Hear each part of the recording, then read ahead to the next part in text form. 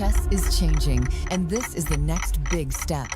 Total Chess is a new, FIDE-approved World Championship Tour. Created by the team behind Norway Chess, it combines Fast Classic, Rapid, and Blitz into one title. A pilot is set for autumn 2026.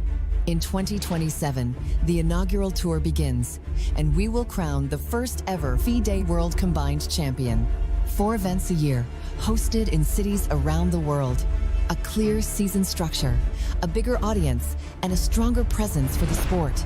We are partnering with sponsors, investors, host cities, and media partners to build something with long-term global impact. If you're looking for a global platform with real momentum, this is it. Let's talk about how you can be part of it.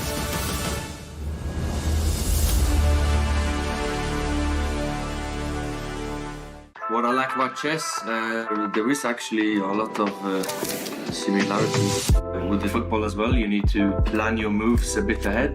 You need to stay sharp. You can't lose 1 second of focus. If you do, you might get punished. You have to sometimes surprise the opponent. Chess, I have a lot to learn. In life, I have a lot to learn. So everything in life, you can always get better and you can always improve. Total Chess can turn chess into an even bigger sport for new audiences.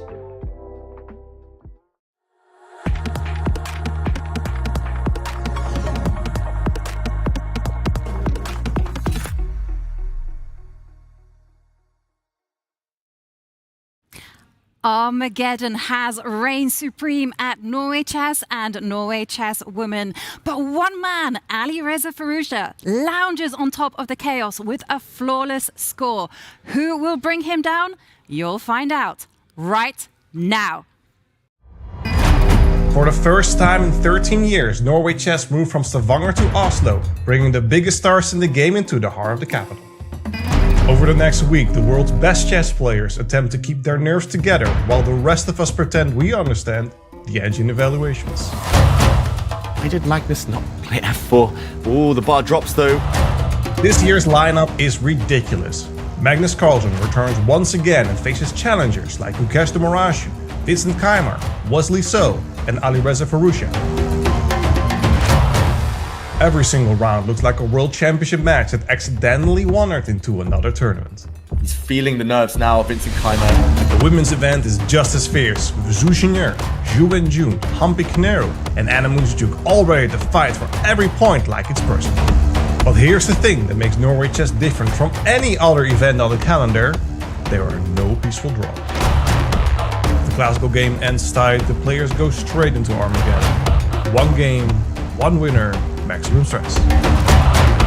After last year, we know exactly how intense this tournament can get. Oh my god! So get comfortable, the clocks are ticking, the evil bar is about to go insane. Norway Chess starts right now.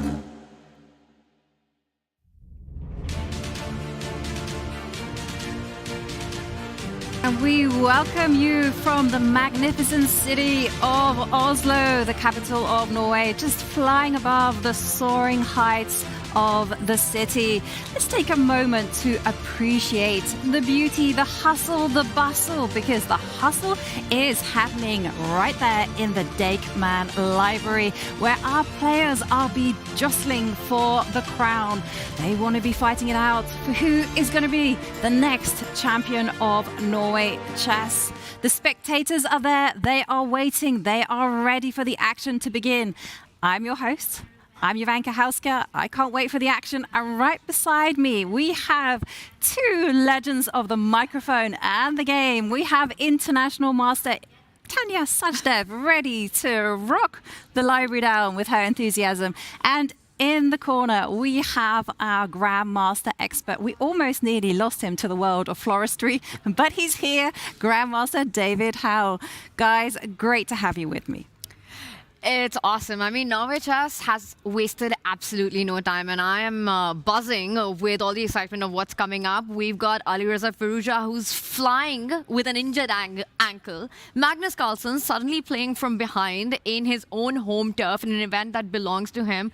The women incredibly tight. This has been an absolute cinema with the script already torn apart, David. Yeah, I love this tournament. I love this format. I love this city. What could be better than spending this evening watching some high-quality chess? So many storylines. We'll break them down a bit later, but the one so far has been Magnus Carlsen not at his best, and he needs to do something very different today.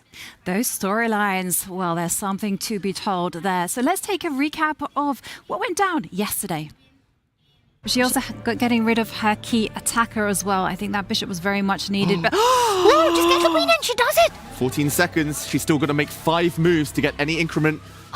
Oh, it's checkmate! It's checkmate! I could have done better, but okay, it's Armageddon, so it happened. Not good news for Pragg. Not at all. Not a happy endgame, and no time on the clock as well, but Firouzja in driver's seat. I'm trying to play chess and it makes me to not think about pain. Humpy doesn't have any time either. 30 seconds on the clock. Divya in full control here. It's early days, but she's getting a reputation as being the Armageddon queen. The e4 was really bad from her because then she gives up all the squares and she allows my knight to go everywhere. So at that point, I was already happy. Queen to e6, given a question mark, but Vincent just down to his last seconds. Whoa! Magnus trading queens, but now Vincent has better chances of a fortress. And you can see it on Magnus, he offers a draw, and that is it. Vincent Keimer takes it to Armageddon. He hits the black rook, gaining time, and the rook swooping into c7. Great spot, Jovanka. That would end the game on the spot. Does he need to do? Yes, he goes for it. Vincent Keimer resigns. Magnus finally gets that point. The way the classical game went at some point, that's a position I should never not win, but he fought well and I played a little bit too safe at times, and all of a sudden it was hard to win. Ooh, nasty checks in the air.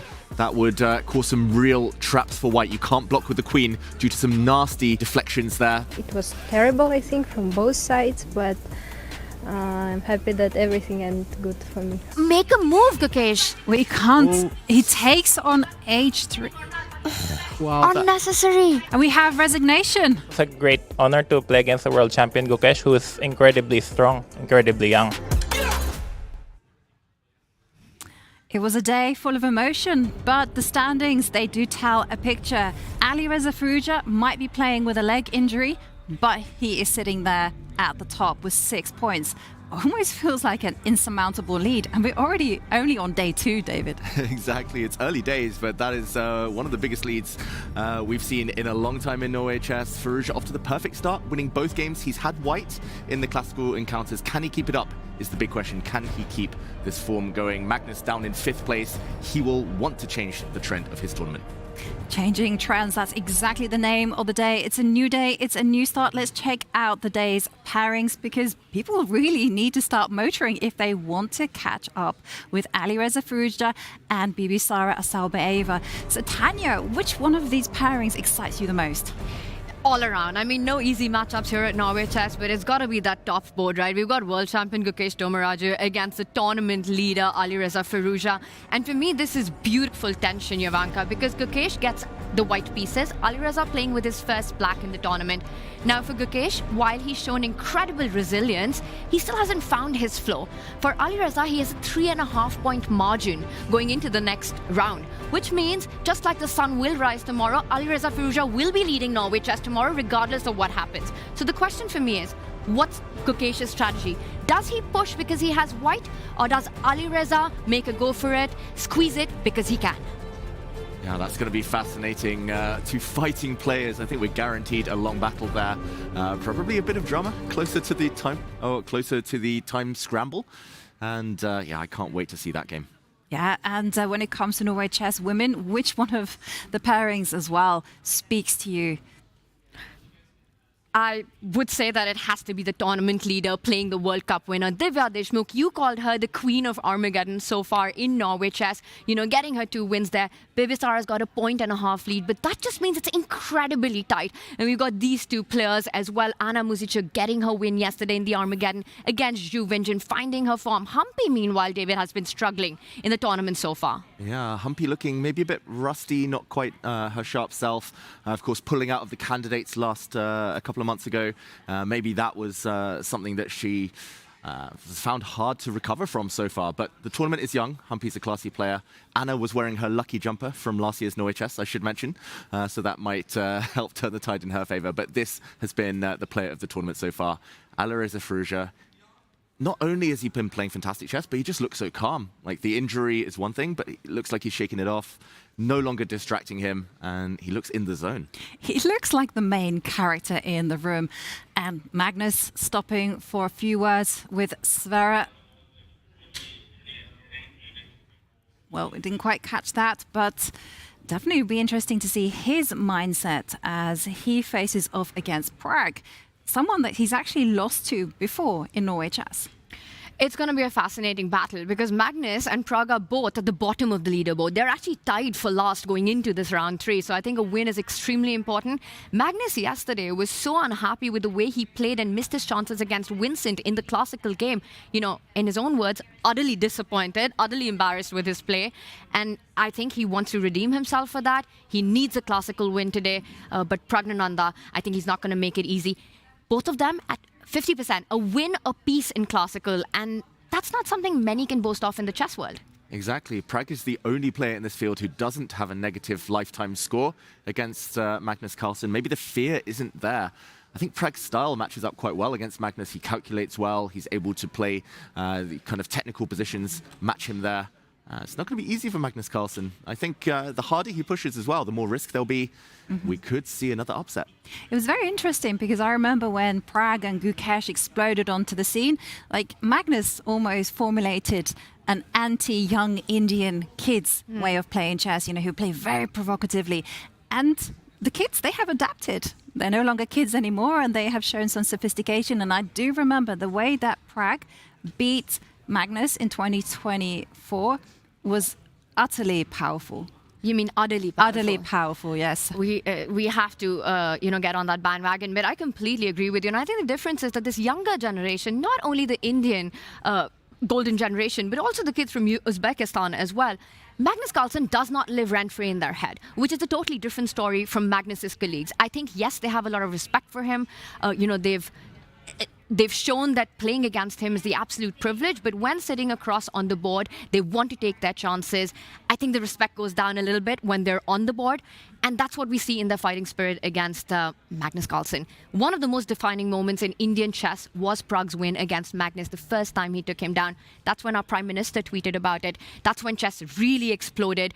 Social media, big media houses were talking about it, and that's always referred to as that moment when the Indians started believing that they really do belong at the top. Yeah, it was a big watershed moment there for Indian chess.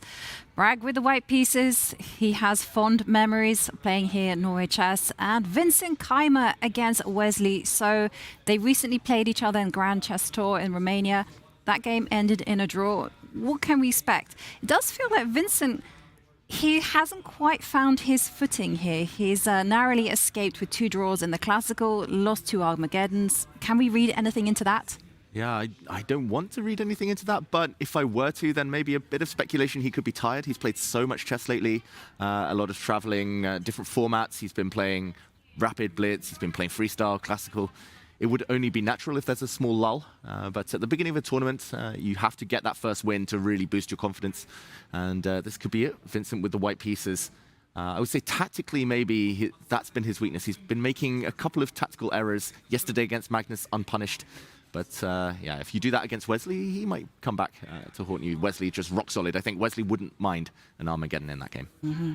And here we have a clash of generations between 5-time women's world champion Zhu Wenjun, and she plays Zhu Jiner. Zhu Jiner has been actually touted by a lot of experts as being one of the favorites to win Norway Chess. Yeah, she's got a really nice style, and she's such an impressive player the last 12 months, a bit of a breakthrough in her career.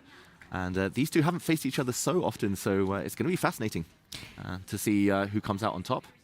The one thing I've noticed about Jina, and that storyline continues from the women's candidates, is missed opportunities. It happened in quite a few important critical games in Cyprus for Jina, and we've seen that in Norway Chess as well. She comes off so strong out of the opening, is the one pushing for the advantage. Yesterday, a completely winning position, but somewhere, something goes wrong, you know, in those time scrambles, in that conversion phase. And I think that is the one thing, if Zhu Jiner can sort of loop that up, she's just meant to be at the top for many, many years. Mm-hmm. And for Zhu Wenjun, 2 draws in Classical and 2 losses in Armageddon. And, well, a lot of eyes will be on this encounter. Magnus with the black pieces, his first round against Ali Reza with the black pieces.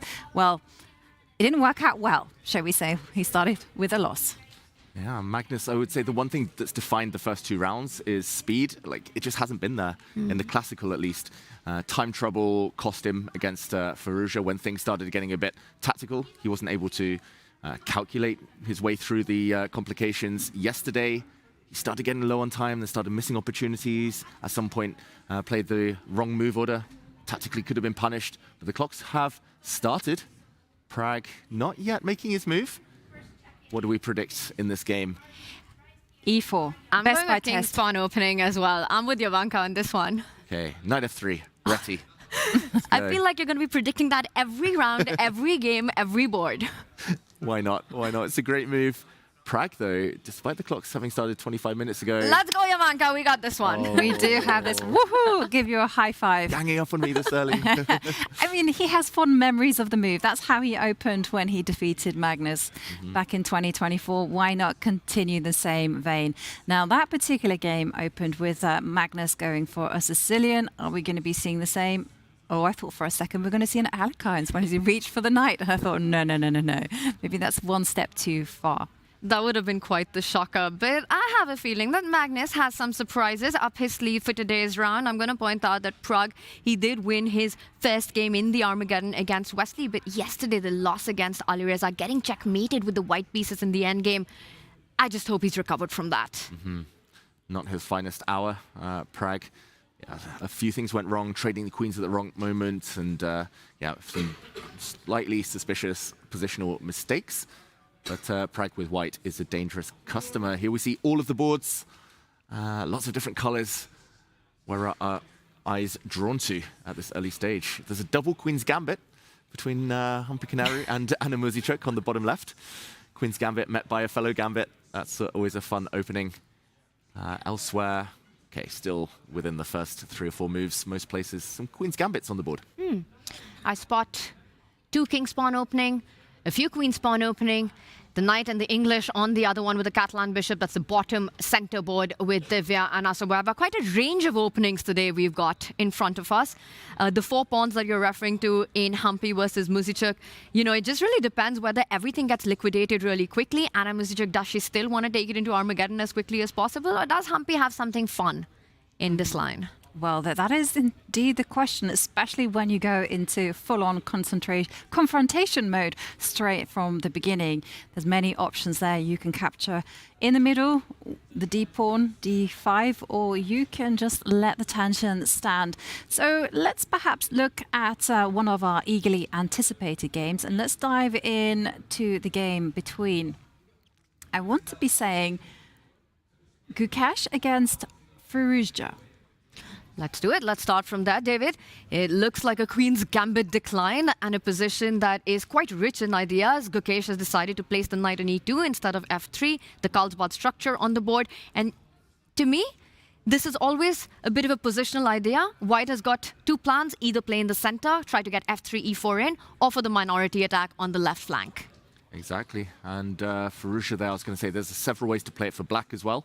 But trying to trade pieces off just to deal with any cramping effects, no space issues once you have a set of pieces traded like this. It's a very popular way of playing. I never really understood this, I must admit, when I was younger. It always felt like, wow, you're trading off your good bishop, you're just left with your bad bishop as black. This piece often stuck behind the black pawn chain, but if he's ever able to trade this off, Firouzja, maybe for a knight later or a bishop, this bad bishop, then it should be fine. Still very early days, of course. Very well explored territory here. I see a lot of games on the database. And the question, though, is with this very stable pawn structure that both white and black have, does white just revert back to traditional ideas in this Carlsbad pawn formation of going b4, b5, going for the minority attack, or are we going to be seeing something else? Yeah, it's funny because when I was young, like all the games in this pawn structure would just be minority attack. One kind of one-track mind, you push the pawn, you undermine with white's 2, you undermine black's 3, and you try and create a weakness. But there have been so many antidotes shown against the minority attack. It's just fallen totally out of fashion. Nearly nobody tries to play for the b4 plan anymore. Often it's met by black just blocking. Often it's met by black pushing the a-pawn, opening up a semi-open file.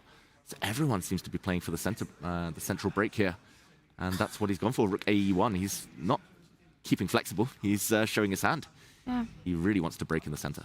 Yeah, that's the other big plan right now. According to my database, lots of games here. One of them by Pragg's very good friend, Arjun Aragaisi, playing this position with the white pieces, trading the bishop off as Gukesh just did, and planting his queen on d2. The rook swipes over to the center of the board. In that game, however, it was against Yu Yangyi, and Yu Yangyi decided to put his knight on f6, planted on e4 as black, instead of the last move chosen by Alireza. I wonder if Gukesh is aware of that game. He probably is. The knight from f8 did land on that square. The idea for white, for Gukesh, as shown by Arjun in this, is in fact to get his own knight back to c1 and then go for that central break. Knight c1, you defend e3, then you consolidate the center by pushing your f-pawn, and your pieces are beautifully placed, compact in the center, and then you strike. Yeah. And everything is going to hinge on whether black can actually make use of this bishop on c8. Like, at the minute, you know, it's blocking the connection of the 2 rooks, and anyone who knows me knows that I don't particularly like that. And for Alireza, I guess he's anticipating this and going, okay, I will move the bishop to d7 and maybe just forget that fact that it's not a great piece, and perhaps meet this f3, e4 expansion by jumping in with a knight and trying to secure the f4 square. Or will we see something completely different? Yeah. Wow. And this one's going to be quite the positional one. White trying to get those breaks in, Jovanka, but it will get exciting. But it's already very exciting on our other board. You know, we spoke of Arjun, we spoke of Pragg. Pragg's taking on the world #1. David, this started as the knight off, and this is a move that I've been seeing Pragg employ so many times recently. Push the h-pawn, go h4 as quickly as you can against the Sicilian. Yeah, what an aggressive move. What a show of intent from Pragg. Just to go back one move, we will break down h4, but in this position, white can play pretty much anything under the sun. Magnus was joking about it in the Queen's Gambit the other day, how many options black had here. The downside to the Najdorf is that white can do pretty much anything. You can make an argument for pushing the A pawn. You can bring your light squared bishop to 3 different squares. Your dark squared bishop can use a few different squares. You can bring your queen out. Everything's played nowadays. F3, F4, even rook G1. You can play positionally with G3, H3, but H4. And this is a bit of an interesting dilemma for Magnus, because as black, you're super flexible. There are 3 ideas in the Najdorf, generally. You either want to play E6, I'm not going to be able to pronounce this Dutch word, Scheveningen structure. You kind of keep all your pawns on the 6th rank and then only later decide how to break out. Or the more trendy, you push your pawn to E5.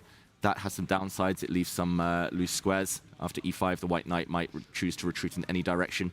And there's a hole on D5, not to everyone's taste. The other way, depending on what white does, is to kind of morph it into a dragon system, push the pawn to G6, fianchetto the bishop, but that's not attractive anymore due to the white pawn ready to step forward to H5 at some moment. I would say Magnus is least likely to play E6 or G6, just because E6 also blocks the bishop's diagonal, and now G4 would be possible, throwing the pawns forward. This is fascinating. I think the idea will be revealed after Magnus plays the move E5. I must admit, I've never really studied this in any detail, but the question is whether Magnus has. And I don't blame you for that, because according to my database, David Howell, this is the 13th most played move for white, H4 at this moment. Pretty much everything under the sun has been played more times than the one chosen by Pragg. And I love that you're highlighting all of it. Bishop can go to G5 as well. You could also play A4, by the way, which is more popular than the move H4 in this position. So Pragg's going to need 13 reasons why he's employed this against the world #1. But you know, the element of surprise. And I know it's early in the game. With a 2-hour time control, no increment until move 40. If you can actually get your opponent to burn the clock a little bit early on in the opening, it's something that becomes a weapon later. Definitely. And it's going to be decision time for Magnus. Will he make the committal move? E5 determine the pawn structure. Will he perhaps go for development? I don't think we're going to be seeing an E6 like David's indicated, because then G4 space. And I think that's perhaps one of the traps of this position.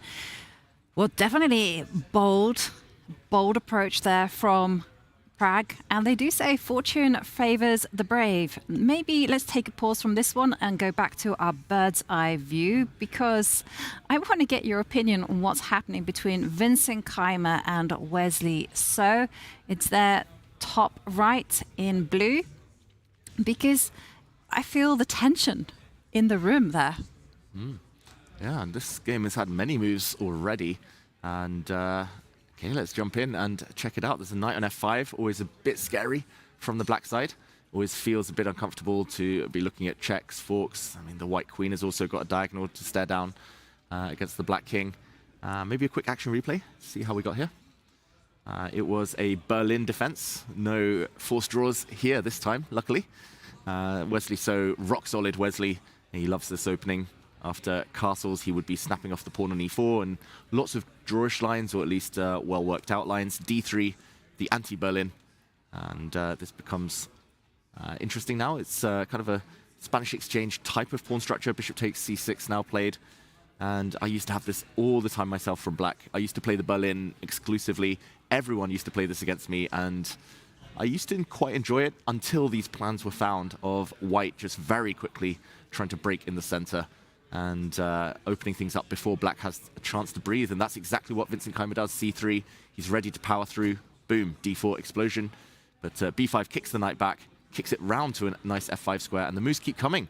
Rook F8, D4, hitting the bishop back, Queen C2, and Wesley, under some pressure, decides to trade off pawns. White has a nice center.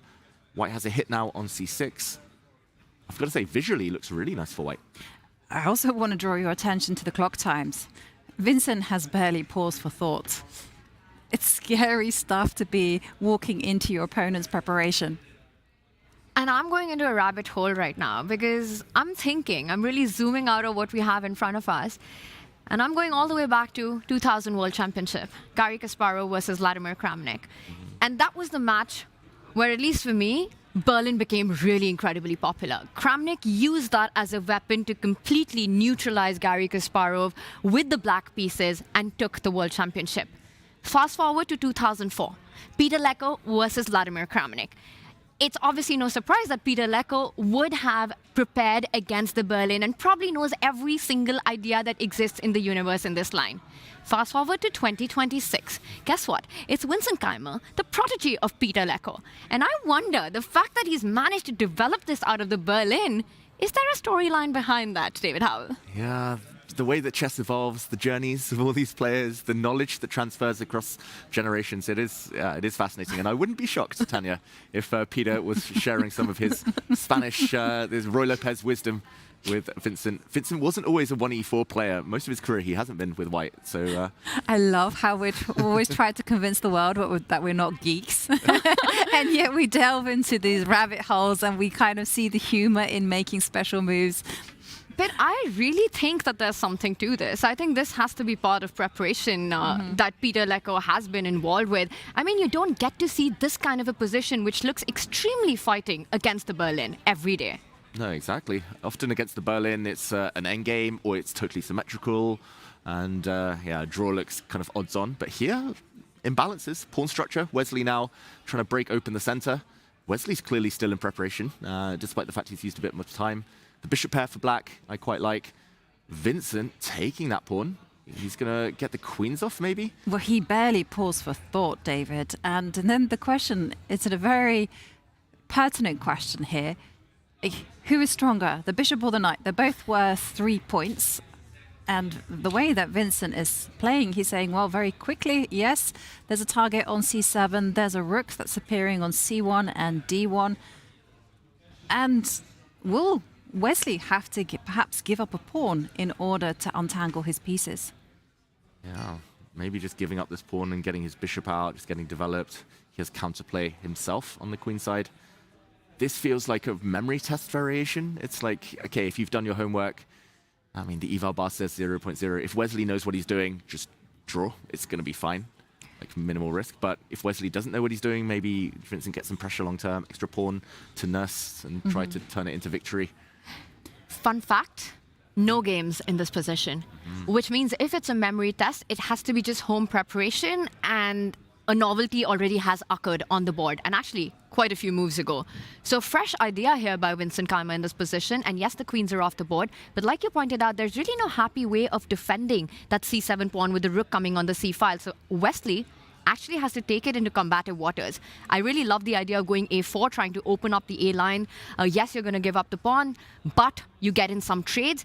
But Wesley has to be a little careful here. I feel like this endgame is going to make him sweat a little bit. Yeah, in fact, you know, you inspired me. I was like, okay, well, if this is home preparation, then where is Vincent's, you know, poisonous idea? And I'm just actually looking at the engine, and guess what?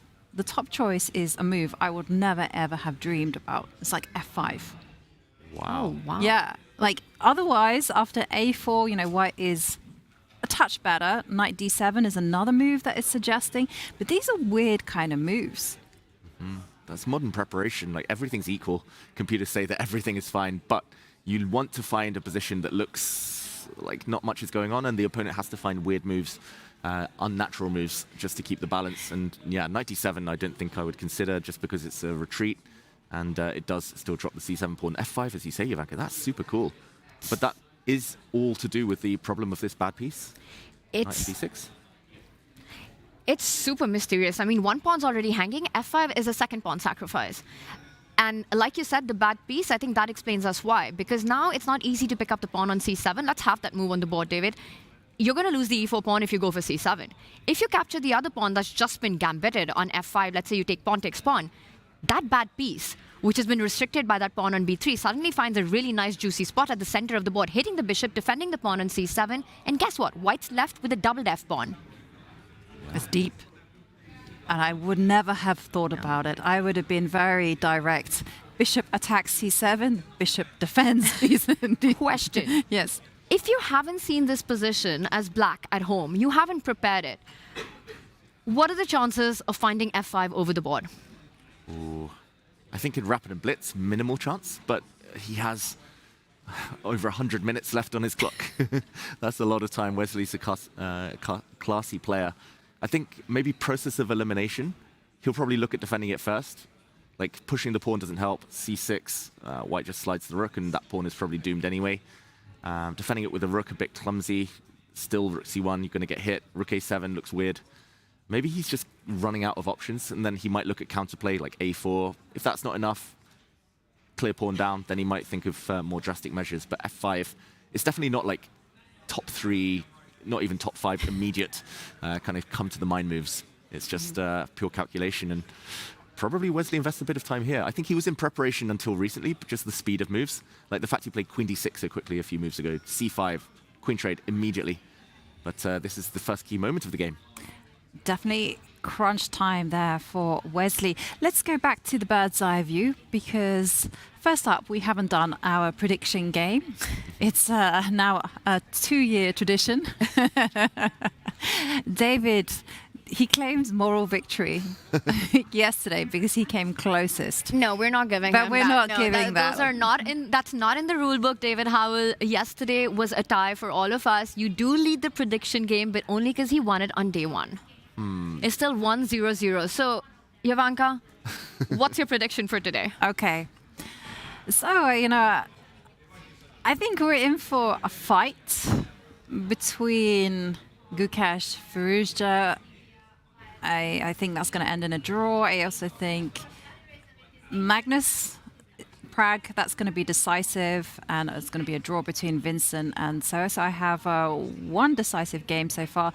And in the women, Humpy against Anna, that's also going to be a draw. So then it's going to be an adventure between Asalbaeva. So 2 decisive games there.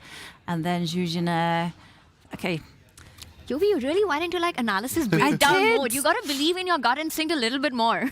No, because I have to make an informed decision. I can't just go. She really wants to 3. Really wants it. Okay, I'm going to say 3. 3. All right. I'm going with 4 Armageddons today, David. I'll say 5 Armageddons. Okay. 3, 4, and 5. And whoever's closest, do they win today? No, those are not the rules. Don't try and change the rules halfway. It's like trying to change the rules of chess, right? You can't do that. No, not allowed. No, I'm with you on this. It's 3, 4, 5, and we see what happens. Yeah. I wonder what chat thinks, how many Armageddons we get today. Let us know in chat. I think that's how En Passant was first created. Like, someone was playing a game, they were like, what? Your pawn just moved past mine. Like, I'm changing the rules. Hold on. Just take it anyway. How dare you? But also, like, at some point, the queens were very slow pieces. You know, they could only move 1 square at a time. Like, when does people go, like, this is boring? Let's make her move across the board. And at the very start, queens didn't even exist on the chessboard. So there have been moments when chess rules have been changed, but not today, David Howell. Oh, we'll see. We'll see. I'll talk you into it. What do you mean, we'll see? It's not up for discussion. It's a democracy, 2 versus 1. We win. Yeah, exactly. The numbers always matter. So, okay, well, in front of us, we have some games. Maybe we can explore what is going down in the game between Zhu and Zhuzhina. That's the one that catches my eye for the time being. But I'm happy to go to another game if you... Yeah, let's jump. Let's go there. And this is the current position. More Queen's Gambit declines. The opening of the tournament so far. And if we just go back a few moves, because it's interesting here, pretty much the same as another game we saw earlier. That was Gukesh against Firouzja. And in that position, it was Gukesh putting the knight on e2. This time, a slightly different twist from another world champion. Zhu Wenjun putting the knight on f3 instead. This allows knight to e4. Some tactics here between the bishops. And yeah, after a bishop exchange, white cannot win a pawn on e4 as the queen now defends this square. Queen c2, and this is the current position. It looks like, again, quite a few games on the database. But what do we make of this? Jovanka, you play the Queen's Gambit declined as black. I do play this opening, and I have actually almost had this position as white, and I didn't like it. I think I flicked in an h3 just to take away the square the g4 square from the light squared bishop. It's just a very balanced game. You know, here there's a choice. It's always there in the air, like what to do with this knight on e4. And it's interesting actually that she's she's responded with queen c2 as opposed to playing a move like bishop takes knight instead and going for that change in pawn structure. So here the question is what to do with the knight. Do you reinforce it with bishop coming out to f5? Do you step back with the knight to d6 and argue that it's on its perfect square? I would say no, because bishop on c8 is going to be a problem. Or do you go knight takes knight and not lose any time? But I suspect that the bishop will come out to f5 if that doesn't lose on the spot. I don't see why it should, and that's going to happen. Black's most popular move in the position. Jovanka, fully agree. The bishop is one of the main factors in this position. Normally I would like knight d6 as well, but I think there's a big downside is that the white knight on e5 might not be challenged in the near future. f6 is always impossible due to knight landing on g6 and knight d7. Maybe we'll see f4 inspired by Firouzja from round 1.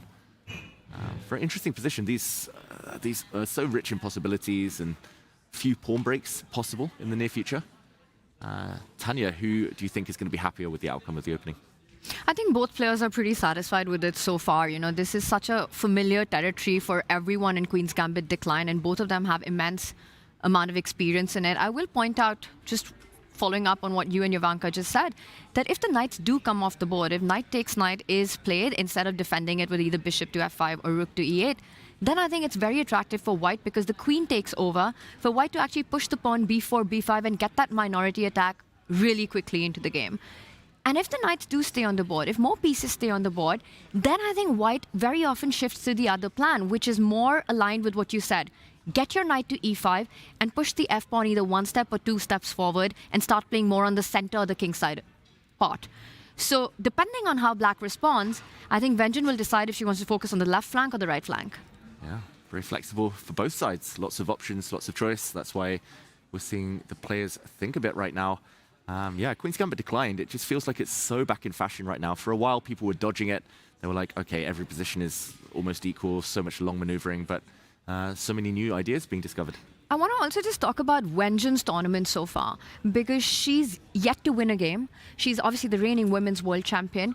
Wenjun, you know, she's got her world championship match against Vaishali coming up as well. And very often we've seen once the candidate for the World Championship match gets decided with Wenjun, she goes back into playing form. We see her much more often on the board. But this tournament so far, Jovanka, hasn't really gone her way. She won Norway Chess in 2024, is struggling so far. How do you assess her form currently, and what do you think she needs to do to switch it up?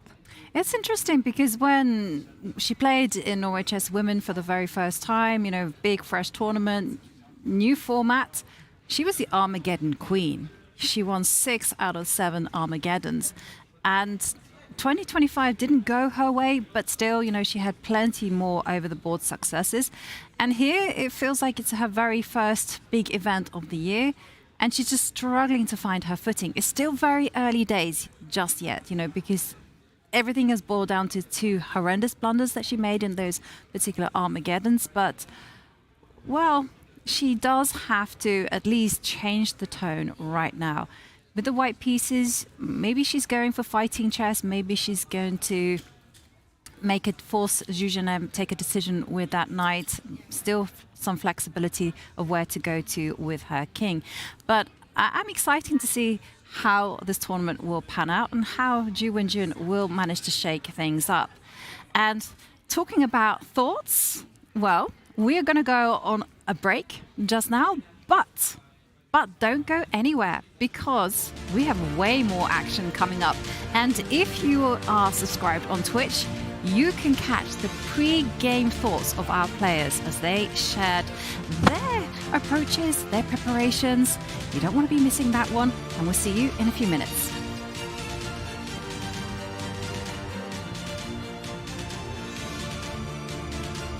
Hampite facing Anna Muzichuk, and you faced against each other many times. What can we expect from today's battle? Yeah, we have played several games, like in many of the candidates, also many important tournaments, even in the Norway Chess in the earlier editions. We almost had a very neck-to-neck score, and I think like any other opponent, she's also quite strong player and very much more stable player as well. Yeah. Looking forward to see your battle. Thank you. Anna, you're playing a player today that has struggled a little bit in the first 2 rounds. Does that mean that you're more willing to take risk against a player who may be struggling a little bit? Not really, and it's only 2 rounds, so and anything can change within 1 round with this scoring system. So I'm playing with black pieces, and I'll play according to the position. Yeah, if I have chances, then yeah, probably. No, so let's see how it goes. You did mention the scoring system. I mean, the scoring system does also incline to take a little bit of risk. Do you think about that at all, or do you just play normal chess? Mainly I play normal chess, but yeah, of course you keep it in mind. Good luck, Anna. Thank you. Alireza, you've won 2 out of 2 games. You get 3 points for the win. How much do you think about the scoring system when you play? I don't think it matters much because anyway, people could win and they get 3 points also. So, but yeah, okay, it's nice that I won the last 2 games. How does your ankle feel today? Better. It's getting better, but still I cannot walk. That's the problem. That sounds scary. You're playing the chess you are and you're still getting an ankle that's getting better. What's going to happen today then? I don't know.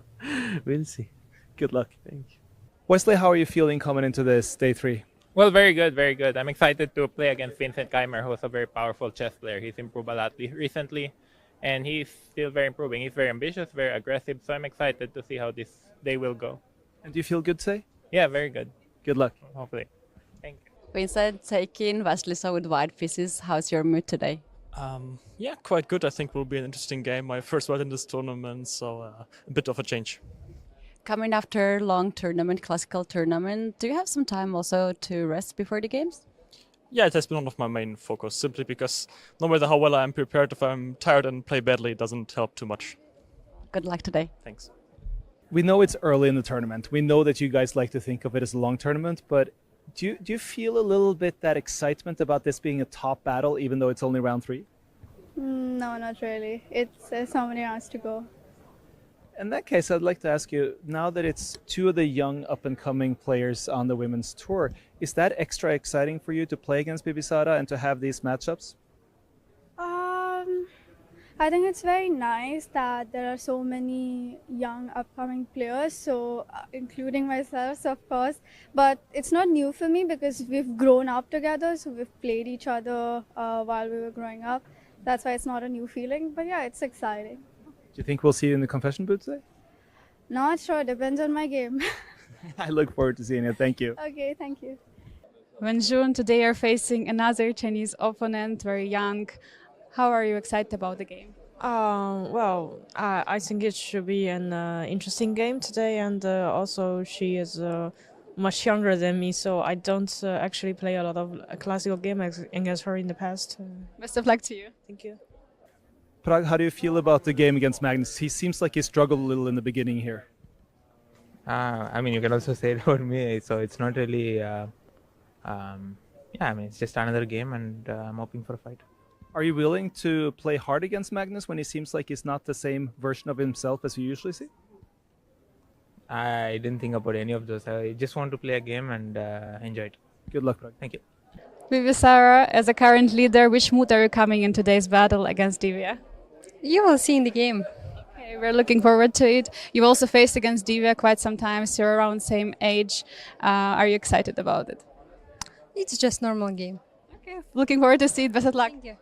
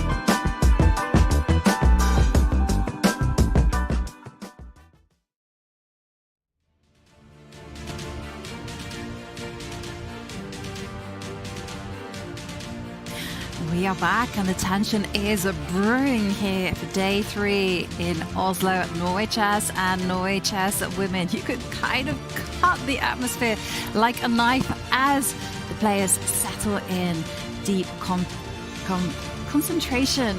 We've had home preparation, we have had pawn pushes, we've had all kinds of openings, set the stage for what is going to be a very decisive day. So decisive, I think we're going to see 3 victories. If you know, you know.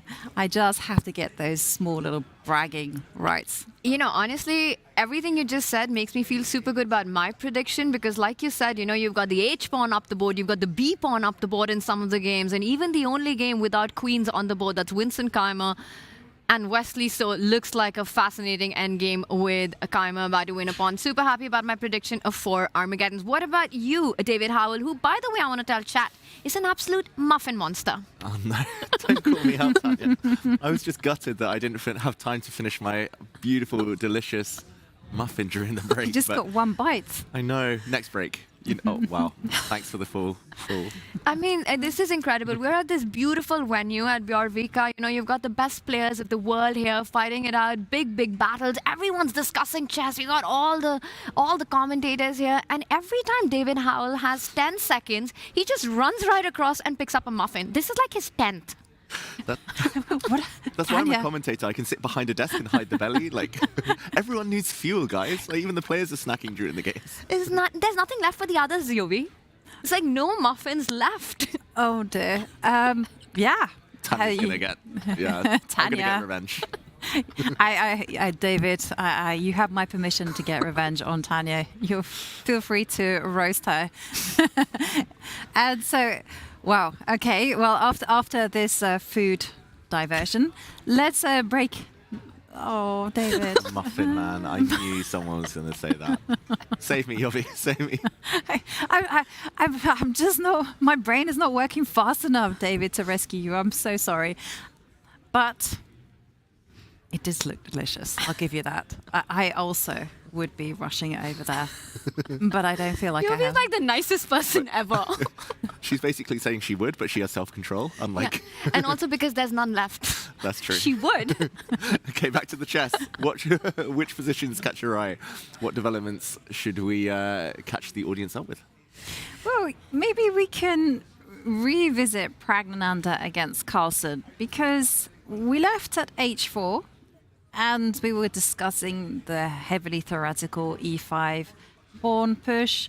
We also discussed, developing the knight and this Scheveningen pawn structure. And we see that Magnus has indeed gone for it, but he has inserted like h6. And the question is, in an open Sicilian where white is going for the jugular immediately, is this okay, or is this already initiative white?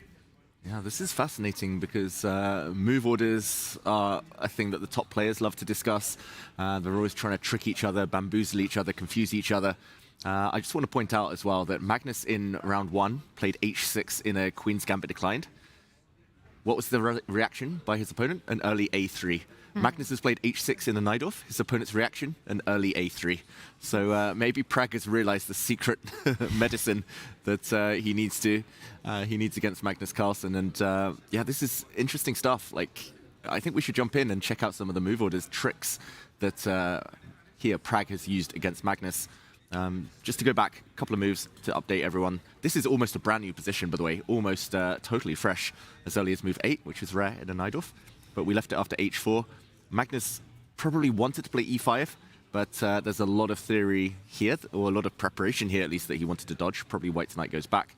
And here the inclusion of h4. Is it useful? Is it not? Magnus wasn't sure. He wanted to surprise Pragg back. So instead he went with h6. I think that's basically saying h4 doesn't achieve anything yet. h6 is a waiting move, cuts out bishop g5. Sometimes it's useful to slow white down, but it is a hook for white to hit later. So bishop c4. Now e5 isn't attractive, since the white bishop is so well placed on this diagonal. Bishop c4 was the favorite of Fischer. Not with h4, h6 included, but in this initial position. So bishop c4, e6 is the main line. in that line. But here we go, e6, and I think Pragg's just arguing that h4 is more useful than h6, and black can never really castle, which he normally does in the bishop c4 lines, because g4, g5 is going to be so strong. And that's really a fascinating breakdown, because I look at these Fischer-Sozin ideas, which is with the bishop coming out to c4, and very often you're looking at going long castle and attacking on the king side anyway as white. Pragg has already provoked h4, h6. He's already provoked that hook that you spoke of. So one can actually imagine that working to his favor, and I think it's very likely that we'll see Pragg bringing his bishop out, his queen out, and actually getting king to safety on the left flank before the pawn storm on the other side of the board. And also, you know, we speak about Magnus's strengths, his styles.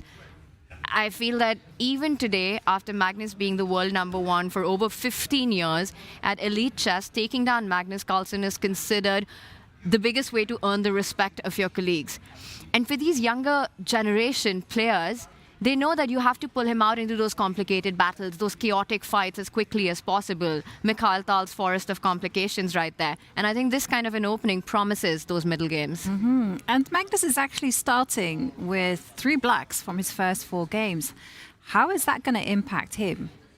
It's not ideal, the start, but I mean, if he's somewhere in the middle of the pack after 4 rounds, I think he should see that as a success.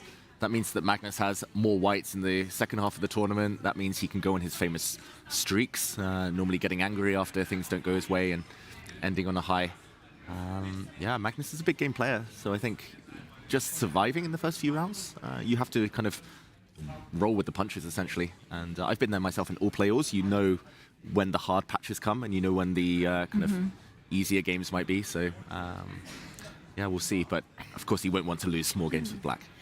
And Yuvi, you mentioned at the start of the show, you know, in 2024, when Pragnananda did take down Magnus Carlsen at Norway Chess, it was a Sicilian as well. And I remember it was a bit of a miniature of a game, and it felt like Pragg really dominated in that one.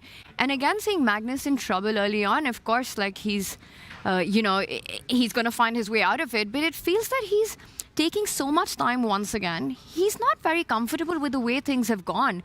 Not just today in the opening, the last 2 rounds as well, head in hands early on.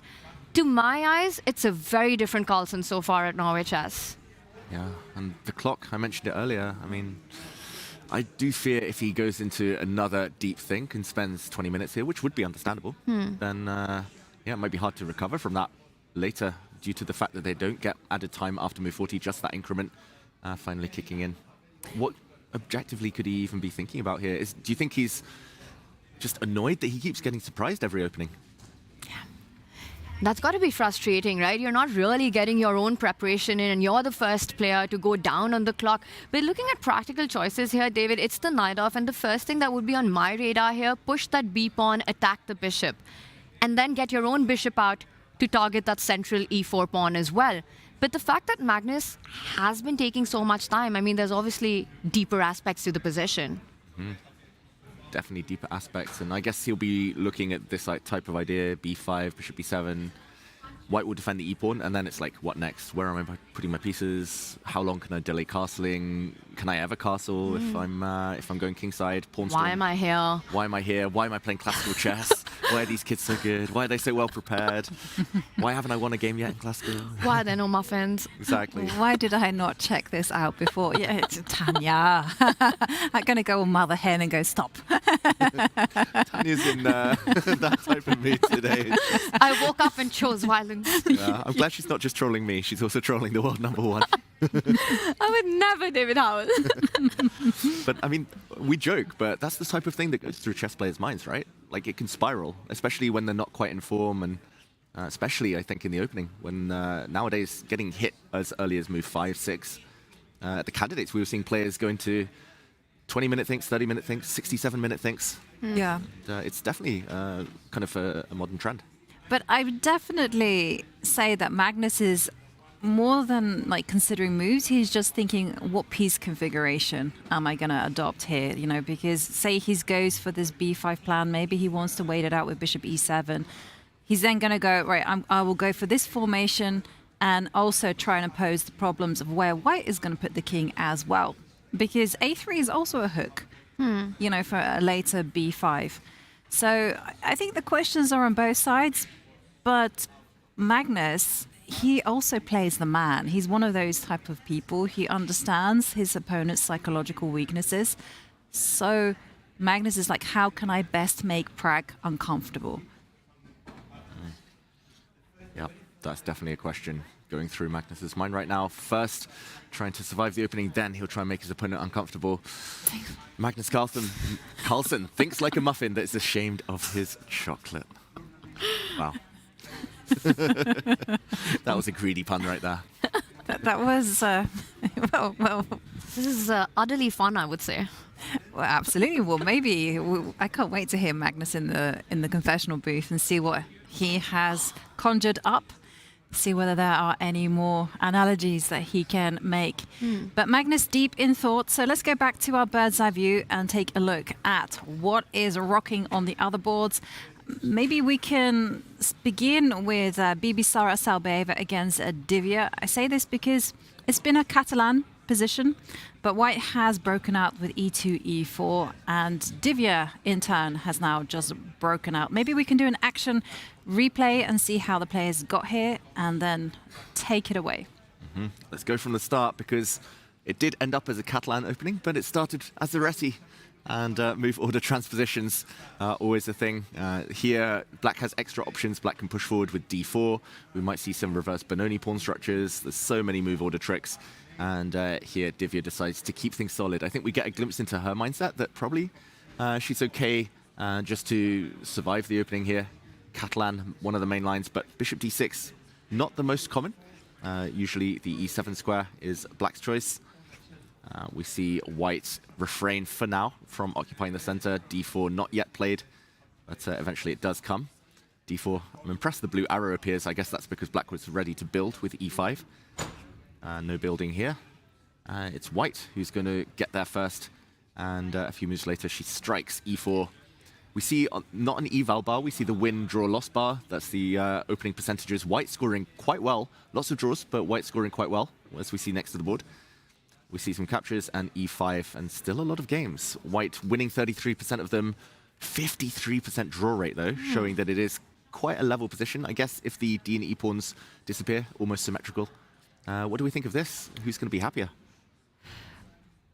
Wow, and the fact that we do have a lot of games in this position, you know, Divya, I know she's extremely well prepared, also ahead on the clock. While both players are doing well so far, I think Divya is in familiar territory right now. I also see bishop g5 is the most played move in this position, attacking the queen, and then Black almost follows it up instantly with f-pawn moving forward, blocking that attack and hitting the bishop on g5. I just want to point out it's not the only way to continue. There are ideas of also putting the rook on the E line instead of the bishop coming out. Pawn takes pawn is an option here. You could also put your bishop on e3. And everything feels pretty okay for White. So I'm expecting Bibisara to take her time. For me, it's so impressive, David and Jovanka, that both these players debutants at Norway Chess. It's their first Norway Chess. Bibisara going into round 3 has a 1.5 point lead over the rest of the field. She started with 2 blacks as well. She started with 2 blacks as well. Divya is the one player who's chasing her, a 1.5 point behind. I mean, this is an incredibly important matchup for Norway Chess women. She's at 3, and she's won both her matches in the Armageddon. First taking down the reigning world champion, the reigning classical world champion, and then second, Humpy, who is a former women world rapid champion. Yeah, she's been very impressive. Oops, that was me. What is it, Yo? You gotta show us. Is it your lucky coin? Yes. I like to fidget with things, so unfortunately, you know, I don't have a chess pawn to twirl around. So I have a little coin, and it's got my Chinese zodiac monkey. So thank you very much, Tanya, for... I just feel like chat and all of us, we are friends. We should know what's going on here. She's calling everyone out today. I was actually watching The Dark Knight this morning, and of course there's some coin flipping in that movie too. I appreciate that, Jovanka. But while Tanya's calling out us on all of our habits, I'm going to call out some opening moves, because our producer, shout out to Bick, has asked a question, and I'm also curious to learn. In this position, instead of knight bd2, he's asking about the move knight to c3. And I guess one question is d takes c4, what happens there? But the question mainly revolves around b6, knight f to d2. And Okay, bishop b7, e4. He's asking why not? I mean, to my eyes, this also looks quite promising for white. Maybe this is something that Bibisara could have considered. Maybe she was just caught out early because she has been spending a bit of time. Yeah, it's a common idea, right, to go knight f to d2 and then get in a more controlled e4. Very nice idea. Yeah, I think like the key is always whether black can strike with e5 after e4, because if black has to take on e4, I mean, this structure is very nice for white. Tension between the bishops mean it's hard for black to ever play c5. This is why bishop d6 isn't so popular, I think, in the Catalan in general, because the knight often hits that bishop. But the question in my eyes would be whether e5 is possible. And okay, the bard doesn't move. Actually, it moves in black's favor, if anything. So maybe this type of idea, as soon as knight d2 is played, is the question. Also, knight c3 is a pawn gambit, so not to everyone's taste. e4, Also, e5. Go on, Jovanka. Go on, Tanya, sorry. I just realized, isn't Bibisara the only player in the women's section to have won a classical game so far? Yes. In the tournament? Only classical victory. Round 1 against Humpy? Yep. That's why it's been Armageddon galore here. Like, barely anyone has won. Like, just Ali Reza and Bibisara. Ali Reza twice? Twice. Bibisara once? Exactly. Wow. That's why I'm bidding low on the decisive results, you guys. I'm seeing the patterns. I think it's guaranteed there's only one more. I can't believe I didn't look at... I was just looking at the positions. I completely forgot. Did you go with 5 today? No, I went with 3. You've gone with 3 Armageddons? Yeah. Ah, okay. David went with 5 Armageddons. Maximum. Yeah. But yesterday, in all fairness, it could have gone 4 decisive results very easily, you know. And it's actually a sign of the tournament atmosphere. Like, it felt like at times it was a big blunderfest, or just like the nerves were getting to the players. Yeah, it does feel like, because everyone's being so ambitious nowadays in the opening choices, in the playing style, it feels like players on the flip side are also kind of forced into uncomfortable situations, burning more time on the clock, feeling a bit more uncomfortable. It definitely feels like a few years ago, before these younger players came in and totally revitalized the style of chess that everyone's playing, that players were trying to be just much more stable, playing the same openings, quite predictable stuff, a bit more stodgy, a bit more solid, lots of endgames. Now it's just chaos, and as a fan, as a commentator, I love it. Yeah, absolutely love it. I mean, speaking of chaos, I think one of the most chaotic Armageddons that I've ever seen was yesterday, Bibisara, right? She blunders a rook, but that actually turned out to be almost like a brilliancy that won her the game. Completely down a rook, Jovanka, in that one, winning the pawns, continuing her attack. Fantastic play. It was a very nervy Armageddon, a roller coaster of a ride. And today it's looking like things are gonna go that way as well, potentially. Especially Magnus Carlsen has been surprised by Pragg, but he actually visited the confessional booth. Ooh. So let's get to hear what Magnus Carlsen thinks of his position.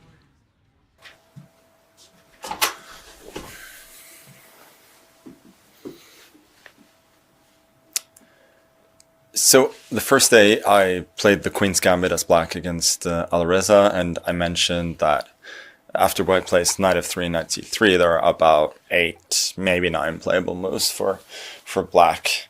And today I'm playing the Najdorf, and I played it against Jordan in Siegerman a few weeks ago, and famously lost that game. And I was a bit surprised on move 6 because he played f4, which he normally doesn't do. And so today Pragg went h4, and guess what? I was surprised again. The funny thing is that I mentioned the 8 moves in the Queen's Gambit. I think in the Najdorf there's about 20. So there's h3, h4, g3, then, well, g4 is not really a move. There's rook g1, there's f3, f4, bishop e2, bishop d3, bishop c4, bishop e3, bishop g5, bishop d2, even some people have played. There's queen f3, there's queen e2, there's queen d3, there is and then there's a3, and then a4. So that's, I think, 17 pretty decent moves. And b3 as well. So that's there's an American player, Andrew Carlsen, who used to play that. So there's at least Yeah, there's at least 18 decent moves there, I think. Yeah, yet I managed to be surprised. So here we go. I decided just to do h6 because why not? Yeah, it's always a question, like in all the normal lines, who does h6 and h4 benefit? I would guess an average play, maybe white a little bit, but not quite sure. He pretty confidently went bishop c4, so that any thoughts of him being completely surprised by that went out the window. But you know, yeah, I'm just still thinking, like, how bad can it be? And at least when I went in here, he was thinking just a little bit. So we'll see.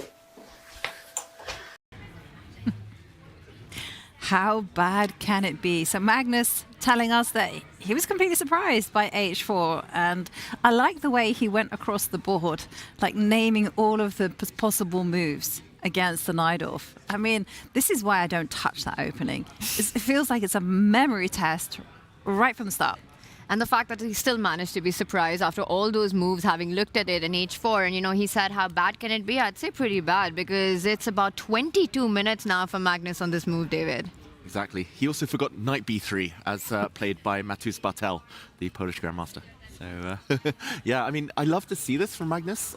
This kind of this curiosity, this love of history, this chess trivia.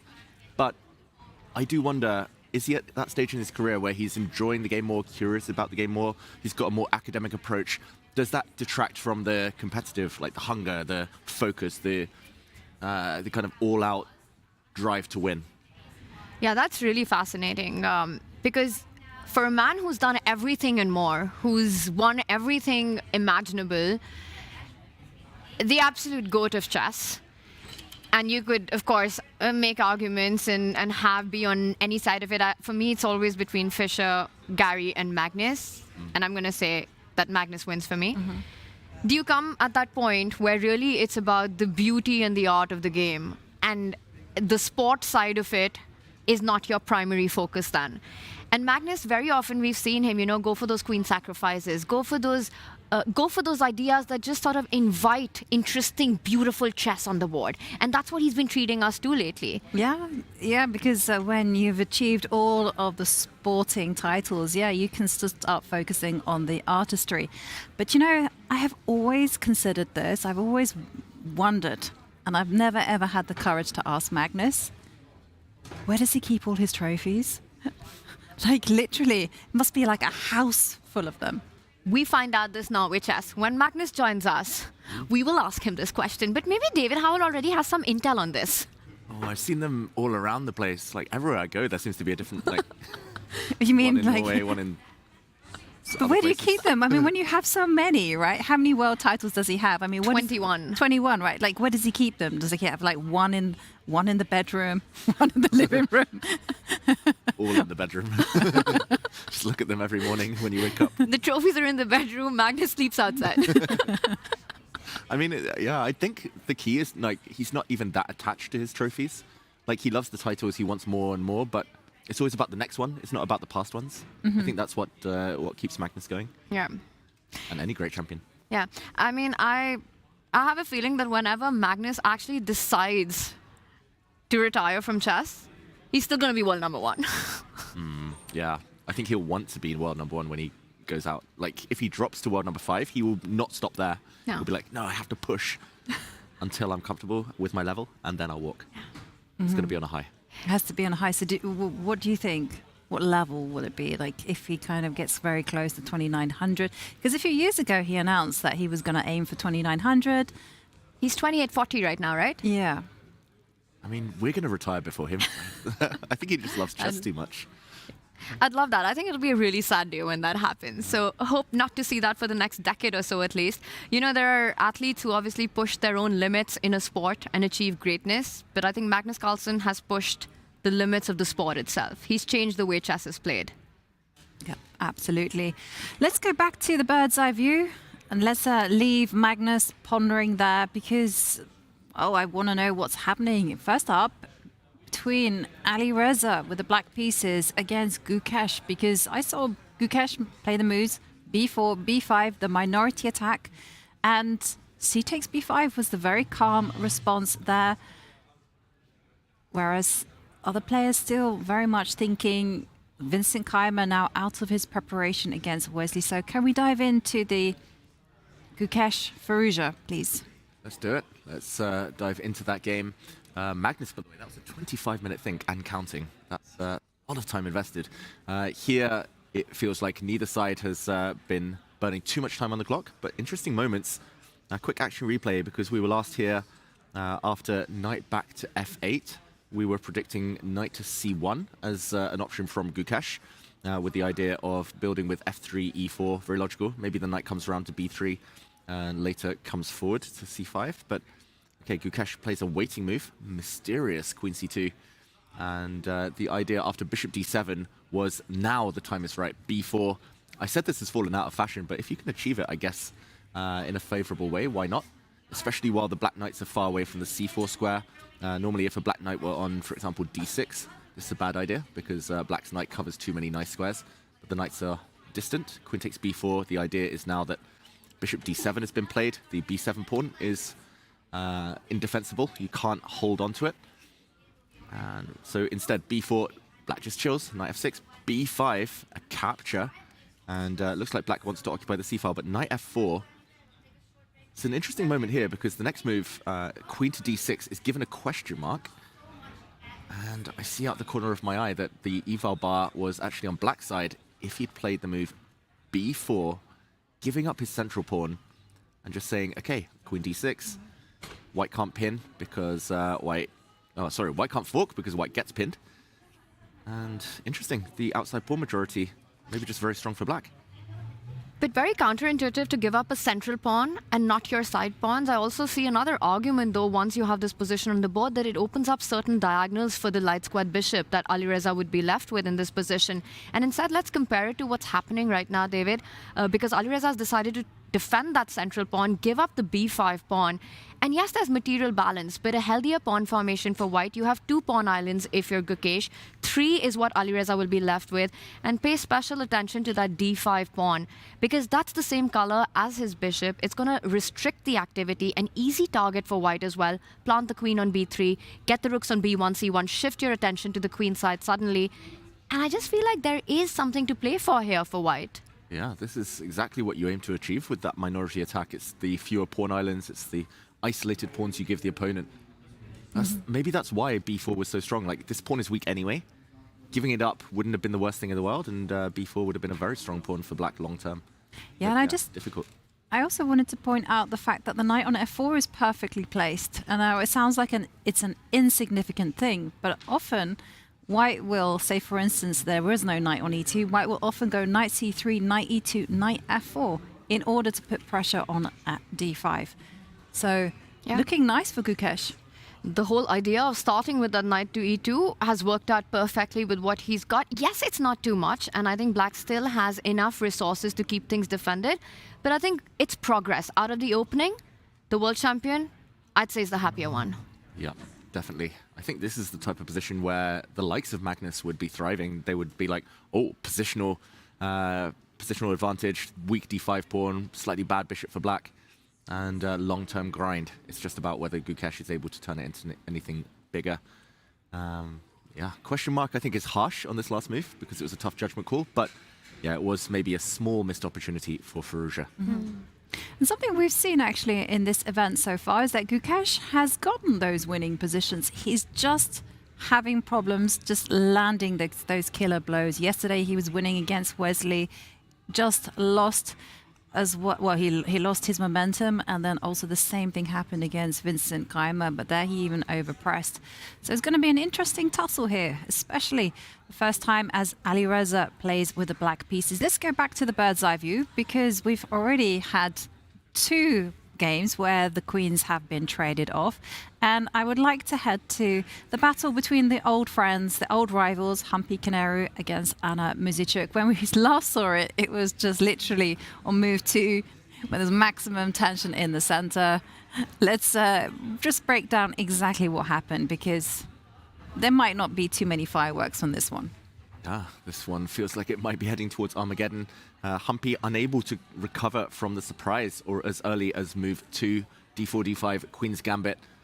And yeah, I call it the double Queen's Gambit. I actually don't know what the official name is. Queen's Gambit accepted his d takes c4. Queen's Gambit declined his e6, but it must be the double Queen's Gambit, right? Oh, it actually has a name, I can tell you. The Queen's Pawn opening, Kraus variation.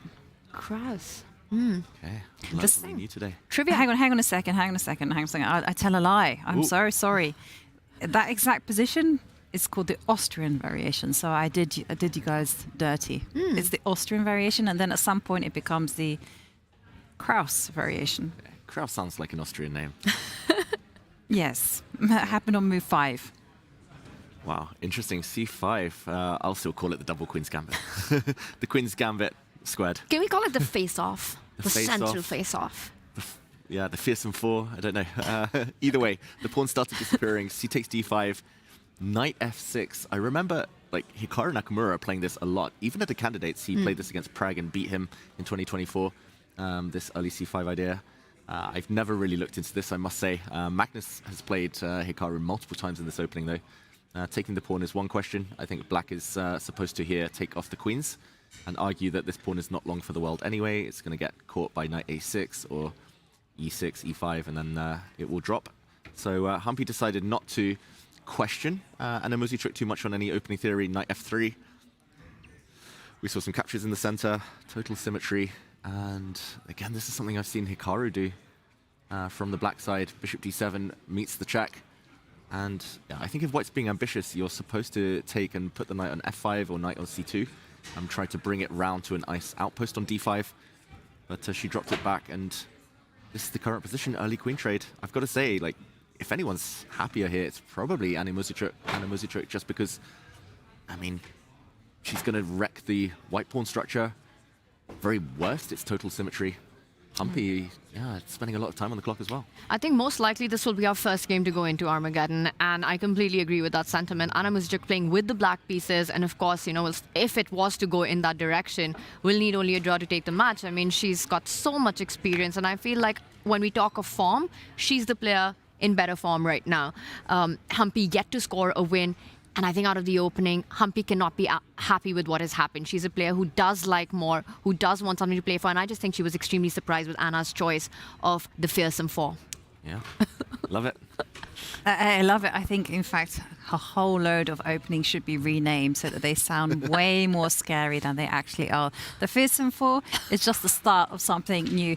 And I completely agree. Anna Muzichuk is definitely the happier of the two. She can just develop her pieces very easily. She can get the knight out to c6. The king will castle wherever direction it wants to go. There are open lines to be enjoyed.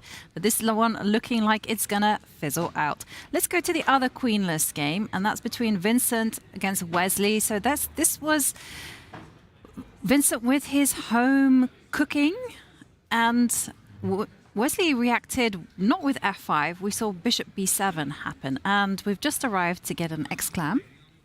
But let's see how things unfolded. Yeah, we were talking about f5, as you said there, Ivanka. Instead, bishop b7, very natural. That's sort of a counterattack against the e4 pawn. Rook slides across, hits the bishop, which moves with gain of tempo, hitting the white rook. And as you said, exclam. Makes a lot of sense. The bishop is hit, you're a pawn down. Why not move the bishop and regain the pawn? And I've got to say, like, unless Vincent's able to find something here and now, this looks very drawish as well. It doesn't feel like Vincent's new idea has come to any real dividends. Not at all. And I think if you're white here, you already want to think about pulling the brakes a little bit, because black has this bishop pair ready to go a4, open up the lines on the left side as well. I would think that you want to pick up that bishop at the center of the board. You know, the black knight also ready to jump out to d5, bishop takes knight threaten. But even if you were to capture the bishop, if you're Vincent Keimer, I mean, Wesley's next move is a bit of a pre-move, hitting the white bishop, and then also the knight coming forward to d5 on the next move, a4 coming up. I think Wesley solved all opening problems. The reason why he's not on his chair right now. Yeah. Vincent has a really nice rook, but the 7th rank here I don't think is an issue. Black can always just put the bishop back on f8, defend everything.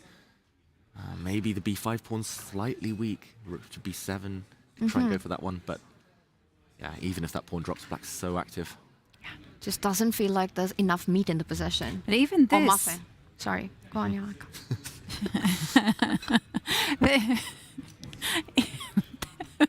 Thank you, Tanya. I was all ready to say something, and then you just... Okay, so I was going to say, you said earlier on, Tanya, that you felt like White should be pulling the brakes, but the game that we just what we saw just pan out, it felt like it was better for Black, because Black is the one, who can start pushing on the queen side. So then bishop to d2, a4. Let's say the black knight is hit, rook b7. Bishop. Bishop c5. It's a bit risky, maybe b4. Yeah. Well, maybe I spoke too soon. Maybe it's just visually impressive. Surprised the eval bar is not totally winning for White here.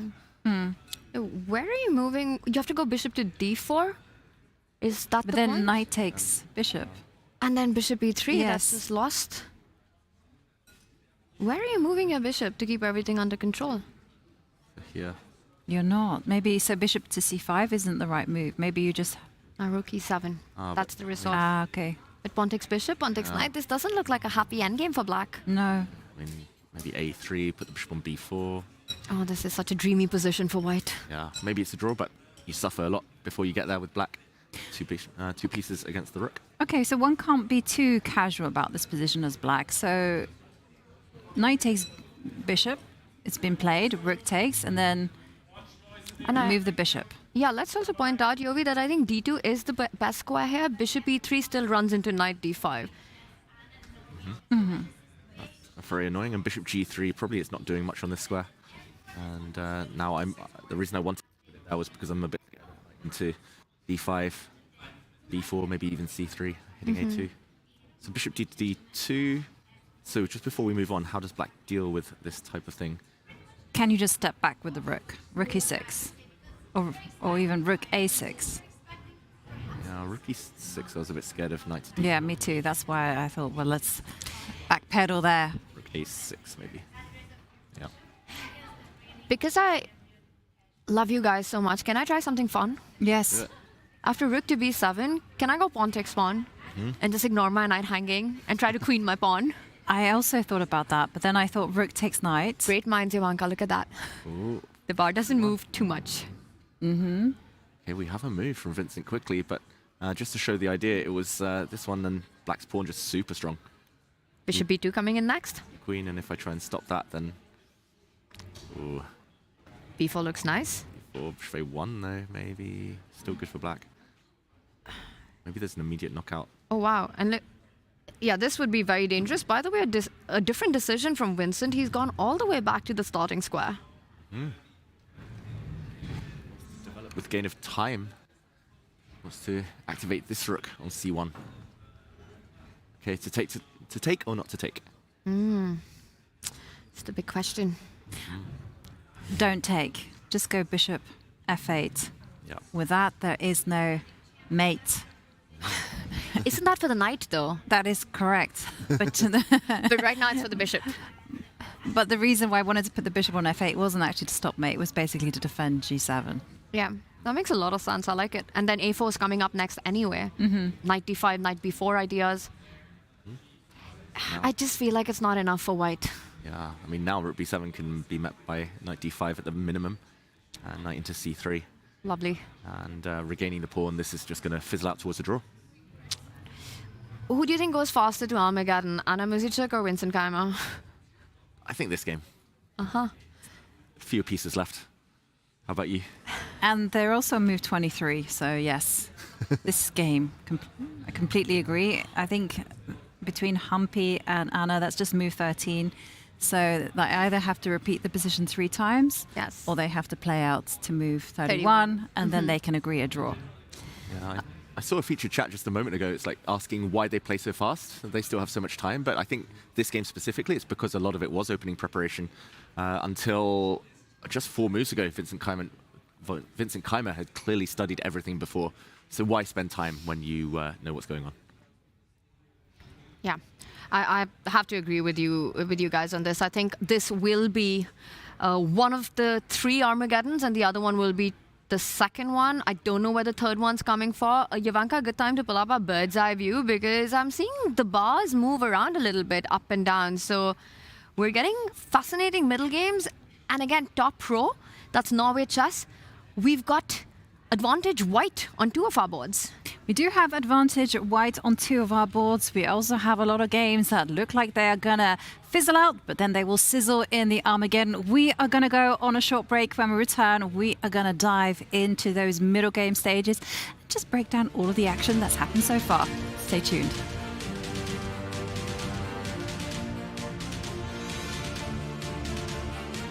Your game is evolving, now your style should too. Welcome to the Chess.com merch store, your home for everything off the board. We've studied the theory of comfort so you don't have to. The Essentials collection is the ultimate low-profile kit. Premium tees, hoodies, and hats with 0 distractions. It's the baseline for your wardrobe that lets your moves do the talking. From the classic rook to the legendary mittens, our plushies now come in every color to match your setup. Mostly because they'll never judge your accuracy. And for those who still love the tactile feel of a win, explore our official chess sets. Durable, tournament-ready, and designed to handle every celebratory slam or graceful resignation. Whether you're a beginner or a seasoned pro, we've got the perfect setup for you. So head over to chesscom.shop to explore these and many more. Grab your favorites before they're gone. Hey guys, if I make this in 1 go, we're gonna launch a no ads plan.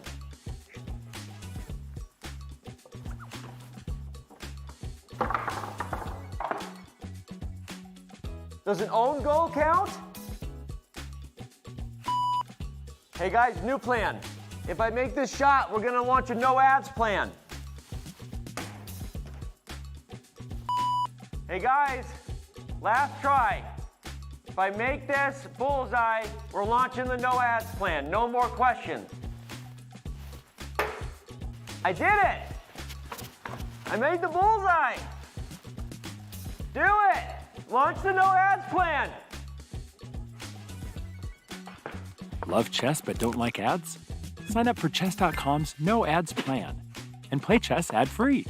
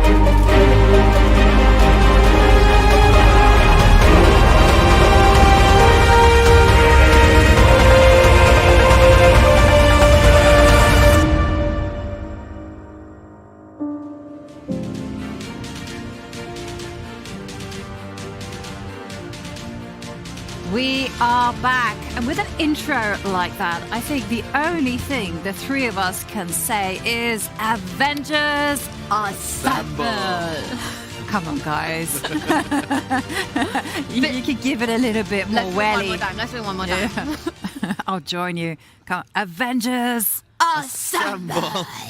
That's my team. All right, a quick question. I know. Sorry, Ivanka. What Avenger are you? La la la la. I don't know too many. I was thinking about this and I was like, I literally just know the Black Widow. Yeah, I could see Ivanka as the Black Widow. I could see that. Yeah. Scarlet Witch, scarlet hair. Yeah. Yeah, what are you? Always like stepping up the game. What about Very you? focused. I'm not sure about me, but I think I know which one David Howell is. Shang-Chi? No. No, I might have the body of Thor, but I've got the mind of Doctor Strange. The looks of Thor. You know, I would say every time I watch Avengers, there's Tony Stark, who's always eating something, David Howell. I mean, I might have devoured a wrap and a muffin in that last break, but that's not the point. You were not the only one. I was watching you both devour the wrap. I have the photographic evidence to prove it. If you're so inclined, get you back, Tanya. But I got so scared right now. But it's only Magnus Carlsen on our screens, guys. It is. And Magnus went into a really long think, very uncharacteristic of him. He actually went to the confessional. So let's hear what he's thinking about his position.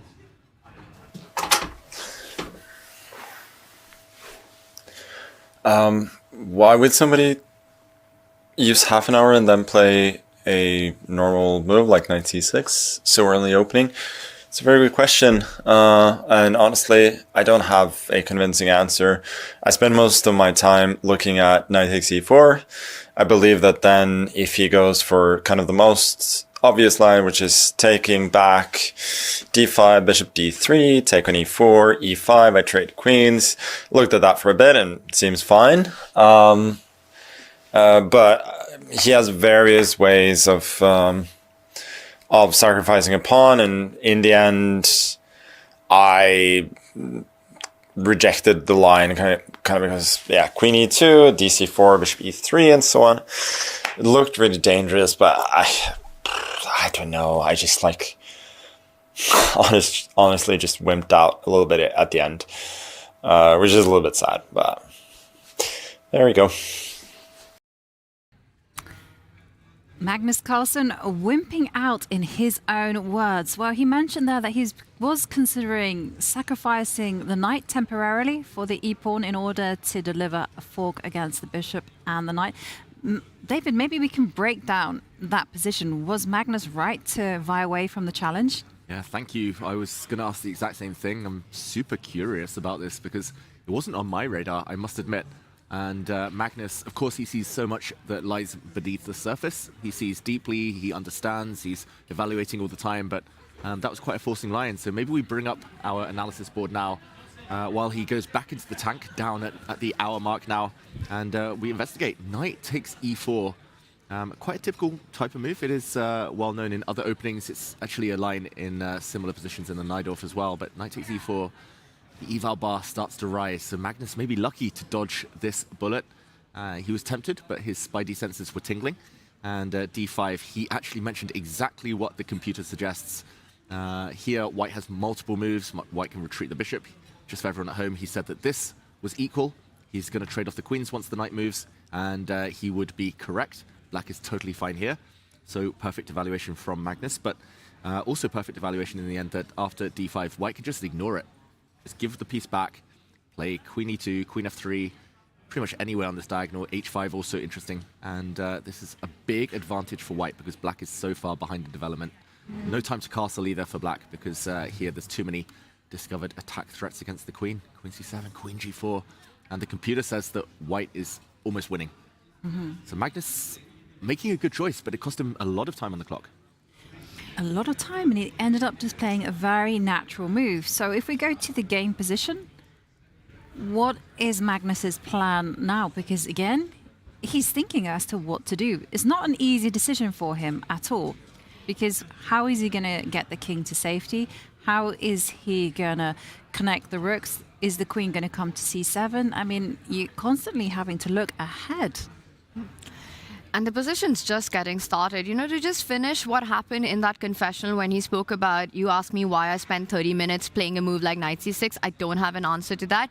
But then he did, right? He showed this exact same line, and I'm sure majority of those 30 minutes was spent on that. Very little actually to make the decision of jumping in with the knight to c6. And I think that's a very key takeaway. By the way, a big move by Magnus. He pushes that h-pawn forward, making sure that not only that Pragg's h-pawn goes anywhere ahead, but also tying down g4. No more g4. The black knight potentially heading there next. Knight g4, opening up the bishop and the queen battery against the h4 pawn.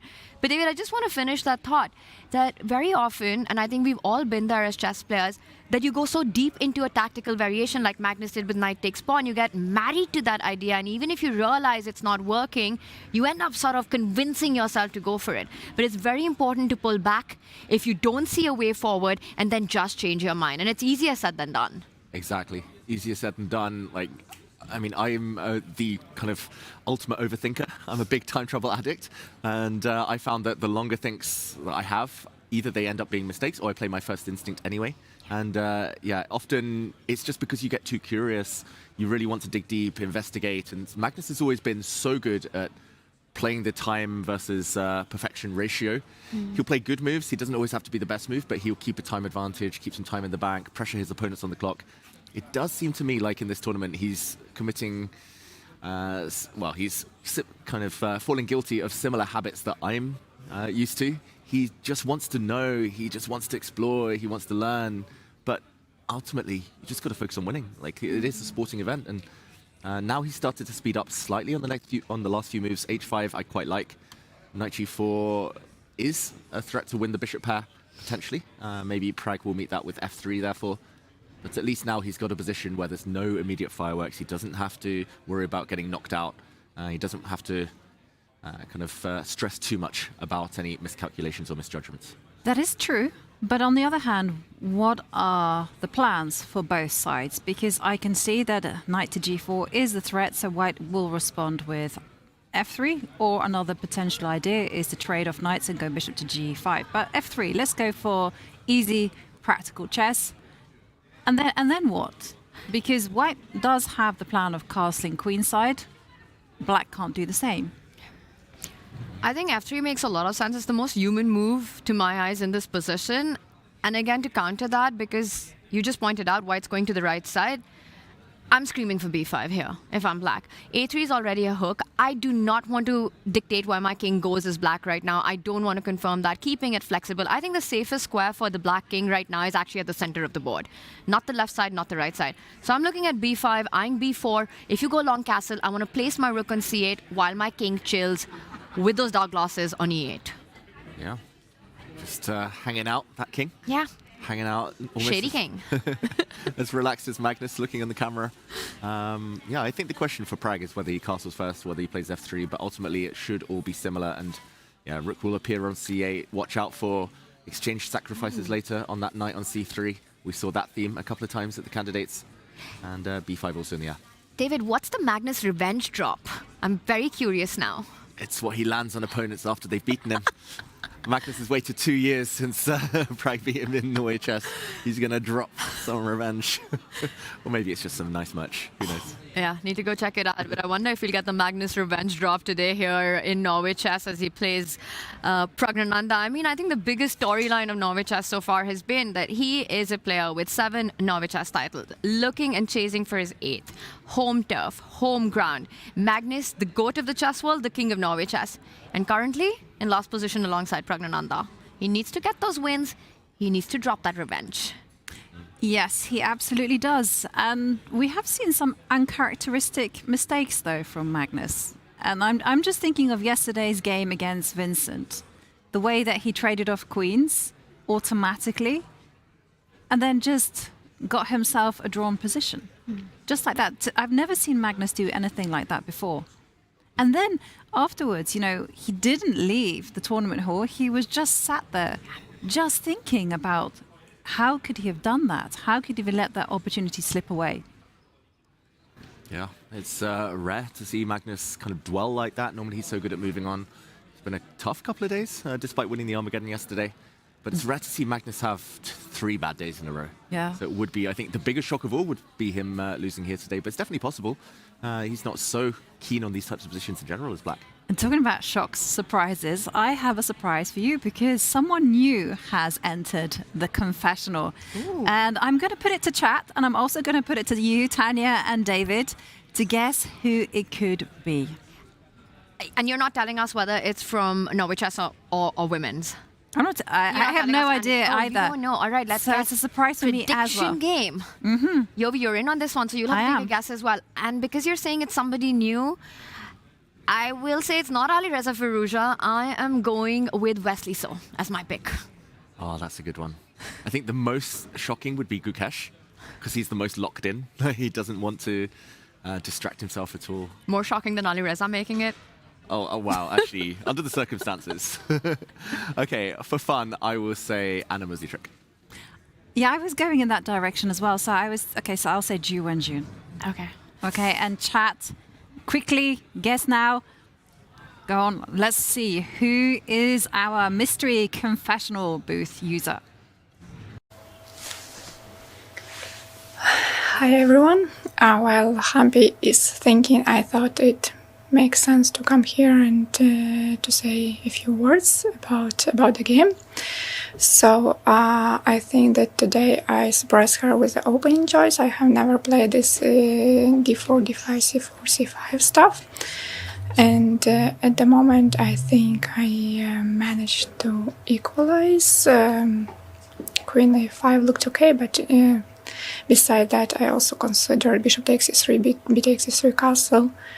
That was also interesting. So, okay, the game is still in progress. It's just we are going out of the opening, so let's see what will happen.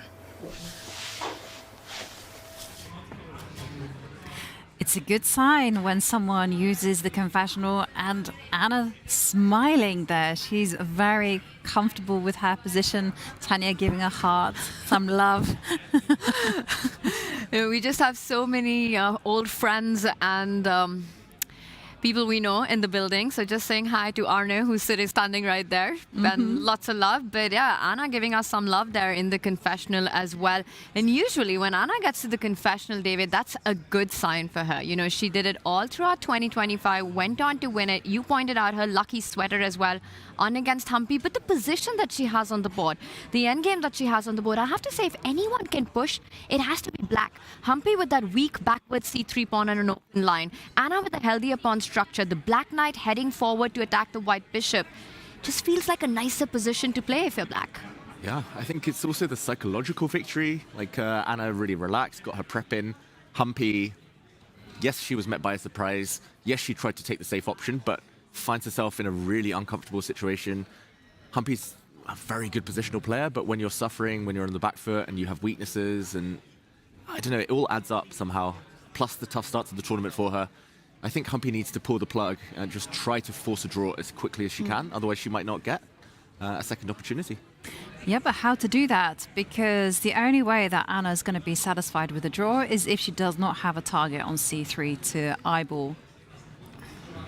No, I mean, I'm wishful thinking, if anything. But if she gets the chance, she just needs to end the game. Yeah. Well, there's a Yeah, big threat on the board with the bishop dropping down to e3. Hampi wants to jump in with the knight and start asking questions to the bishop. Natural response would be f6. I also like this retreating square of e3 because it stops Anna's knight from getting to c5 as well. So a nice square there. You know, we're talking about the problems on the c line, and there are more than one. There's not just the c3 pawn, not just the c5 square, but Black also eventually, perhaps after stopping knight g5, has this nice maneuver of going knight to a5, get it to the edge of the board, and then land on a really nice spot on c4 as well. So it just feels like it's so much easier, David, to come up with plans for Black here. Yeah, exactly. And just to put some moves on the board, if we play natural ideas for both sides, f6, connect the pawn chain, stop knight g5. The white knight a bit stuck now. If white starts maybe hitting some of the black pawns, how are we defending? We could even just castle queenside. Ooh, nice. And, I mean, there are options. I quite like knight to a5 as well, something you mentioned there, Tanya. I'm kind of torn now. Maybe knight a5, just the most simple of the bunch. And what's white even doing? Like, knight to d2, black just puts a pawn on b6, black's going to put a rook on c8, king will come to e7, the other rook could actually use c8 as well. It's tough here for white to totally neutralize the pressure. Step 1 done, f6 on the board, and I think the other thing working for Anna is exactly what you mentioned, that she hasn't committed her king, and often in the endgame, the best place is the middle of the board. So king e7 looks really a nice spot there, getting development completed there. So Anna, I don't know if it's enough to win or call it a big advantage, but a very pleasant endgame for black. Yeah, I agree. She has all the long-term hope, as well, especially because she can target that pawn on c3. Moving to the bird's eye view, I want to draw your attention to the fact that there's been a lot of liquidation on 4 of the boards. I can see that the situation has clarified between Bibisara Saubaeva against Divya Deshmukh, and a trade of knights in Zhu Wenjun against Zhu Jiner there on the bottom right in red. Okay, which one do you think is going to be the most interesting to break down? Where's the most drama incoming? Let's go over to the leader of the women's board, right? Bibisara versus Divya Deshmukh. I mean, for our standings, it is the most important clash right now. And a lot has happened since we left it last, David. Yep, a lot has happened, a lot of exchanges. And I don't think the evaluation has changed too much. It does look level. This is something we briefly mentioned yesterday. Doubled pawns are not the worst thing in the world if it's just linear pieces, rooks and bishops. Queen f6 was black's last move. And yeah, the black rook could have got active, for example, but white's king pretty safe. So she's saying, your queen is more active than mine. I agree. I think great call here from Divya. This white queen's very strong. So queen f6, and assuming there's a trade about to happen, I don't see why white wouldn't go for this. This should be roughly level. Black's rook is so active, rook a3. I can imagine b5 a bit later as well, just totally liquidating the queen side. And yeah, with these pawns, black's king actually has a nice square. No passed pawn potential for white. What are we predicting? Armageddon? Wouldn't you even say that black is looking quite comfortable as well, rather than white being the one pressing? Because the rook is going to come to a3, and I'm trying to desperately keep my hopes alive for a decisive game here, because I'm thinking David might have the prediction count of how many Armageddons was it? 4? 5. 5 Armageddons. 5. You're on 4, I'm on 3, he's on 5. For today. Okay. I'm still pretty confident. I think other than maybe the Magnus game, which could become a bit crazy, everything else looks relatively balanced. 5 draws of 6 is quite a hot take, though, I will say that. We'll find out. Time will tell. We'll see. I'm not just a muffin man, I will say. Doctor Strange for a reason. You've looked into the future. They call me Strange. Doctor Strange. Okay, queen f6. Yeah, I just don't see any way either side really breaks through. I mean, maybe black if she's able to win a pawn, but possibly white. I mean, at the very minimum could go passive with her rook, but probably after a queen trade, just to show, plays a move like bishop f3. If rook a3 ever comes in, just puts the bishop back on d1. Yes, it's passive, but yeah, this type of position, hard to see either side really going too far wrong. Yeah, very likely to go into an Armageddon. This one is Divya Deshmukh, the youngest player in the field, playing against 3 times women World Blitz champion Bibisara Saubaeva, leading the field with a point and a half. And I think this one goes down to the wire, Jovanka. Yeah, and talking ahead in the future into another universe, if this one does go to Armageddon, who do you think is the favorite? Oh, nice, good question. I think they're both going to win. They both look so good in Armageddon so far this tournament. That is literally the most diplomatic answer No. ever, David. How are you not allowed to? You can't let him get away with that. That's... Bibisara. Well, I was going to say, Bibisara had quite the roller coaster yesterday against Zhu Jiner. Even though she's 3 times world champion in Blitz, she blundered a rook, and it was like a happy accident. The position was still very, very complicated, and she managed to navigate that. But then that goes to show she's so good. Yes. But let's not forget that Divya's won 2 Armageddons already. And she's won them pretty convincingly, I'll add that. And you've been her teammate. Does Divya get nervous? No. I think one of her biggest strengths is her confidence. No matter who she's playing against, no matter what the time format is. In fact, she is a fast player. Bibisara is such a tough opponent, in form as well. I completely can relate to David's first thought that it's hard to pick between these two. I'll stick with my teammate. Okay, so we have Divya, Bibisara. Break the tie. Okay, I'm going to go for Bibisara. Bibisara's a cool customer. We should mention she has a bone to pick with Divya. Divya, in the last round of the candidates, it was a draw between them. If Bibisara was able to win, she would have been in a tiebreak against Vaishali. She would have had a chance at the World Championship title, potentially. It was Divya who stopped Bibisara. Yeah. Divya playing a bit of a teammate to Vaishali in that tournament. So for Bibisara, also a grudge match, a personal grudge match, this one. Another revenge drop. Well, today is going to be all about revenge. There's nothing more motivating than that. But let's go back to the bird's eye view. And okay, let's check in on Zhu Wenjun. Okay, well, before we go there, let's maybe just do a little bit of a status update on what's happening on the other boards. Okay, so yeah, the women's boards on the bottom row, they all look roughly balanced. We will check out Zhu Wenjun a bit later. Top right, the blue board, Wesley So defending against Vincent Keimer. I think Vincent with a very small advantage, just because White's rooks on that blue board are more active, but nothing too significant right now. Pragg against Magnus, the central board at the top. Yeah, I think it's Magnus's clock. That's the main thing that causes me concern. I think Pragg should be relatively happy there. Big time advantage, almost half an hour up. Normal Sicilian type of position though, so it could go in either direction. Gukesh still with a slight advantage, I would say, against Firouzja, but nothing too special. Black rock solid. I'll just add to that the top right board there, a more positional strategic fight for Gukesh that won. Again, the open lines of the C file, he's going to be the first to capture it. The queen on B3 targeting both D5 and B7. While look at Firouzja's bishop on C6, feels like a big pawn right now and not an easy one to do. On the other hand, the Magnus board, I think, Jovanka, is going to be an absolute tactical fest. Yeah, absolutely. Well, you mentioned Tanya Magnus. We also have been talking a lot about the drop today. And I have news. If you want that same champion level style in your daily rotation, you're in luck, because the Magnus collection is finally here. This drop features a premium new tee and a sleek matching hat. If you grab them both together, a special promo bundle discount will automatically apply at checkout. It's the ultimate kit for your next tournament or casual grind.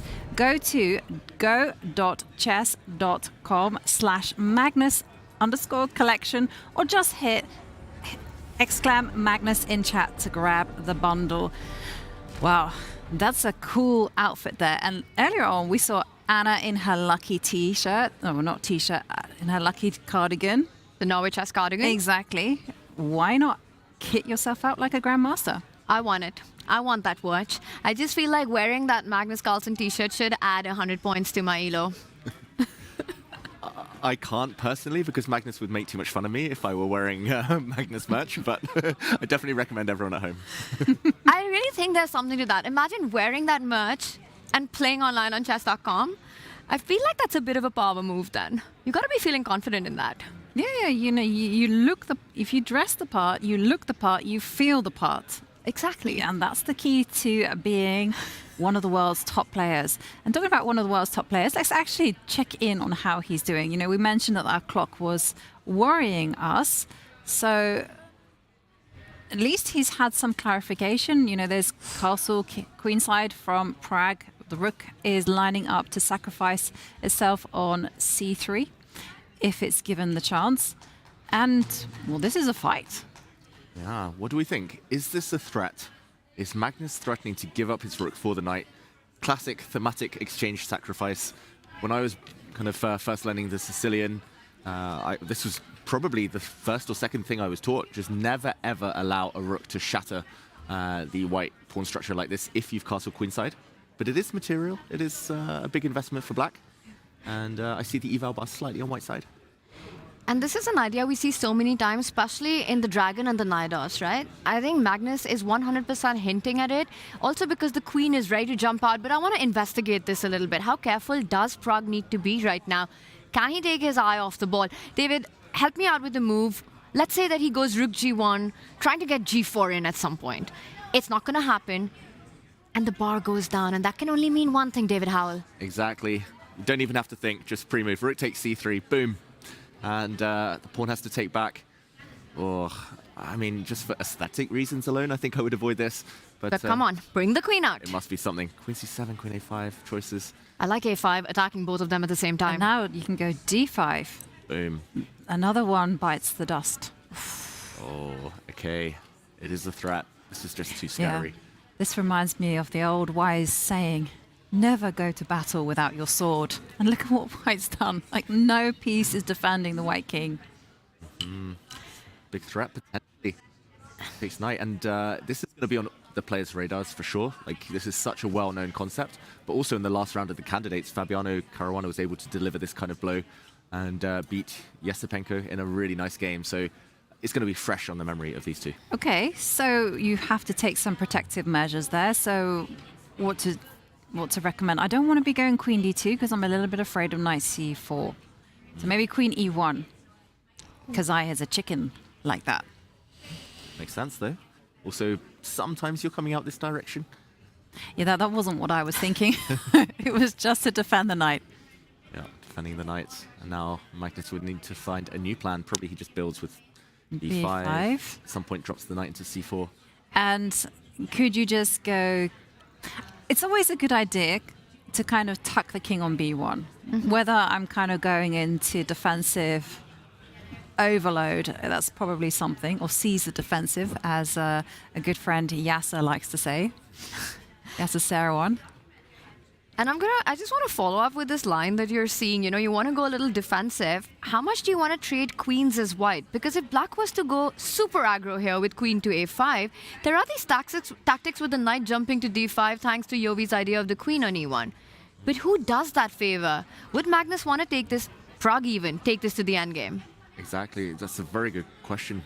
Queen takes queen here at the just to show the white knight can save itself with a check. Assuming black takes with the bishop, and maybe the white d-rook has to take just since this pawn's hanging, but in general I think Sicilian endgame's quite nice for black, just because black has an extra central pawn, black has a semi-open file for the rook. Yeah. Black's king is going to be very happy in the center now, as opposed to the middle game earlier. And also concretely, right, knight c4 coming in, you might even be forced to relinquish a bishop pair. Yeah. And Magnus, in the endgame, up a bishop pair, you might as well just resign. Yeah, this is endless torture if you're white here against Magnus Carlsen. I think, like, what Magnus has done really well in this position, like, objectivity aside, we see the eval bar slightly on white side, but a knight on e5, pawn on h5, he's basically said g4 is hard to achieve, f4 is now hard to achieve because the black knight gets a beautiful outpost. He's saying, I've cut the board in half, I'm going to focus fully now on the queen side, I'm going to push the b pawn, maybe even the a pawn later, and what's Pragg doing? What's the plan? Well, this is an interesting question, right? What is Pragg doing? What is his plan? How is Magnus feeling about his position? Well, we don't need to second guess ourselves because Magnus has gone to the confessional again. So let's roll.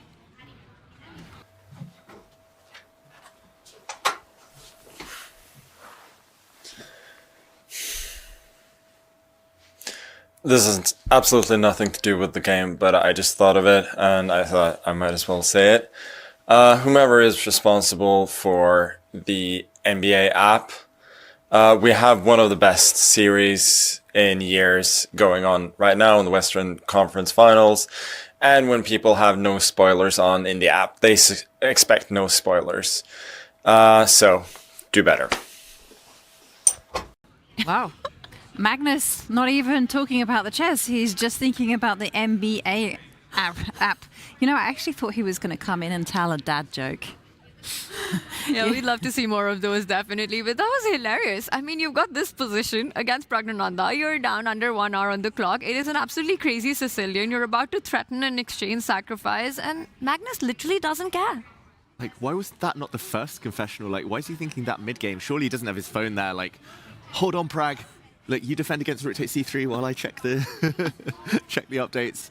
I mean, I know Magnus loves his sports, but chess should be on his mind. Who's he rooting for, PSG or Arsenal? Oh, NBA? No, the Oh, finals. Champions League final? Yes. Oh, probably PSG? Uh-huh. I don't know. No. But I don't think either are his teams, right? No, Real Madrid's his Real Madrid, yeah. team. It's going to happen, by the way, on the first rest day, so excited about that as well. Okay, bring on the rest. Lots of sports. Well, yeah, very good. You can tell who follows the sports and who does not. But Magnus, he's not concentrating about the chess, he's thinking about other things. Well, that just means that maybe he's on autopilot. Rook takes c3 in the air. Pragg thinking about what to do, how to defend against that. Queen e1, king b1, maybe those are the possibilities. It's still shaping up very nicely for a fight. And talking about fights, let's go back to the bird's eye view and just see if there is any other potential for a fight on the other boards. Yeah, not too many moves lately. This is always the part of the day where things are a bit slower before the players get into that time scramble phase and the tactics happen, the unexpected twists and turns. Not too many moves between Gukesh and Firouzja on that green board, top left. Gukesh just getting ready to double up some rooks. Looks like the pawn structure very static there. So it's just about whether he can find a breakthrough plan. Top right, Keimer against Wesley So. There is a threat on Wesley's knight. Don't think Wesley's too comfortable. He hasn't fully equalized yet, but not too much danger. That knight has just moved. Ooh. And with a big threat, though. Big threat. Watch out for that fork coming in on e2 if you're Keimer. Turning to the board. Maybe we just briefly check in there. I don't think we'll linger too long. We'll just show Wesley's threat right now. There was a threat on his knight just last move. The knight was hit. It moved to f4 and fork down is where he'd like to take Vincent. I just have this feeling that Vincent spots it. Yeah, maybe. Maybe. What do we think? What's the best way to deal with it? We're pretty sure here that Vincent will Get spot the king that. out? Just don't go g3. That's the only thing you mustn't do. King f1, I was going to say. Yeah, just to show. Yeah, giving the king some luft, but no reason to stop back rank mates when you're losing a rook. So yeah, king f1 looks good. And what next? What do we think Wesley's going to do to fully ease the pressure? It feels like he needs a rook trade, or he needs the whole queenside to disappear somehow. But for now, white's rooks are super active. Yeah, but the rook on e7 is doing a fine defensive job. So can you just go b4 and then get ready to go a4 and start operation elimination? Looks strong, but is white in time to get the knight into play as well? You were talking about the rook on e7. Can I try to get knight d4 and then into f5 or c6 and start kicking that rook away? Or am I too slow for that? Yeah, the question is, do you want to flick in g3 first or go straight for it? I trust in David Howell. g3 first. Well, I'm not sure. I mean, then I might say knight e6, and I'm like, haha, I tricked you not to say knight d4. That is not cool, David. That's not the way you get your revenge. That's the David revenge drop. No knight d4 for you. Sorry. You can have your knight d4. Thank you. Yeah, I originally I was reluctant because knight d3 I thought might be scary, but I guess the white rook just moves. And not too many good squares. The black knight really wants to be on c3, but just can't get there. No path. Not easy to get there, and the white knight is definitely coming in, either via c6 or f5. But is it the end of the world, though, right? You just go a4, and on you go. Activity. I like that, especially because initially I thought that I can go to c6 and hit your rook and pawn, but I see you've got a nasty trick with rook to c7, and maybe I still have rook c4 though. And things go on. Ooh, or am I getting checkmated? Things do not go on for long. I take that back. Ooh, whoops. That's why I said g3, Tanya. Trying to help you out. I did trust you at first.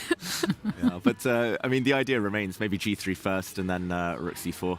I love how when you even try to be the bad guy, you're still the good guy.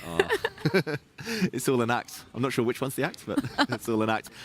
We are being told, so this position, it is Vincent with white with a little bit of pressure, assuming he dodges the fork. But we are being told by Bick, our producer, that there was an interesting moment a few moves ago. It was actually just after we left it last. And so if we go back to, bishop c1, we were talking about this position, how maybe the most natural move was actually to keep the bishops on the board. But Wesley wanted simplifications. He dropped his rook back first asking for a rook trade. Here, Vincent said no, rook c6. But after bishop takes c1, we did see Vincent spend a little bit of time before taking back the bishop. He could have won a pawn, though. Rook takes b6. What do we make of this possibility? Hitting the bishop and hitting b5. Yeah, that's kind of strange, right? It's an endgame. You definitely want to be pawn grabbing right now. I mean, you're not looking at any counterplay against the white king, but something he didn't like. And my gut feeling on that is something on the c line infiltrating on the second rank. You defend the bishop with your rook and come in with some attacking ideas. Yeah, which rook? I wanted to use this rook just because the black rook defends a5. Hang on a second. Can I just like modify Tanya's idea just a little bit? Go for it. Because I wanted to infiltrate onto the second line, but I didn't want to allow any moves like a4, a3 or whatever. So bishop a3. Oh, nice. I like it. And then rook takes, and then rook e2. Active. Very active. What would I do without Ivanka? Materialist. I know. That's my middle name. I don't have a middle name. My parents didn't have the creativity for one, so I'm gonna bestow. But it's the perfect balance because actually you've sacrificed the pawn for rook activity, and that's a great idea in the end game. You know, you often have to think about the quality of your pieces and the quantity of the pawns. Yeah, we're not going to toss any coins to see whether Ivanka's right. I think that is the solution. Rook e2, we found it. This is what deterred Vincent Keimer. He's not happy to put a rook on a1. That rook is not too content. Maybe black's going to start switching focus in the near future, put both rooks on the second rank. And Vincent preferred being active with level material than being a pawn up, but really passive with one rook. But yeah, really instructive moment there. So still most likely to get into an Armageddon, this one, although I do see that Vincent is putting the pressure a little bit. It's his move. I wonder if now, by the way, he did go for that king f1, b4 played. Might be time to either kick out the knight, but eventually get your own knight to the center of the board, the idea of knight d4 that we were talking about. So while still in the level territory, Vincent's the one who's on the push. Right, there's still questions for Wesley to answer, and until he does it satisfactorily, then unfortunately he's going to be probably slightly worse, but we're talking about on a practical scale. Would you say he holds the kima in the endgame? Vincent does? Leave Magnus to take the dad jokes. Okay, that's Ouch, David Howell. revenge drop all day. Every day. All right, fine. But I think we all can agree that Vincent's on the right side of this equality. And if anyone's pushing this endgame with the piece activity, the knight moving forward, black's rook still on e8, a5 target, it's going to be white playing on for a while. Absolutely. Okay, let's move from this game and go back to our bird's eye view and see what is a rocking on day 3 of Norway Chess. And I might have been a bit too enthusiastic because a lot of the games do look a little bit quiet, but maybe we can cast our eyes on Zhu Wenjun against Zhu Jiner, their bottom right in red. Let's do it. Also a very instructive Queen's Gambit, Carlsbad pawn structure. I mean, this structure, we've seen it already multiple times this round. And it is here where black, I think, has got the ideal setup. The knight on d6 is just so well placed. I remember reading, I think it was Garry Kasparov's My Great Predecessors, where he was talking about, obviously, the history of chess, all these great champions, and how Queen's Gambit theory and understanding evolved. And it was pretty much all about this knight on d6. Like, black here can chill. White's never really achieving any pawn breaks. Bishops are not actually that great in these structures. I wouldn't be shocked by bishop takes knight here. The bishop could retreat and sit on d3, but what's it really doing? Hitting thin air. And yeah, if white can't achieve f3, e4, what's she really going to do? In the meantime, black might be able to start expanding later on the king side. And yeah, if anything, I think I would take black's position. Yeah. And I was just reminded of the old words of my coach, my very first coach, who was like, 2 of a kind is better than 1 of a kind. And I was like, well, no, what are you on about? 2 knights can't be better than a bishop and knight. And he's like, no, it is, because they can work on both colors, whereas a bishop and knight can only really work on the same color as the bishops. Was he talking about poker or chess? 2 of a kind. 2 of a kind, yeah. Better than 1 of a kind. It is better than That 1 is of a true. kind, yes. And we know there's a lot of poker chess crossover, so it makes sense for both. But I think in this position, it might be a good idea then to get rid of that 2 of a kind immediately, as you pointed out. To me, it looks extremely level. By the way, she does give Wenjun the opportunity to stick with her two of a kind. She goes f3, so Wenjun wants to go e4, which means Zhu Jina can actually move that knight away now, maybe even to f6 to target that e4 spot, and then slowly continue to build on the queen side where she has the majority. Yeah, this is really committal f3 because pawns don't move backwards, and now if she doesn't get e4 in, then yeah, e3 is going to be very, very weak. Even getting e4 in with such reduced material, white's pawns could become loose. It's a very ambitious move from Zhu Wenjun, but I think clock time gives away the fact that she's not happy with her position. It feels like a similar story to Magnus for Zhu Wenjun. She's burning a lot of time, not quite in full form yet. And Zhu Jina done everything right so far. Yeah, I think just one victory, even if it's in Armageddon, will do her the world of good. And as David's highlighting, black is the one that is spoiled for choice. A5, A4 incoming, knight F6 is a possibility. And it's looking, well, I would say slightly better for Zhu Jina. Let's go and check in on Gukesh against Alireza Firouzja. Last time we saw it was also another Queen's Gambit declined. And we left it with white being comfortably better on account of the pressure against the weak pawn on d5. Now that pawn still remains on d5, but has white made any progress? Well, that is the big question. And as you were asking about it, my first thought was, wait a second, aren't you losing that pawn immediately with the knight jumping forward? I mean, it's hitting both rooks. The pawn on d5 under attack, but Alireza's last move was bishop to d7. And I think there are ideas of the white queen coming under fire. Things get really fun and chaotic in that line. But David, because there haven't been so many moves, should we just do a quick action replay before we dive into this one? I think it's about to explode. Yeah, let's do it. We left it a few moves ago. Queen to d6, we said, question mark, maybe black could have been keeping his pawn on the board. That was a difficult long-term decision. Maybe Alireza's first misstep in this whole competition so far. Queen b3, but this pawn not yet running away. d5 still under attack here. Bishop c6, big pawn, someone called it earlier. Knight takes b5. Queen went back to d8 where she came from. And the bishops had just come from d7, and that goes back soon as well after a knight exchange. At least getting rid of that beautiful knight and f4 that Jovanka was really enjoying there, really liking. Rook c2 getting ready to double up, and bishop d7. This was played after an 18.5-minute think, so Alireza not too happy. Just to finish that point, Tanya, you mentioned knight c7, and the queen would then be hit, and this is what saves black for now. But I don't want to stop this line there, because yes, rook b6 has to be the move. Your rooks are forked, you're attacking the queen. Let's move the queen to a3, because I'm still hitting that rook on 8, and I do see rook c7. You don't pin my knight, but you definitely put pressure on it. I do have the time to pick up that a7 pawn. The rook on b6 hangs. To me, these last two moves look pretty much forced right now. And I'm just wondering if somehow I can bring my knight back and hang on to that extra pawn. Yeah. I mean, this is typical Gukesh. He's going to be calculating this, right?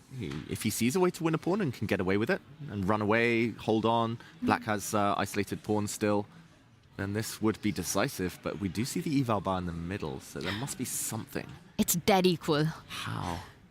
What is it? Is it rook c6? Rook c6 makes a lot of sense, but you're forcing a trade, right? Because I can't take on b7. Maybe you want to just show that. Yep. You just lose the knight. Lose the knight here. This would be a free piece. No time to run away with the white knight, because then the two black rooks would be hitting c2. So rook takes rook, and I don't want to really allow the white knight out.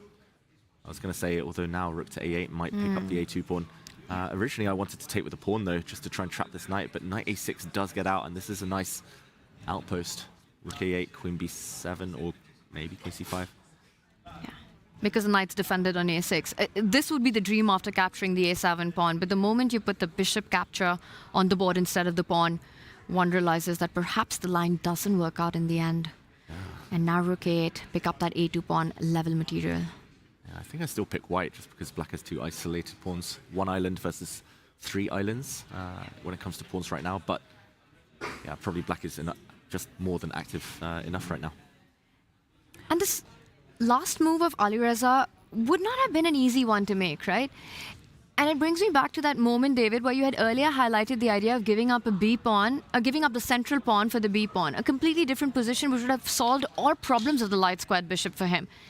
And the line that we saw, it does end in equality, but I wonder how much of it Alireza has calculated, how secure he's feeling about his chances here. Does he think he's under pressure right now with a bad bishop, a bad central pawn, or do you think he's seen this line all the way through, Jovanka? I think he's going to be feeling uncomfortable regardless of whether he's calculated that knight, because that pawn on d5 just means that Alireza has to keep on sounding the defensive. It's something that he will always have to defend. So that's something that will bother him for the rest of the game. But knight c7 is a very nice try, but rook to b6, a very good answer. Yeah, I was just going to say, can we please go full screen on Alireza right now? Yeah, I mean, he's just lounging there. He's lounging at the top. He's enjoying his presence. He really looks like the main character in the room when he does this. It's like the king on the chaise lounge, getting fed some grapes. You know, Chillax to the max. Oh, I love it. Chillax to the max. We've had Ding chilling. I think it's Alireza chilling now. That's the new meme. He looks like he's in a good mood. I will point out one thing. You know, he mentioned in his interview that he's actually going through a lot of physical pain right now. The ankle injury, it is a painful thing to deal with, and he can actually feel it during the game. But chess is keeping him focused. It's sort of distracting him from that pain. So he's sort of really happy to be here because he's not dealing with that right now. While he's on the chessboard, he can forget about the ankle injury. The way he's been playing, taking down Magnus Carlsen in round 1, right? In such a convincing game. His first ever classical win against Magnus. What does he do in round 2? Take down Pragg with a checkmate in the end.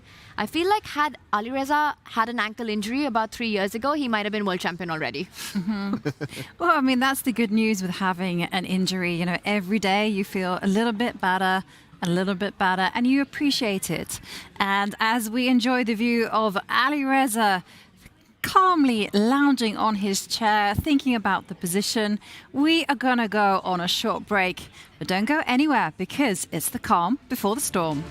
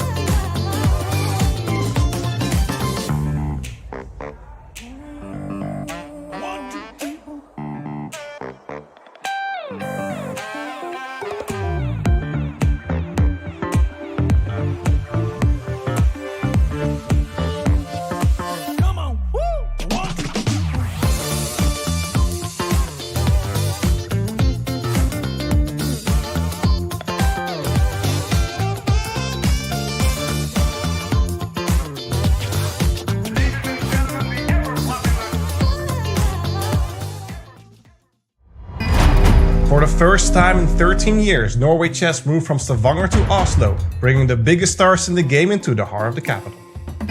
Over the next week, the world's best chess players attempt to keep their nerves together, while the rest of us pretend we understand the engine evaluations. Why did Magnus not play f4? Oh, the bar drops though. This year's lineup is ridiculous. Magnus Carlsen returns once again and faces challengers like Gukesh de Moraes, Vincent Keimer, Wesley So, and Alireza Firouzja. Every single round looks like a World Championship match that accidentally wandered into another tournament.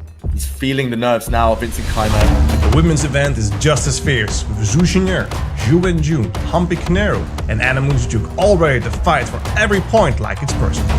But here's the thing that makes Norway Chess different from any other event on the calendar: there are no peaceful draws. If the classical game ends tied, the players go straight into Armageddon. One game, one winner, maximum stress. After last year, we know exactly how intense this tournament can get. Oh my god! So get comfortable, the clocks are ticking, the evil bar is about to go insane. Norway Chess starts right now.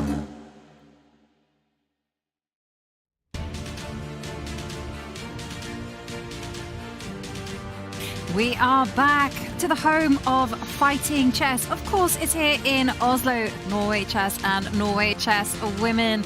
And there's been a lot of calm positions, but amongst those games, there is one where suddenly everything has exploded into life. Yes, it's between these two gentlemen. Pragg with the white pieces, Magnus Carlsen playing black, world number one, many-time world champion. And now here you can see rook takes knight. An exchange sacrifice has appeared. And we've got to break it down because suddenly things are on fire. Wow, this is huge. This is a massive risk from Pragg. If Pragg now loses this game, he will be told by everyone, surely you know about rook takes c3. Surely you know this is the first thing you're taught about the Sicilian. This rook sacrifice, this exchange sacrifice, blowing open the white king structure here, the pawns all weak, the queen swooping in. However, if Pragg is able to tactically justify it, then he'll say, okay, I calculated my way out. It was all under control. Eval Bar says he's still fine, but I fear for him. Suddenly Magnus, who loves kind of intuitive sacrifices, loves the artistic side, as we've been talking about earlier, he's going to be smelling blood. It's impossible that these top guys do not know about rook takes knight. I mean, Pragg definitely had it on his radar. The question is, what has he calculated after this position? He does go into a bit of a think right now. Pragg on the move, the two pawns under attack. David, it's the kind of position, sure, the bar says it's fine, but it's only fine if white can be accurate for the next 2 or 3 moves. I think the margin to be fine for white is very, very narrow here. I'm actually not seeing a good way to defend both pawns. By the way, a really gutsy decision by Magnus at this point in the tournament to go for this, to sacrifice the exchange, bring the queen out, because this is sort of that all chips in approach. It's a bit concerning that Pragg hasn't blitzed out his move yet. Yeah, it's 4 minutes of thought ever since Queen A5 landed on the board. Just to show everyone at home, since we were last here, very quick replay. Black playing Rook C8. This was the last time we were on this board. Magnus basically declaring, I'm going to take your knight. Let me take it, I will capture. Pragg, after a long think, 25.5 minutes, allowed it. Like, he could have played bishop back to d2. Jovanka also suggested queen e1 looked quite healthy. If you're going to allow this sacrifice, king b1 is quite a typical idea, because after rook takes, this is quite well known that you can drop your bishop back, and sure, you can drop c3, but that's not the worst thing in the world. Suddenly the bishops defend the king really well. So this, if you're going to allow the sacrifice, was probably the best way to do it, but bishop to g5 was his choice, not really connected with any threats. Bit odd. And after takes, unless he wants to blow things open with f4, but I think it's just way too slow. Okay, well, let's actually dive in and see how much of a tightrope Pragg has to walk. King to b1. It's on the board, by the way, Jovanka. He's gone for this.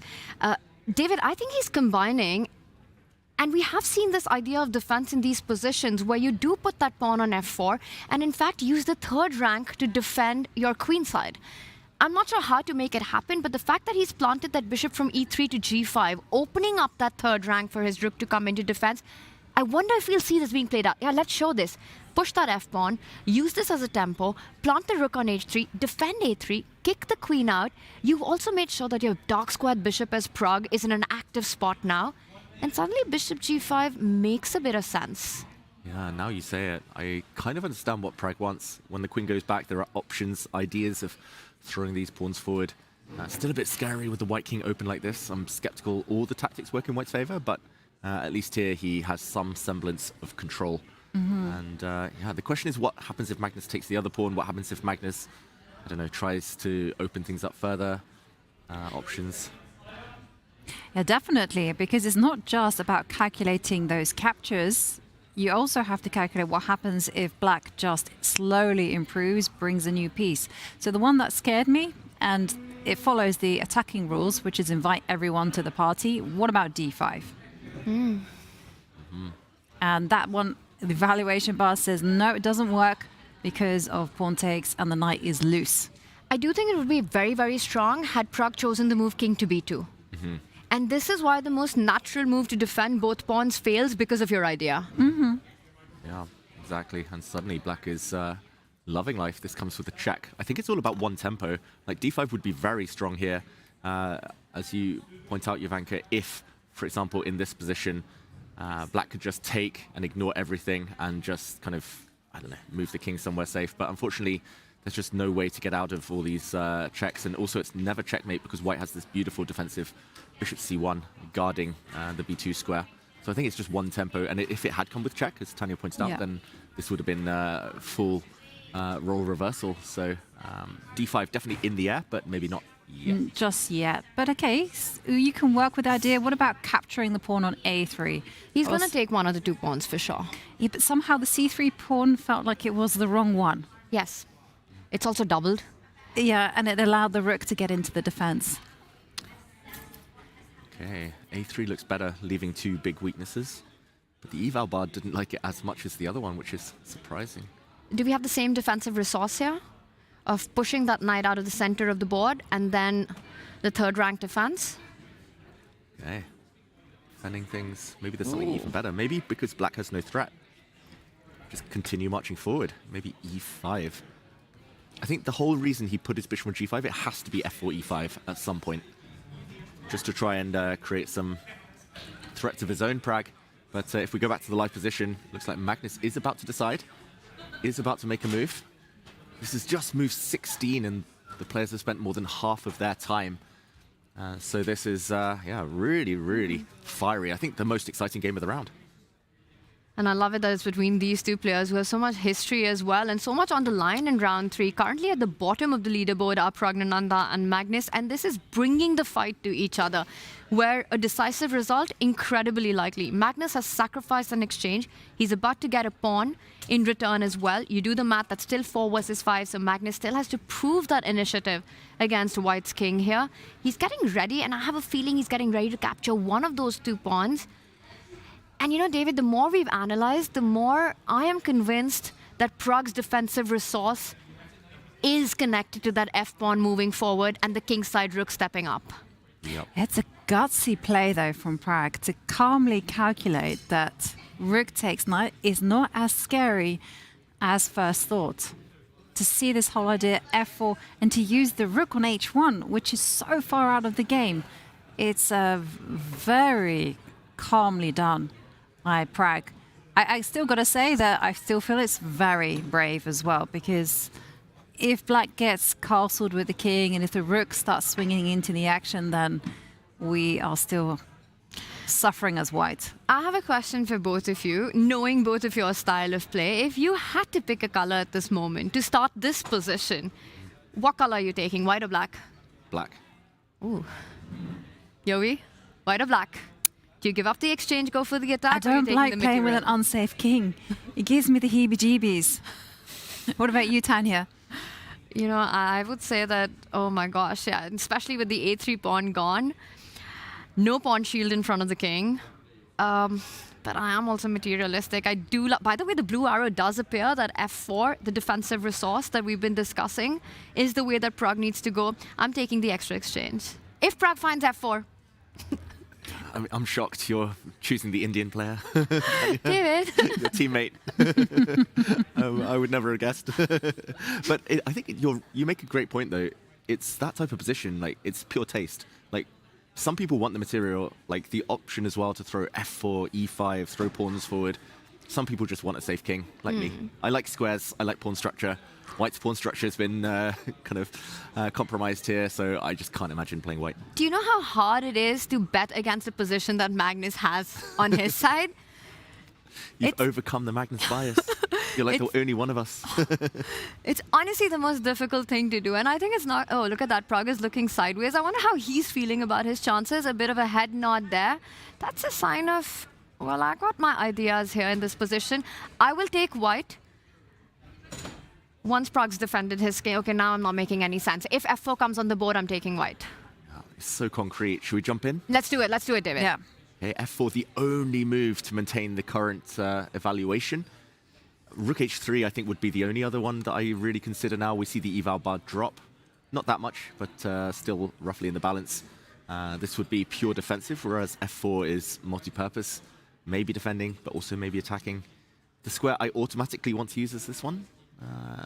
What do we think? Is there any other choice here for black? Well, the only other one is to go knight c6. Yeah, I do feel you want to keep more pieces on the board, though. And I wonder if knight c6 is really helping you, because you want your rook also eventually on the open c line, right? Right, but the whole idea was that you just want to be removing the potential defenders. That's my sole reasoning. And if you go knight takes knight, bishop will come to c6. There'll be pressure against the pawn on. You see how things like start to slowly shift in black's favor? I think you play rook h3 and you wait for black to trade on white's terms if you want to. Yeah. Yeah, and things do get tactical. Black has options like pawn to e5. I don't think it quite works here, but the rook's slightly vulnerable. Actually, the more I look at it, the more I really like your knight c6, Ivanka, because knight g4, I'm just like on autopilot going towards an outpost, but maybe that outpost should be the other knights. Like putting both knights here, they kind of get in the way of each other. I don't actually know what it does. It's just pretty, but the action's on the queen side. So knight c6 going towards that flank. Yeah, and the bar approves with exactly what you're both suggesting right now. That knight g4 looks like a beautiful spot, but it's also, again, not doing anything. It's sort of like an empty knight on a beautiful plate. Right. Place. And I also just wanted to point out that a vulnerability in white's position, ironically enough, is not just the pawn on c3. You also have eyeballs on e4. Because in terms of long-term positional compensation, if you can grab that pawn on e4, you often just stand very, very well, even though you exchange down. Do you think both are kind of happy with this position? We've got a game, we've got a fight, let's have fun. Yeah, that's why the question was so hard. Like, I don't think there is a wrong answer. Like you were saying, who's better, white, black, or who would we pick? Like we could ask anyone in the audience whether they're 100 rating or 3000 rating, and whatever they say, I think they're all right. Like, it's just a fascinating position. Eval Bar says tiny advantage for white, but in such a chaotic position, just that doesn't really tell us much. One slip from either side is going to decide this a bit later. Exactly, right? The margin for advantage is so little. You go one way wrong, you probably have to make the precise move for the next 5 to 10 moves as white to keep that advantage. Yeah, this is balancing on a knife edge for both players here. I'm going to say that the risk is slightly more for Pragg because his king is the one that is out there in the open and he has to take a lot more care. But whilst the players are thinking, let's go back to the bird's eye view, check in on the other games. And I want to head to Zhu Wenjun, Zhu Jiner, just because there's been some clarifications there. I see that white does have the center, but black does have a very healthy position. Let's go. Zhu Wenjun away from the board. Is that a sign of confidence? Is that just a final break before she enters the time scramble phase? She's down under 40 minutes. She's literally in the washroom right now. I mean, it is her move, David. Yeah, who knows? Maybe she's just getting some snacks, getting some delicious muffins. Maybe she's in the confessional. Exactly. Ooh, I would love to see that. I would. Yeah. She did appear a few times last year. She did. Yeah. You're right. And we haven't had her so far. But coming back to the position, David, 3 pawn islands for white. Is that the thing that black has got this beautiful compact position with all the pieces at the center? And maybe this is something to play for. Yeah, maybe. I think, again, I wouldn't be so disappointed with either side. With white, it's more responsibility controlling these central pawns. Like, they're not quite the typical hanging pawns. When we say hanging pawns, they're normally on the D and C files, but it's similar. They're both on open files here. Whichever one you push forward, you leave an outpost for black to use. If you push D5, the black knight uses E5. If you push E5, black rook uses D5. And I don't really like white's knight. Like, maybe it jumps to C5, but that would always loosen things up. I just think it's... In Blitz, I would love black's position, just because I'm like, okay, I chill, I attack things, you have to decide big decisions, but for now, Zhu Wenjun has time. Yeah, she has time, but less time than Zhu Jiner. And I do feel the flexibility and the healthiness in black's position. You know, the flexibility of going knight g6, knight f4, the queen jumping onto g5, the queen also maybe in some positions landing on b4 on the other side. So just keeping your options open right now. No targets for Wenjun to really get into. Like you said, your entire dream is to push one of the 2 pawns, but that's always going to come with its own set of consequences as white. I'm with you. I'm taking black in this game, even though, yes, draw is the most likely outcome because so many minors are off the board. Yeah, I also am feeling that Zhu Jiner has the more comfortable position. She has the target. It's either the pawn on e4, which she can just triple up against, or maybe even do the same against the d pawn. And those pawns, they are restrained, so that gives Zhu Jiner a comfortable plan. Let's check in on Humpy Canero against Anna Muzychuk, because Tanya, you mentioned time. And that is the only game where there is a significant time imbalance. Humpy with 31 minutes playing against Anna, who has just under the hour.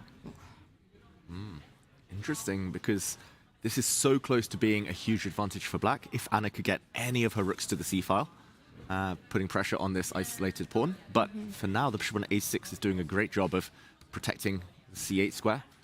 Really hard for the black rooks to get in. I'm not sure whether white's ever threatening to push forward with c5. Some positions maybe, and then rook b5 to follow. The white pieces would suddenly start getting really active. Some concrete play here though. Potentially Anna can drop back with her knight hitting this bishop. Suddenly stuff to think about, and not easy for her to improve her pieces. Yeah, really channeling your inner Magnus Carlsen here with the knight retreat to b8. You know, yesterday we saw that knight odyssey that Magnus had all the way, landing on b1, a3. So similar idea, and also to push that bishop out of there so that your rook can land and start targeting the only weakness in the position, that's the c4 pawn. Really interesting knight to b8. It's not the most natural move, and it also is counterintuitive to sort of block your own rook in the corner. But some high-class stuff there. High-class stuff, yeah. Some good defense there from Humpy. And let's move on to Vincent Keimer against Wesley, because it looked like Black had equalized, but that kind of wasn't our feeling. We felt that White was definitely the better side of equality there. And Vincent, with a rook on a6 and a pawn on a5 up for grabs, looks like things are going in full control for him. He does have to be careful, though, because Wesley has set up a devilish trap threatening g4. Yeah, just to show your point there, Jovanka, rook takes either pawn. g4 hits the knight, drives away the knight from protecting its rook on e1, and wherever it goes, knight takes g3, check. And actually, this is checkmate if you take with the f-pawn. This is, yeah, the big threat, the pitfall that Vincent has to avoid. So how to deal with g4 is the question. I mean, you just take a break, right? You just take a breather here, stop that idea. Let's say h3. I'm still putting pressure on 2 pawns. I'm going to win one of those 2 pawns now that I've stopped g4. I see that there's something maybe more accurate, but for me, h3 feels like a very natural human move in this position. No more g4 possible. Winning a pawn. I'm telling you guys, we're on move 30. This is a 30-move preparation by Peter Lecko against the Berlin. Forced grind. Not a forced win, but you get grinding chances. Could you be also very calm about things and say, for instance, go king g2? I was just thinking h3, I think you might as well flick in h5, and then king g2 is the idea. But so yeah, because the whole point is that, yes. Yeah, so the point is yes, you can chase out, but in order to win... Knight f4. Yeah, I was talking nonsense. I just realized it right now as well. Yeah. I mean, king g2 is actually very easy to fall for. It's the move you want to make. And it's not even losing for white. You lose the exchange, but you get some pawns and... Okay, yeah, but that wasn't the plan. I didn't go maybe the other one. For that one. I think h3 is clever for a couple of reasons, but after h5, maybe white can take this pawn now. And the difference is that there's a check. Ooh. Earlier, the h7 pawn covered that square. Sneaky. Now, after g4, take, check, and you win the g4 pawn. The black rook can't block because e2 will hang at the end of the variation. Our chat says Norway Vincent wins an anti-Berlin against Wesley. What's our take on that? I mean, I can count on like 2 fingers the number of people who've beaten Wesley in a Berlin. Pretty sure it's only Magnus and Kari. Yeah, I don't know if anyone else has achieved that rock solid Berlin, but that would be impressive. Yes. But, yeah, how close would we say he is though to taking Wesley down? Because it's still a small advantage, but he's about to win a pawn. You go h3, and I don't see a way of fighting. If h5 doesn't work, and that was actually really instructive, David, that h5 loosens this g6 square, and white can actually use that and pick up the pawn. So super cool idea there. And if not, you know, there's no way to fight against this. Let's say you go king forward, I pick up the pawn on a5, and I'm just saying I'm not winning just yet. I see that beautiful knight c3 post you have. Your 1 versus 2 is still clamping down on the left side of the board, but it's a pawn. I'm gonna grind this out.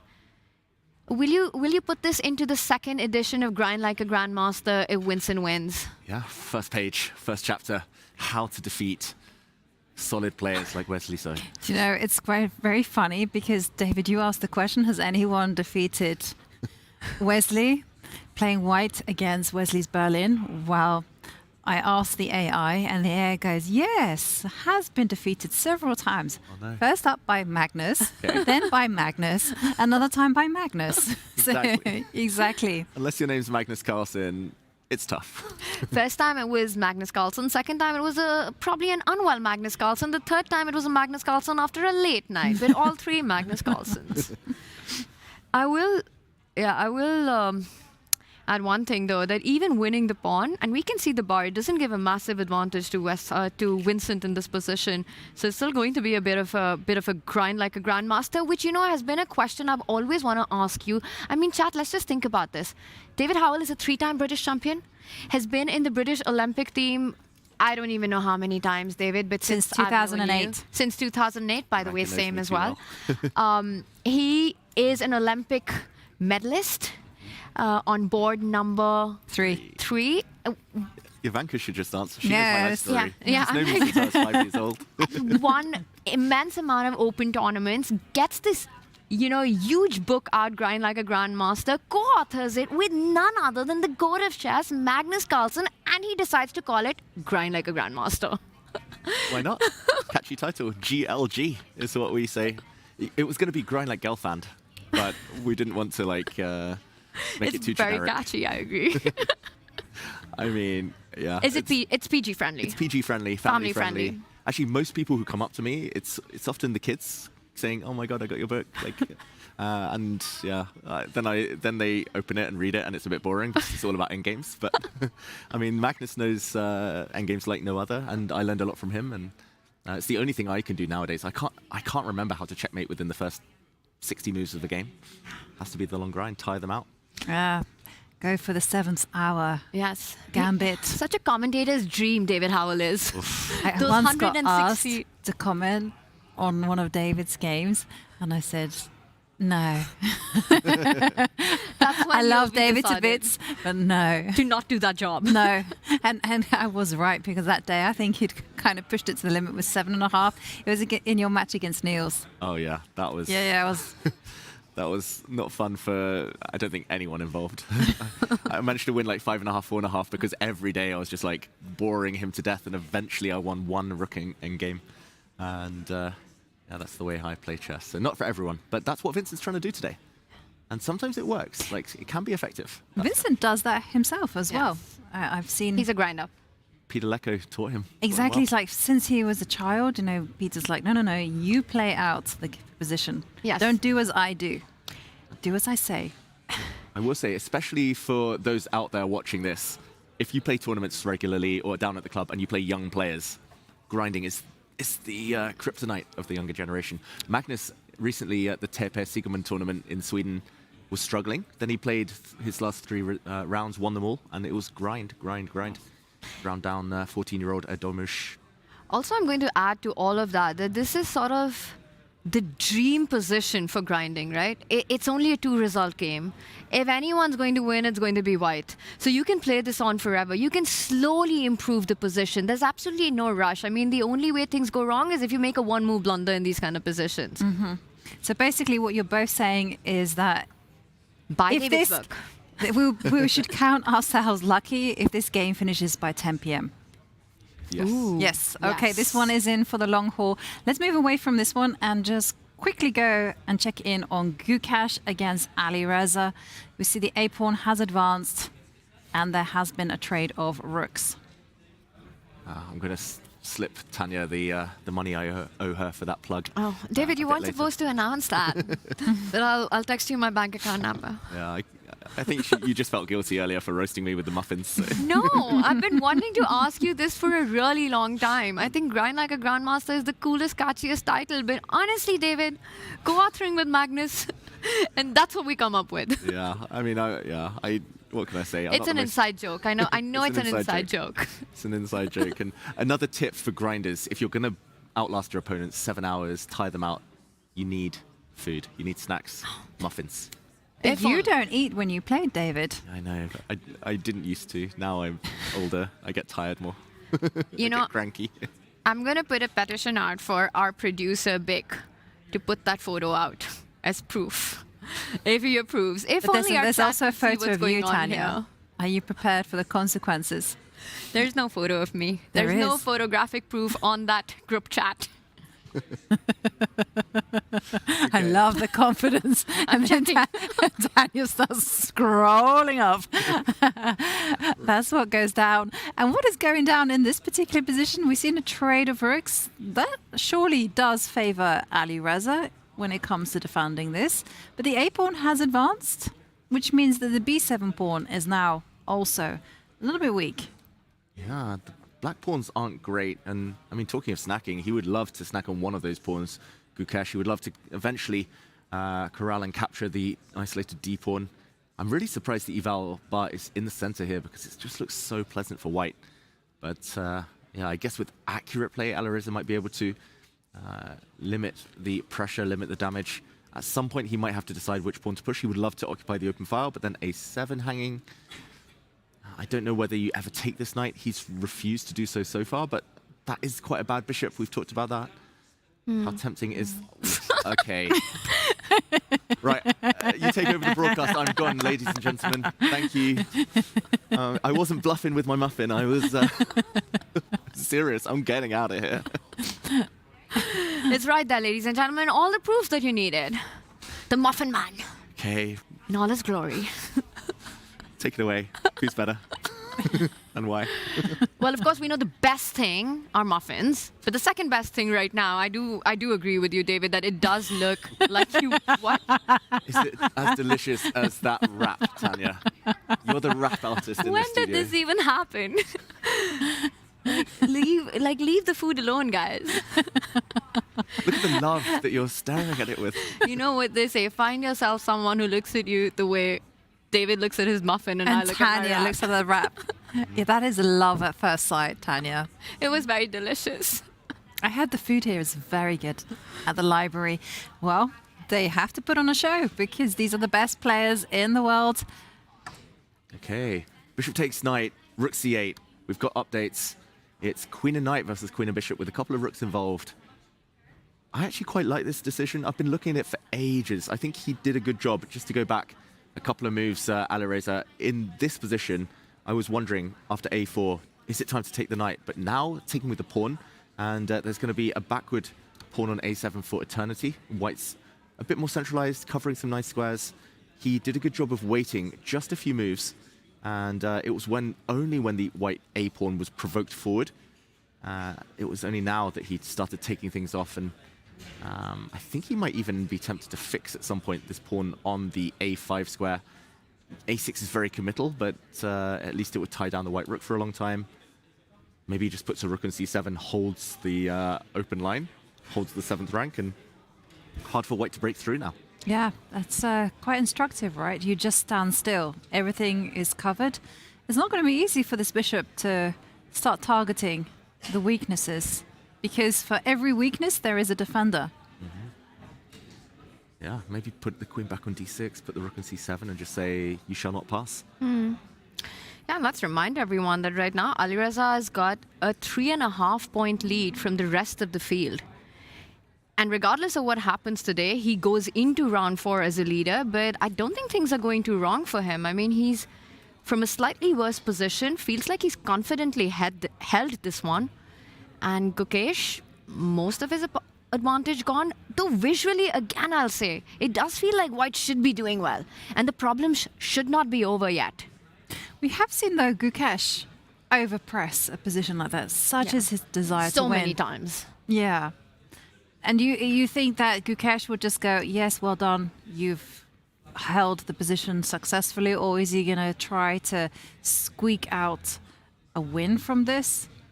Maybe even push the limits a bit too much? How likely is that? Gukesh will play this out. There's no doubt about it. He's not going to try to trade pieces too quickly, get into a rook-pawn endgame. I think he's going to play this out for the next 20 to 30 moves. I just don't know if he has enough. The ideas that you were pointing out, with the queen moving forward, the rook coming forward, just defending everything, the knight eventually going to e4. Yes, Gukesh will do the classic Gukesh thing where he plays on, hoping for a mistake, keeps fighting it out. But I think Alireza has this. I think this goes into Armageddon now. Okay, well, we're expecting this game to end in a draw and head to Armageddon, but one game that is so far away from Armageddon as possible, Pragg against Carlsen. Well, as we expected, the knight did jump to g4. e5 was the response there from Pragg.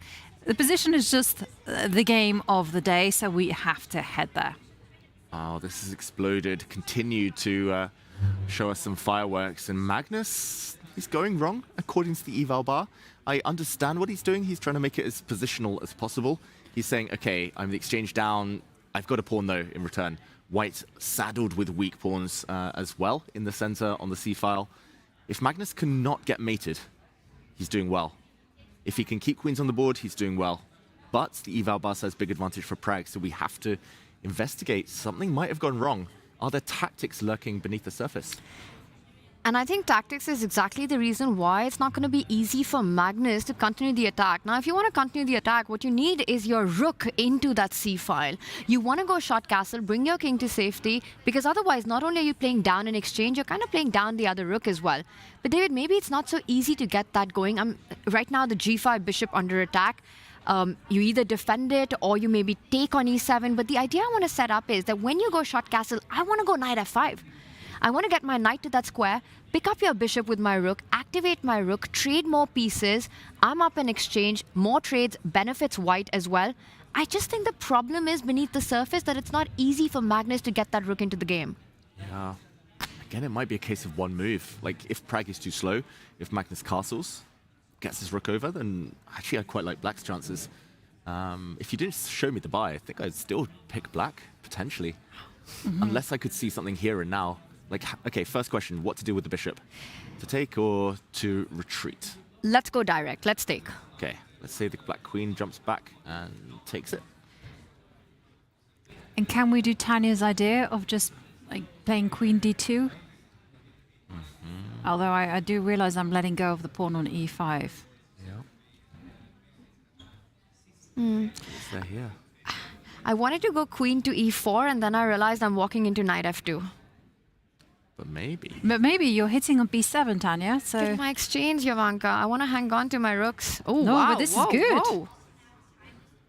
Wait, this is very surprising, but is there knight c6? There's knight c6 ideas. So rook takes knight, knight c6, boom, shake the room.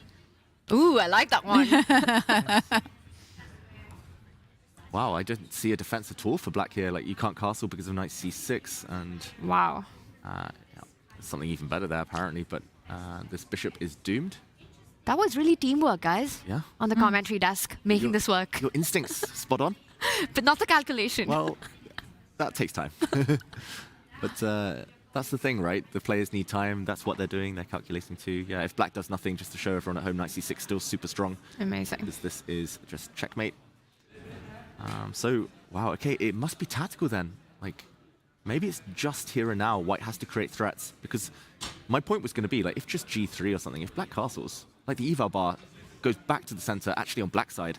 So it is a case of Magnus just being one move away from having a very healthy position. Rook c8, rook c5, take the pawn. Maybe even in some positions, knight f8, knight g6, take the pawn. But he's just too slow. He's just too slow. And it's all about time. And queen e4, such a lovely idea. Queen takes b7, and then the white king, or the black king, sorry, stuck in the middle of the board. And just to update you, we do have our first result. It was a draw between Bibisara against Divya. So we're going to be seeing Armageddon there. Yeah, that one goes down to the wire, and it's going to be a fantastic one because both these players have won incredible Armageddon battles so far at Norway Chess, their first two games for Divya and yesterday for Bibisara. I also want to just go a little deeper into this position. You know, we're talking about Pragg's aim here as white to stop castling. That's what you want to do. And Yovi, you mentioned an idea, and now it's stuck in my head. Queen to d2. What if we start with that? I defend my bishop on g5. And what I want to really look at is that, do you have time to go short castle, rook c8, or can we go with the tactics that we've been wanting with knight f5 in that case? Yeah, this is interesting because I assumed that knight takes bishop was the threat, but you know what we do when we assume knight takes, pawn takes, and suddenly black can't castle because h5 hangs as well. So if that's not a threat, then your point here, Tanya, castles, knight f5, hitting the bishop. Yeah. I guess it gets taken.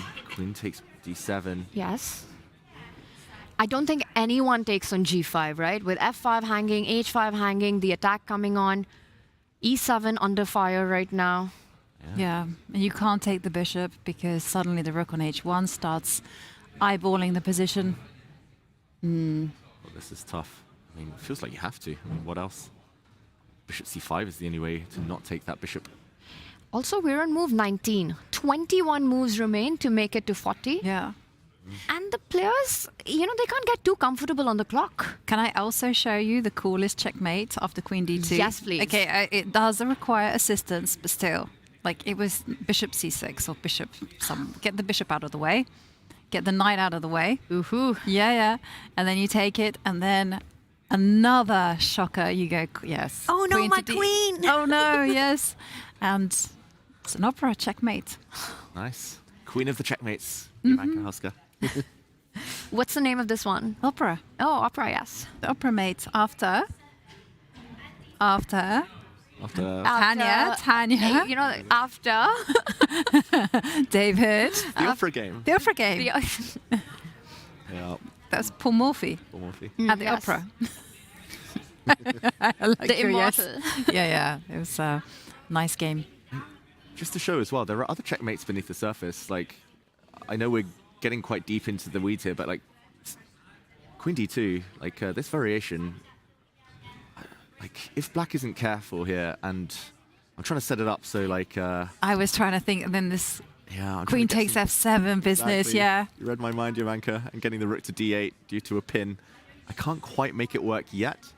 Like knight takes, rook takes. I'm gonna need some help. Yeah, the knight can come jump forward. Yeah. And now you can take on F7 with the queen. No, the queen will come But to the queen F8. to F8, that's the problem. Yeah. Winning, but because of this, bishop takes and rook takes F5 at the end. But yeah, no need for these fireworks.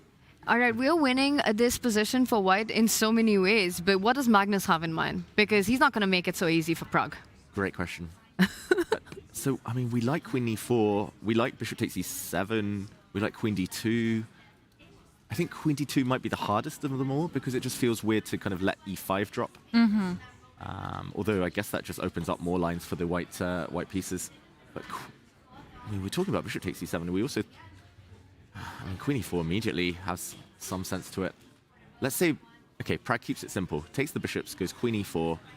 How can Magnus cling on? How can he defend? So jumping in with the royal fork, a big blunder in this position. Natural, but They're losing. not good, yeah. But then what else to do? Bishop c8? Ooh, that's just not a It was happy horrible, move. isn't it? But yeah, it's the best move, but it's such a sad move to make, right? No, but David's pointing out knight c6. That also looks terrible. David's having fun. Yeah. I'm getting carried away. I don't think it quite works. But Does it? Black can block, and the queen will block any checks. Okay. Rank. But it's in the air. Yeah. Almost. But Pragg's been thinking, and 27 minutes, 21 moves remaining.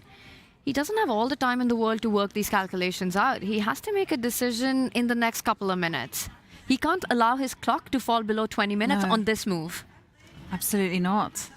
This is how to defeat Magnus Carlsen. Like, you have to attack him. You have to create threats before he stabilizes. Like, if he takes risks with his king, Magnus, like freestyle chess, he always delays castling till the last possible moment. Classical chess, he often delays castling. He often takes liberties, weakens his own king to try and get positional, long-term goals. That's why he wins at endgames, Magnus, because he goes for the long term, sometimes neglects the short term. So it's here and now. Like, this is the moment Pragg needs to go for it. He needs to hit b7, or he needs to create some kind of other threat, because I think in Magnus Castles, this turns around. Yeah. And Tanya, you know Pragg the best. What is the move that probably is most Pragg-like? Pragg is an extremely concrete player. Mm-hmm. He's going to be sitting and analyzing, and he understands more than ever that to beat Magnus, you have to be accurate every move along the way. You give Magnus one chance, and he's going to completely flip the script. He's going to be super alert, and he's going to go for something concrete. He's not going to let go of this momentum. I think moves like direct ideas, like taking on e7, I don't know if Pragg wants to do that. He always wants to keep the tension on the board. I feel he'll be more inclined for the queen moves that we're looking at. He definitely understands the importance of not letting Magnus castle right now. Yeah. You let that happen, and Magnus is all over the board with you. With Magnus, it's usually for grandma. By the way, he does take a decision, and he goes for queen d2. Great he move. doesn't go bishop takes bishop. Wow. Okay, well, Magnus in big trouble on the board. So many threats that Magnus will have to take care of. The bishop on d7 is threatened. Knight f5. Knight Jovanka. f5 in It's the coming. air. It's coming. The knight on h7, completely sidelined.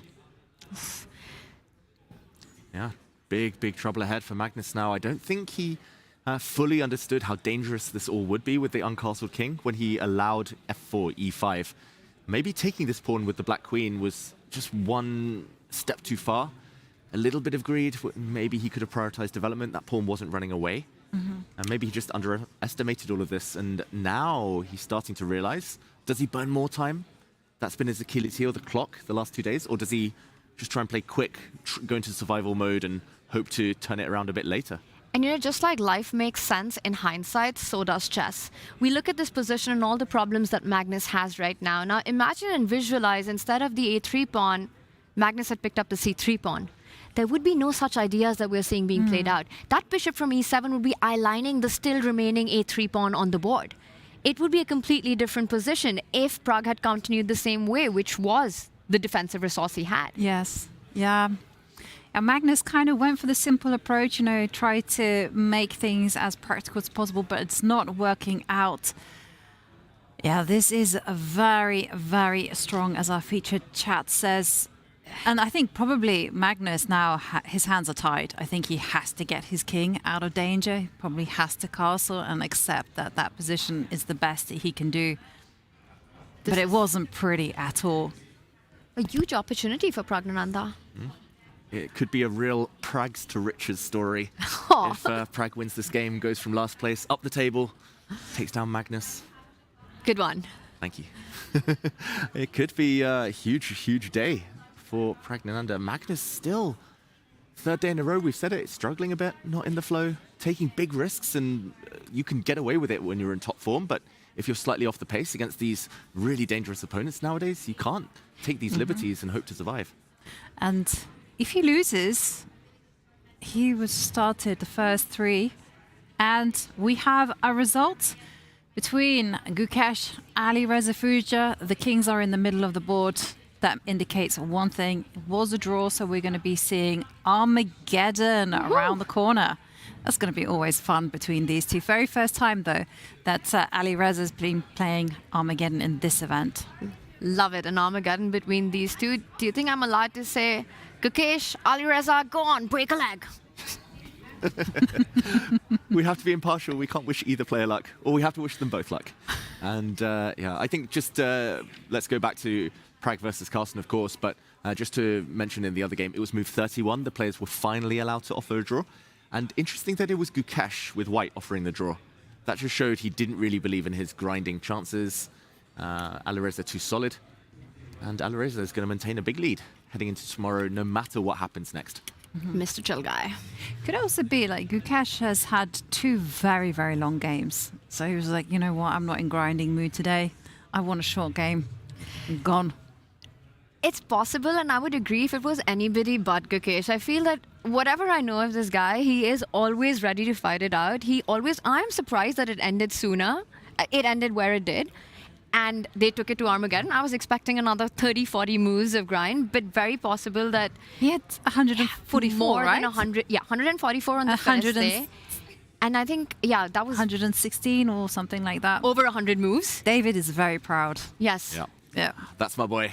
But today, less proud. Only 31 moves. But I have to ask you guys, it goes into Armageddon, you know, and I mean, in my eyes, the odds for Alireza rise in an Armageddon. What do you think? Yeah, Gukesh, he did crush Vincent Keimer on day 1 with white, but in general, I think the odds are in Alireza's favor. I wonder whether the need for speed that Armageddon will bring on, whether the physical hindrances might play a role there for Firouzja. We haven't seen that yet. Having to play super fast in Armageddon when you have to raise your leg and yeah, it might be difficult. Maybe that might hold him back. It definitely, because he's lounging on his chair right now, and it's very difficult to, as you say, play quickly, especially when you've got no increment. Well, all will be revealed in probably around about 20 minutes. We'll get to follow that action, but the real action of the round in the classical, well, it's happening on this board in front of us. Magnus Carlsen in trouble against Praggnanandhaa. Okay, Magnus still in thought. He's got a time advantage, so he might spend some of it now. Already 5 minutes in the tank. One question, I mean, I don't even want to ask it because it looks so scary, but can he take a pawn? Is greed good? Because Magnus, deep down, is a bit of a pawn grabber himself. He likes sacking pawns, but he also likes grabbing them. Can knight takes e5 ever work? Oh, God, no. I didn't really want to suggest it, but it does defend the bishop. Yes. to me, it feels like the move that I want to make if I have 5 seconds on the clock is rook to e1. I want to get rid of that knight at the center of the board, and then... I was thinking knight f3. Ooh. Yeah, maybe that's the stronger one. Oh, if I agree. Oh, brutal. Okay, I resign. Simple and strong. That's the dream. That Hitting is. the knight. And if you move the bishop, can I just point out that a checkmate again? Will you ask me again which one this is? We are. Yeah, right I'll next ask to you the- again. What is it, Tanya? Oh, come on, Ivanka. Every kid and their cat knows it. This is the opera mate. Exactly. Well done. I'm so proud. We're literally right next to the Opera House here in Oslo as well. Like, I can see it through the window right now. So we should have known. We should have. It would be quite the homage if this was to happen, but very dangerous this. I love knight f3, by the way. Such a beautiful knight retreating move, finishing the game on the spot. I was very tempted to get the rook into the game and not as strong. But Magnus Carlsen definitely in trouble already. I mean, he's got to be feeling very unhappy with the position he's got. What about, can we revisit this whole, like, run with the king? Let's at least get the rook into the game. And fingers crossed, hope for the best. And I understand that's not an ideal game plan, but needs must. Okay, now you take the knight. Take the bishop. Take the bishop. And here, I think David, maybe just take the bishop like that, yeah. I probably have to defend these pawns, right? G6? Has to be G6. It looks... are you not worried about e6? Very worried, Tanya. Very Luckily, worried. It's Magnus playing this. Okay. This doesn't look great. Ooh, and it's not even the best move. No. Okay, why not e6? Is it knight to e5 maybe? Knight to f2 doesn't work. But this looks very scary. You know, you're calculating this line, evaluating it from the position you have. You're not happy getting into this. No, I mean, this really, really does look terrible. But apparently the game goes on. I wonder what's the best move in that position, if not e6. Oof. From a chess perspective, Okay. the chess player in me wants to know. I've turned on the computer. You can guess the best move for black. Oh my gosh, luck. the way David Howell is saying it, it has to be an impossibility. Good luck. There are other David. moves. It's not the best by Such an that odd help. much, but Probably b5. b5, b4. Okay, wait, so you're going with b5. I think it's going to be some innocuous move like the king stepping somewhere. King h7. Tanya gets it. Oh, yay. Tanya, you're right. I no idea why, but Yeah. King h7. I guess after a capture, now apparently you can just take on g5, and life goes on. Magnus does play a move, however. This I think is he took the difficult. pawn. No, he got He the played knight to f8. No Oof. mate. There's no mate yet. Mm-hmm. That is ugly. No more castles, at least. Pragg doesn't have to worry about that at all. And what about that rook that Magnus has in the corner? That's not getting... Survival mode here as he desperately tries to just hold his resources, keep the king safe. Magnus in big trouble. We're going to go on a short break before all the Armageddon starts and the madness is of nearing the time control. So when we come back, we're going to have a whole lot of fun.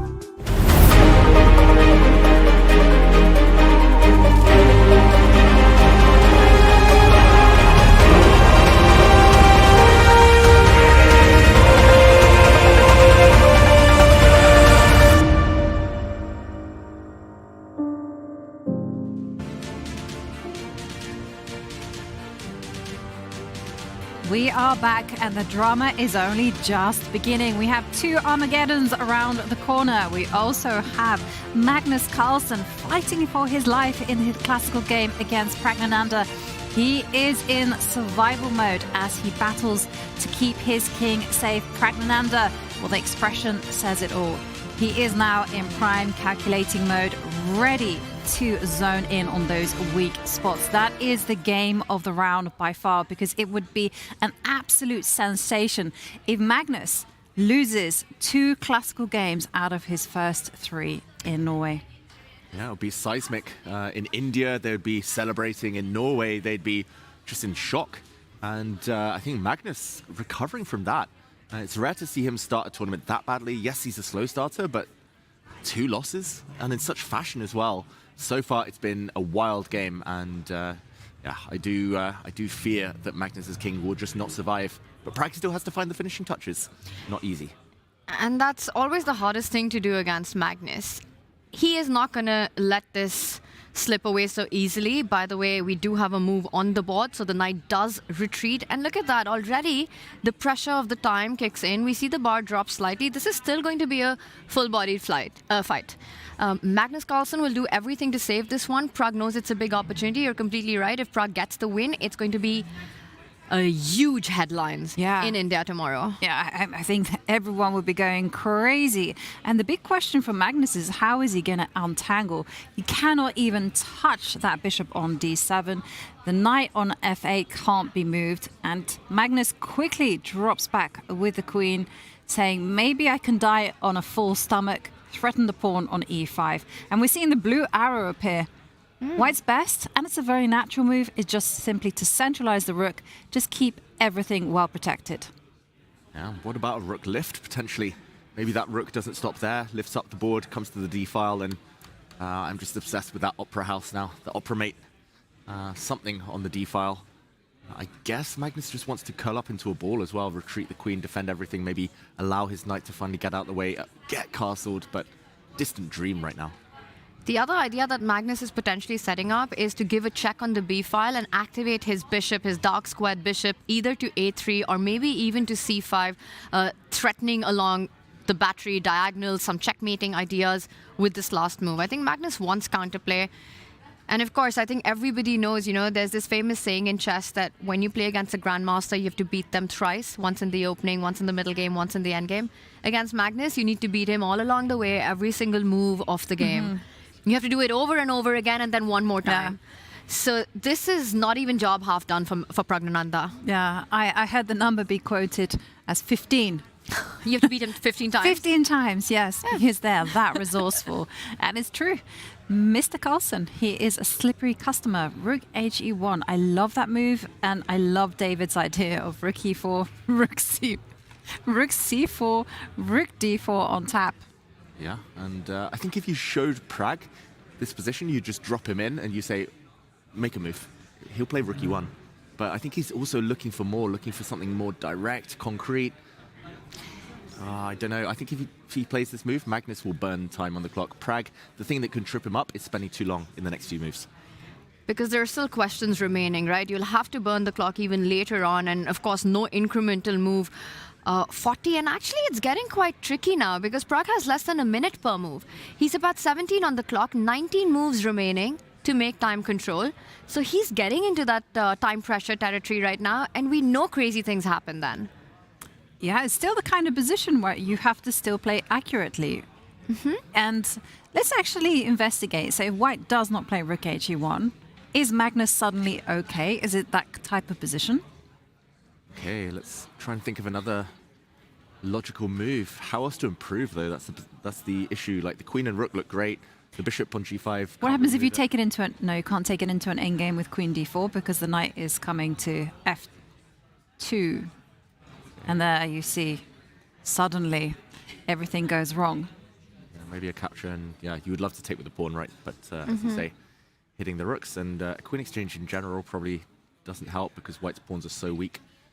Black's suddenly better. But yeah, I think process of elimination, you play this. The only other thing, maybe you take the bishop, but why rush? The only excuse for rushing is if you don't want that bishop to run away because queen b6 check idea. And you don't want that activity of the bishop pair against the white king. So let's say you give a check, the king moves, bishop a3 or c5. Help me out, David. I like threatening checkmate. I like it too. Checkmate in one, hoping that Pragnananda misses it, but I have a feeling he will not. Kind of forcing the move rook b1 here. And then the black queen moves. But yeah, and the game goes on. Yeah. Right, but one of the things that I really was in favour of was not sidestepping with the king. I wanted to go bishop b3 because I feel like this bishop on a2, let's give it a roll. And I understand, you know, I'd have to work out what happens after a5, but now you can go. Ooh. Fun. Just start taking stuff. Can you take this? Give a check. I don't know how scary a4 is. I'm a bit scared, but I also just want to take stuff. And then you go knight g5. Oh, beautiful. Yeah, knight g4. Ooh. Doesn't Rollercoaster work. bar. Up and down. How is this not strong? The king's just running, I guess. Pawn takes bishop. Are you getting checkmated or you're not getting checkmated? And the king just runs. Very important that the black queen is on b6. If it were on b5, let's just show this. If we're on b5, you could play knight takes. b5 is a bad square to show. Defends the queen, defends the bishop. And Yeah. while we're going into like deep lines, David, I think this is exactly what's going through the players' minds as well. All these variations. So it's important to show them. Yeah, it's important to show, but at some point, Pragg just has to trust his instincts. As we saw in the feature chat, now 14 minutes, to make 19 moves. I mean, at some point, he's just going to have to trust his hand. Like, he should trust his hand here when there's an easy improvement move that definitely doesn't ruin anything immediate, rather than later where it's going to be even more tactical and going to be even more high stakes. If I put on my Pragg thinking hat, the fact that he hasn't made the most natural looking move, I think he's looking at direct lines now and seeing if he can make bishop takes bishop work, because it's such human instincts to try to force matters, right? He's up in exchange. I don't know what's the follow-up. Bishop takes bishop. I believe you want to take it with the queen and not the king, not allowing checks on g5. And what's going on in Pragg's head is, are there ways that he can get to that f7 pawn that we were trying to make work in other lines? Is there something direct of combining the queen and the knight into that attack? Pragg's ready to make his move now. We'll find out he does. Oh, he does go for the bishop trade. So he's found a way to break through in this position. It's interesting because one of the small downsides, I would say, of the Indian school of chess is that every move carries with it a lot of energy, a lot of effort, a lot of calculation. And now we're seeing the knight just jump out in black side of the board. And he's setting up ideas such as the rook coming to f1, to e1. So the big question now for Magnus, can he just gamble, take that pawn in the middle of the board, or is he simply opening up avenues of attack? Yeah, I think the other big threat is knight e4 into d6. That's going to be a deadly check. So knight takes e5 right now. Taking that pawn would give white the time to get that knight into d6 with a really scary check.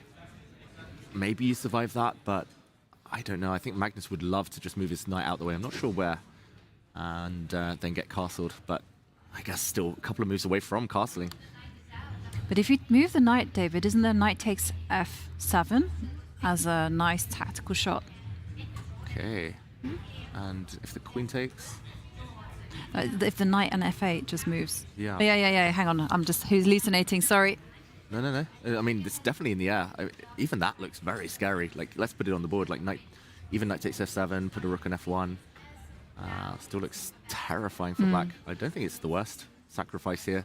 Like, maybe black can defend, but in blitz, I would be scared. Yeah. But I think it might be the idea of knight e4 that scares him, because this check can't be stopped. And you can't go castle anymore because that knight from f8 has disappeared, so the bishop on d7's hanging. Can you try to do some repair work? Go bishop c6. Take, king on f8. And then the whole idea, if black doesn't get checkmated, is to take on e5, castle my hand, dream a little bit. You know, I see the lines that we're going into and I see our live board. The one thing that's certain for me is that for Magnus, there are two candidate moves here. Either bring out this knight from f8 to g6 or directly grab the pawn. I don't actually see a third move in this position that he could be thinking about. No. Me neither. Moving the bishop. Yeah, maybe bishop c6. But it feels like it's not the move you want to make. Neither does it help your king, nor are you grabbing the pawn. That's true. It does stop knight e4, so it does ask Pragg the question. Knight takes e5 is still the antidote, I think, to rook f1. It just feels like there's something's going to happen on d8 or f7. I'm looking at Jovanka's move. Knight takes f7 doesn't quite work. The king will take it, but so close. But maybe you can refine it. Go rook f1 first. No, it's not. Doesn't work. Doesn't work. Doesn't work. Sorry. Maybe. No, but it does. Peter likes it. Does it? Takes e5. We have to find the follow-up. Takes the pawn. And how do we get to this knight? Can we start putting pressure on it? Let's go queen d4 or queen e3, one of these two moves. Reinforcing and shot. Ooh! Yeah, it does feel like there's an explosion happening. This is the moment we get Jovanka's... But I was thinking the other one, knight takes e6. Some bishop takes e6. Yeah, knight. Something. We're almost getting there. Trial and error. Bishop takes e6. Yes. Yes. Oh. Yes. Oh, Maybe. no. Yes. Stop the count. Knight takes, and this is, I mean, the most claustrophobic king ever. Yeah, Magnus definitely doesn't want this. I think from a human perspective as well, you're either thinking of getting that knight out of the way or grabbing the e5 pawn. I will be surprised to see bishop c6 on the board. What do you think, David? You know him best. What does he go for? It's tough because I think he wants to play bishop c6, but if he sees a knockout blow, of course he can't. I think he wants to stop Pragg's idea. I don't know. I'm going to say he's going to play bishop c6, but let's just to check. The engine does say that the path is narrow and knight g6 is the best. Second best? Knight c5 second best, bishop c6 third best. Ooh.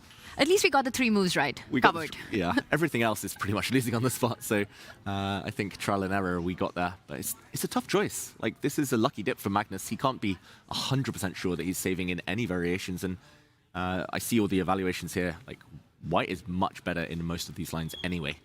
And talking about Pragg, he's just got 13 minutes. They're on move 23. Is there a chance that Pragg can play a misstep? There's always a big chance of that, and especially when you're facing the GOAT. How many times you've seen Magnus turn around positions, not only save them, but actually go on to flip the script completely and get a winning position. And this sort of is like that. If Pragg isn't able to be accurate and get to Magnus's king, if Magnus consolidates, give him three moves, bishop c6, knight g6, shot castle. Magnus Carlsen is totally back in the game. Yep. Yeah, well, better. Okay, never ever write off the world number one. Someone else you mustn't write off is Alireza Firouzja, as he plays an Armageddon against Gukesh. Gukesh with the white pieces is in a must-win situation. He will have started with extra time on the clock, and Alireza there is capturing on the pawn in the middle, and then the bishop comes out to set up a pin. Okay, this looks like a reverse Caro Khan. And yeah, it came from a Queen's Gambit declined move order. Really interesting stuff. Alireza has already burned a bit of time, 1.5 minutes to make 8 moves when you're playing Armageddon. That's a huge investment. I do wonder whether the clock, the discomfort physically, is going to come back to haunt him. Armageddon, it won't decide his tournament, of course, for Firouzja. He's played so well so far in Classical, but yeah, I think great opening for Gukesh. Maybe he just wants to defend his knight, ensure his pawn structure isn't damaged. Other moves, tempting moves, might be to bring the bishop out, pin the black knight, just, I don't know, get castled.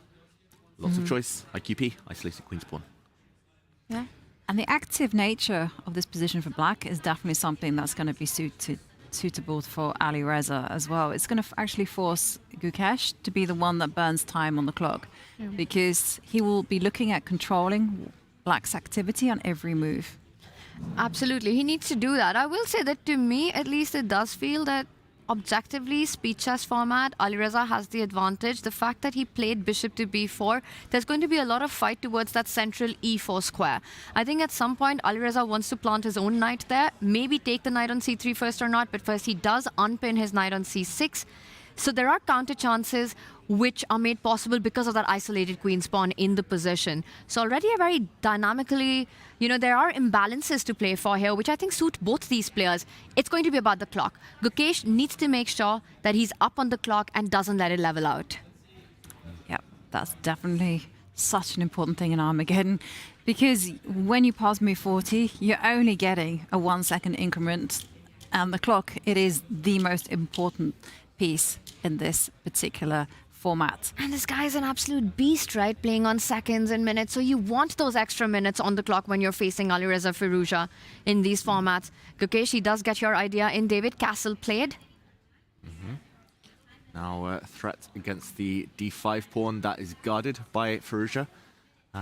If here White can bring his rooks to the center, get all his pieces on healthy squares, then he's going to have long-term pressure.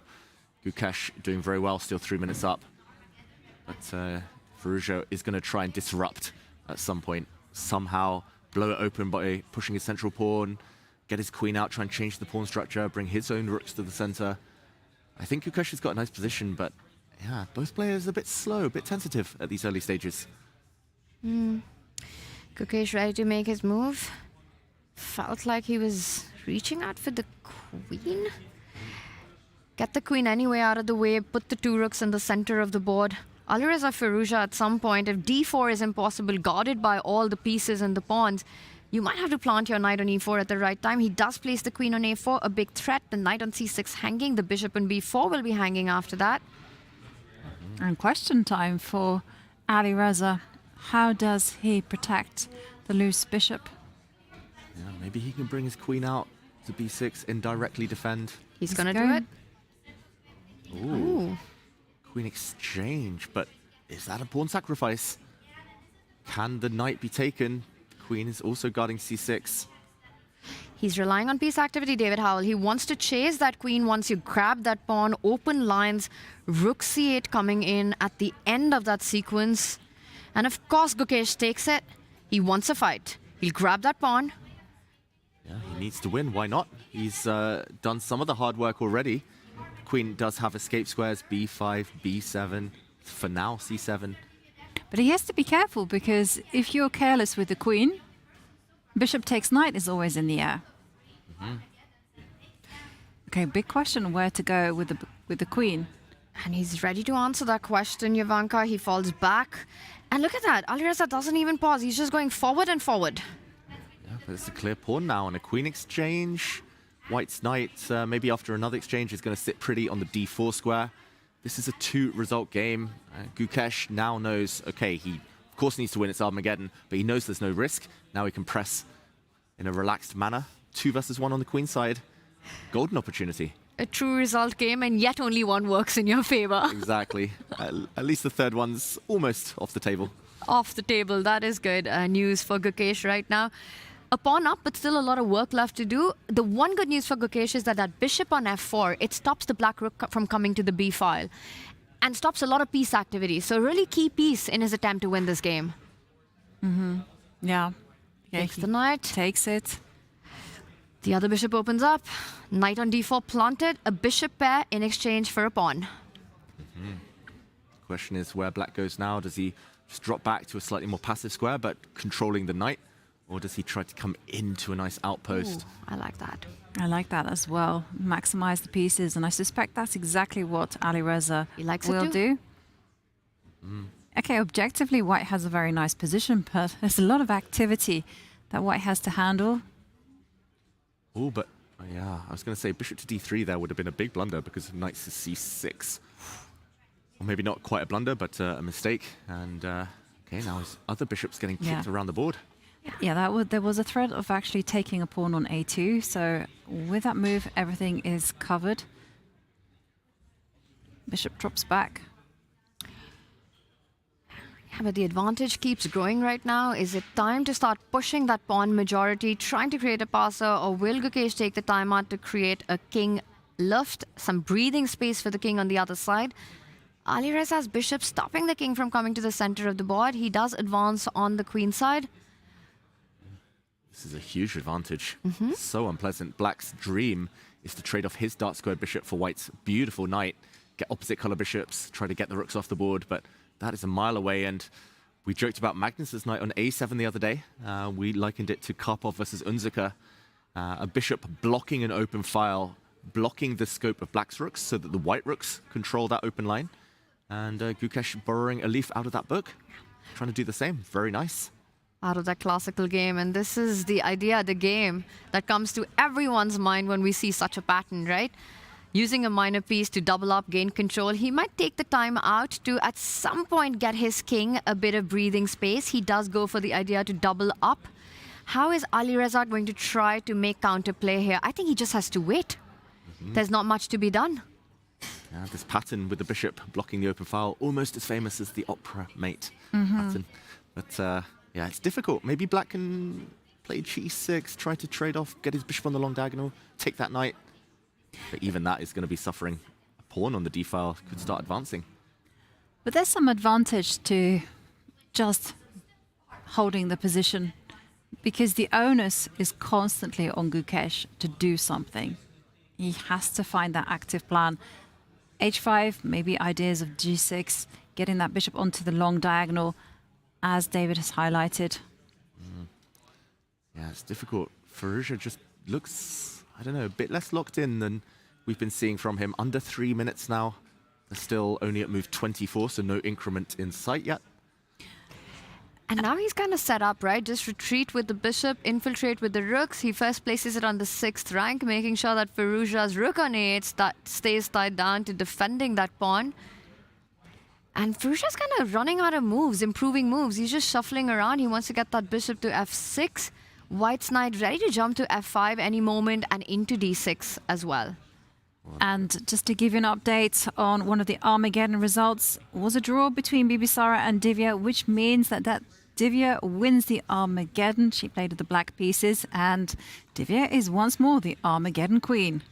That's a massive result for the women's section, taking down the tournament leader there and joining her in the lead. Fantastic stuff. 3 out of 3 Armageddon wins for Divya.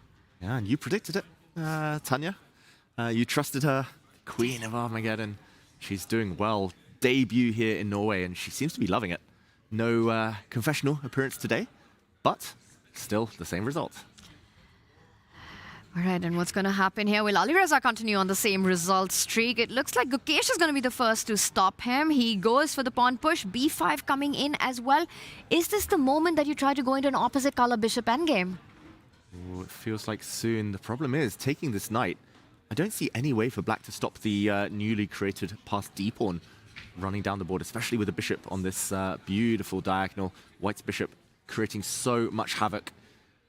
Hits a rook, but at least Alireza's got all of his pieces active now. This is also such an anti-Alireza position. He's just on the defense with no counter chances in the position, sort of suffering in this endgame. You know, these are the positions these top players hate to play out. Okay, time ticking. 3.5 minutes. Gukesh did nervously glance at the clock there, just for a second. Still in control. How can he improve? Improve, but also keep one eye on the clock. Gukesh, you have to keep putting pressure on that as well. Alireza, if it goes into bullet territory, anything can happen regardless of the position. Absolutely. And we know Alireza is so fast, so good as well. He's able to draw on these super quick instincts. The bishop calmed down, attacks the rook. Rook is going to move, centralizing itself. And once again, oh, and look at this. That is one snazzy move. The advantage is almost gone. Huge mistake from Gukesh. Discovered attack against that white rook that has just moved at the bottom of the board. Bishop b5. He's going to find it. He's reaching out for the bishop. Alireza's about to turn this around. There we go. And it's going to be a shock for Gukesh, who's walked into a double attack. When d7 drops, the white rook on c6 drops. And at the end, black's bishop is able to regain one of the pawns. Bishop will take on a4. Game on. He absolutely cannot believe it, Gukesh. But he has to get back in control. There's also no time on the clock. He's lost a chunk of his advantage now. Alireza right back on it. Wow, he's still better. There's no urgency from Gukesh, though. He needs to keep the speed, play on the clock. He needs to take this rook on d7. There's simply no options.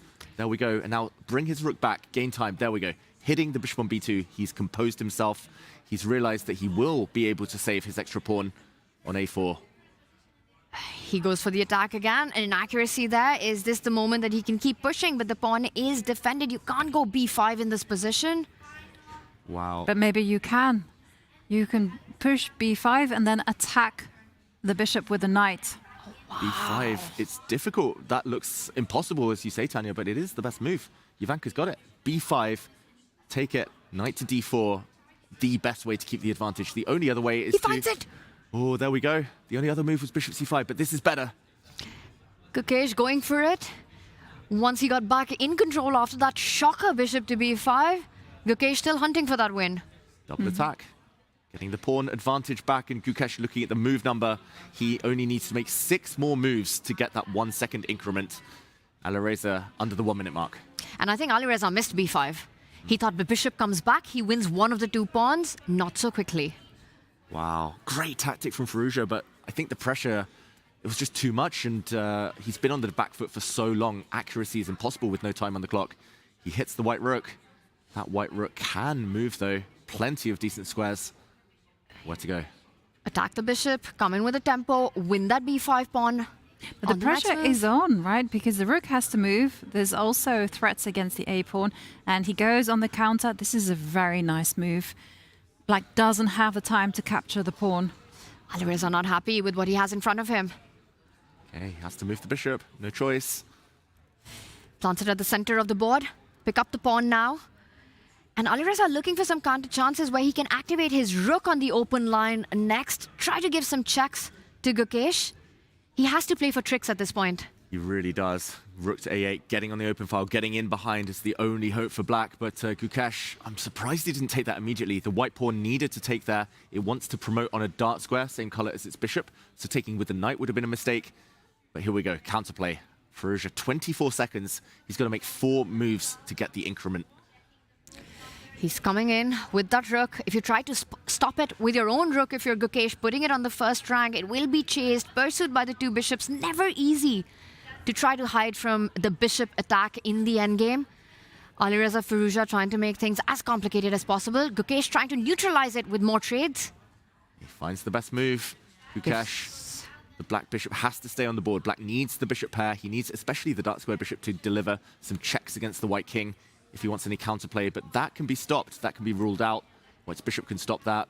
Pawn could advance. The question is whether black's rook going behind the pawn will be an annoyance or not. Jumps in with his knight, threatening a fork, but losing the advantage. Oh my goodness, gives a check. And the bishop's coming round. Watch out. Checkmating ideas. The bishop's coming round to f3. The white king is caught in the kill zone. And suddenly out of nowhere. Out of control. How to defend against this. Gukesh calmly attacks the bishop, but the bishop is coming round to f3, and then the king is stuck in a checkmating net. The only one move to survive. But can Gukesh, with seconds, hold his composure?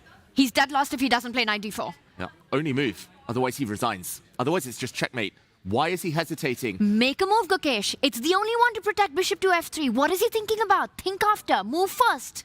Okay, move played. This is what's caught him off guard. The bishop's going to take that knight. Now, drastic measures needed. But he can move his rook out the way. There we go. Bishop takes d4 will hit the black rook, gaining a bit of time back. But that knight will be removed. It will be captured soon by Firouzja. No time, 6 seconds. There we go. The black rook's going behind now. Checkmate still on the cards.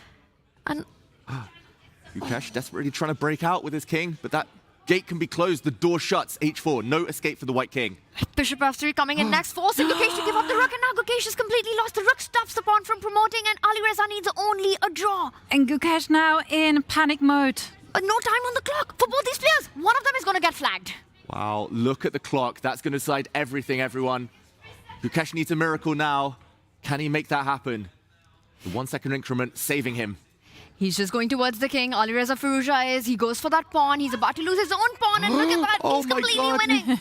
Wow, could he stop the clock and claim there? Pieces flying. A draw enough for Firouzja. Remember, everyone, it's Armageddon. A draw is enough, and Gukesh resigns. He loses on time. Oh, what a scramble there. What a finish. It's complete pandemonium on the board. This is Armageddon. This is absolute cinema. unbelievable scenes here. Gukesh Tomaraju pushing for the win right from the start. And Alireza Firouzja, what an incredible fighter, finding these resources at the end, turning it around. He is so far the king of Norway chess. He was so speedy, turning it around, won an Armageddon with his leg in a cast. That is incredible play. Incredible play. We've got to jump into this game between Pragg and Magnus. When we last left it, Pragg was in full control, but Magnus, he has been managing to coordinate his forces. Is he out of trouble? Not yet, but if he finds this bishop move, it is a double attack. Hitting White's rook, hitting White's knight, then Magnus might be back in the game. For now, the evaluation says advantage Pragg, but not by much. And I think maybe Pragg's last move, given a question mark, it's because it's going away from the Black King. Suddenly Black has some time to unravel the pieces. And while Magnus is on the thing, can I ask you for a really quick action replay? While he's thinking about his next move, take us through what just happened here so we can catch up with what's going on in the current position. Now, we left it here. We said Magnus had 3 moves. Bishop c6 to stop the knight coming in, or you can take the pawn in the center, or you develop your knight. Magnus found the best one, knight to g6. Pragg continued with that idea we showed a bit earlier. He came in with a nasty check, finally stopping that idea for good of Black castling. That's been on the cards for so long, prevented. Now the Black rook in the corner can't get in. Rook to f1, natural, pressure. Magnus here blocked that f-file, and after queen to d4, Magnus putting his other knight on an outpost. This is where a mistake from Pragg came in. Apparently, queen to b6 would have been the strongest move, and Black is all sorts of tied up. But instead, knight takes b7 allows this blow. Bishop b5, just to show the idea, hitting the rook, hitting the knight. If White blocks, Black can give up the bishop. Bishop takes c4, and now the knight will drop with a check. Bishop takes, for example, and suddenly this is less clear. The Black King can run away. Question, was there no queen d8 check in the middle? Okay. What did I miss? In this position. After c4, bishop takes pawn. Bishop takes pawn, queen check. Great question, Tanya. Great question. This is going to stop Magnus doing this. Rook takes, king e7, and at the very end, this rook hangs. This rook hangs. Black's the exchange down, but a lot of pawns. Oof. And Black is suddenly better if this happens. Wow. Wow, what a turnaround. And we have a result. It was a draw between Vincent Keimer and Wesley So. So we're going to be seeing yet another Armageddon. What's the count? Where are we at? Have we had all games going to Armageddon so far? Yes. Oh my gosh, is David taking this one more time, Jovanka? There would need to be one decisive result for that to happen. I'm not so sure right now. Ooh, 6 Armageddons would be quite the treat. Yeah, Magnus. Clean sweep in Armageddons, which is really rare that we've had a tournament where we've only had, if there is all Armageddons, that we've had like only 3 wins in classical. True. Especially when it's such fighting games, for them to all kind of descend towards a draw and converge towards that peaceful result. It's surprising, but we'll see. Anything could still happen in this game. Still 3 results possible. That's exactly what I was thinking, right? Not all draws are made equal, and the ones that are happening at Norway Chess are anything but equal in their journey to becoming an Armageddon. And right now, Magnus Carlsen with 11 minutes on the clock, 12 moves remaining to make time control under pressure, only move to keep the game going, bishop to b5. Everything else, a huge advantage to Pragnananda.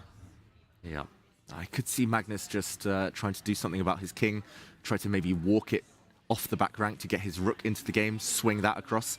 So I think that might be the other logical move if he doesn't look for forcing variations. But okay, time's going to play a huge role here. They're just at move 28. Pragg has to make, 12 moves in 7 minutes. Magnus has to make 12 moves in 10 minutes. Oh my gosh, still anything can happen. The biggest problem in Magnus's game today has been that rook on h8. The fact that it hasn't played a single move until now, and he's been struggling to get into the game. You put that anywhere else, the rook absolutely on any other square, we're talking about a Magnus Carlsen win. Yeah, I think he's going to play king to g8. I think he's just going to try and shuffle it. Oh, he does find the best move though, Magnus. Would that be a surprise for Pragg? Great calculation from the world number 1. And now the question here for Pragg is how is he going to respond to that? The Indian school of chess is very much you go on the counter-offensive. So c4 is what I'm expecting. It feels like moving the rook is too slow. I think Black can safely take that knight. Any checks on the back rank can be blocked by Black's bishop. So I think it has to be either a check something that Tanya pointed out, just with c4 kind of included or not. Check might actually lead to the same thing, but white still with an extra doubled c-pawn. So it's either a check or it has to be the block. I mean, I kind of like the idea of giving a check first. Why give that c4 pawn up? But Pragg has to calculate more than one of these two moves. He has to keep one eye on the clock right now as it keeps ticking down. Bishop to b5. Still a game for all three results.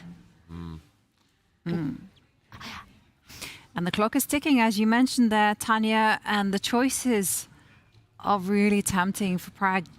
He can't just dive into that deep tree of calculation, and he has to rely on his instinct here. The problem is he's already in that deep forest of calculation, where 2 + 2 is equal to 5, and the path out wide enough for 1. Either Pragnananda or Magnus Carlsen.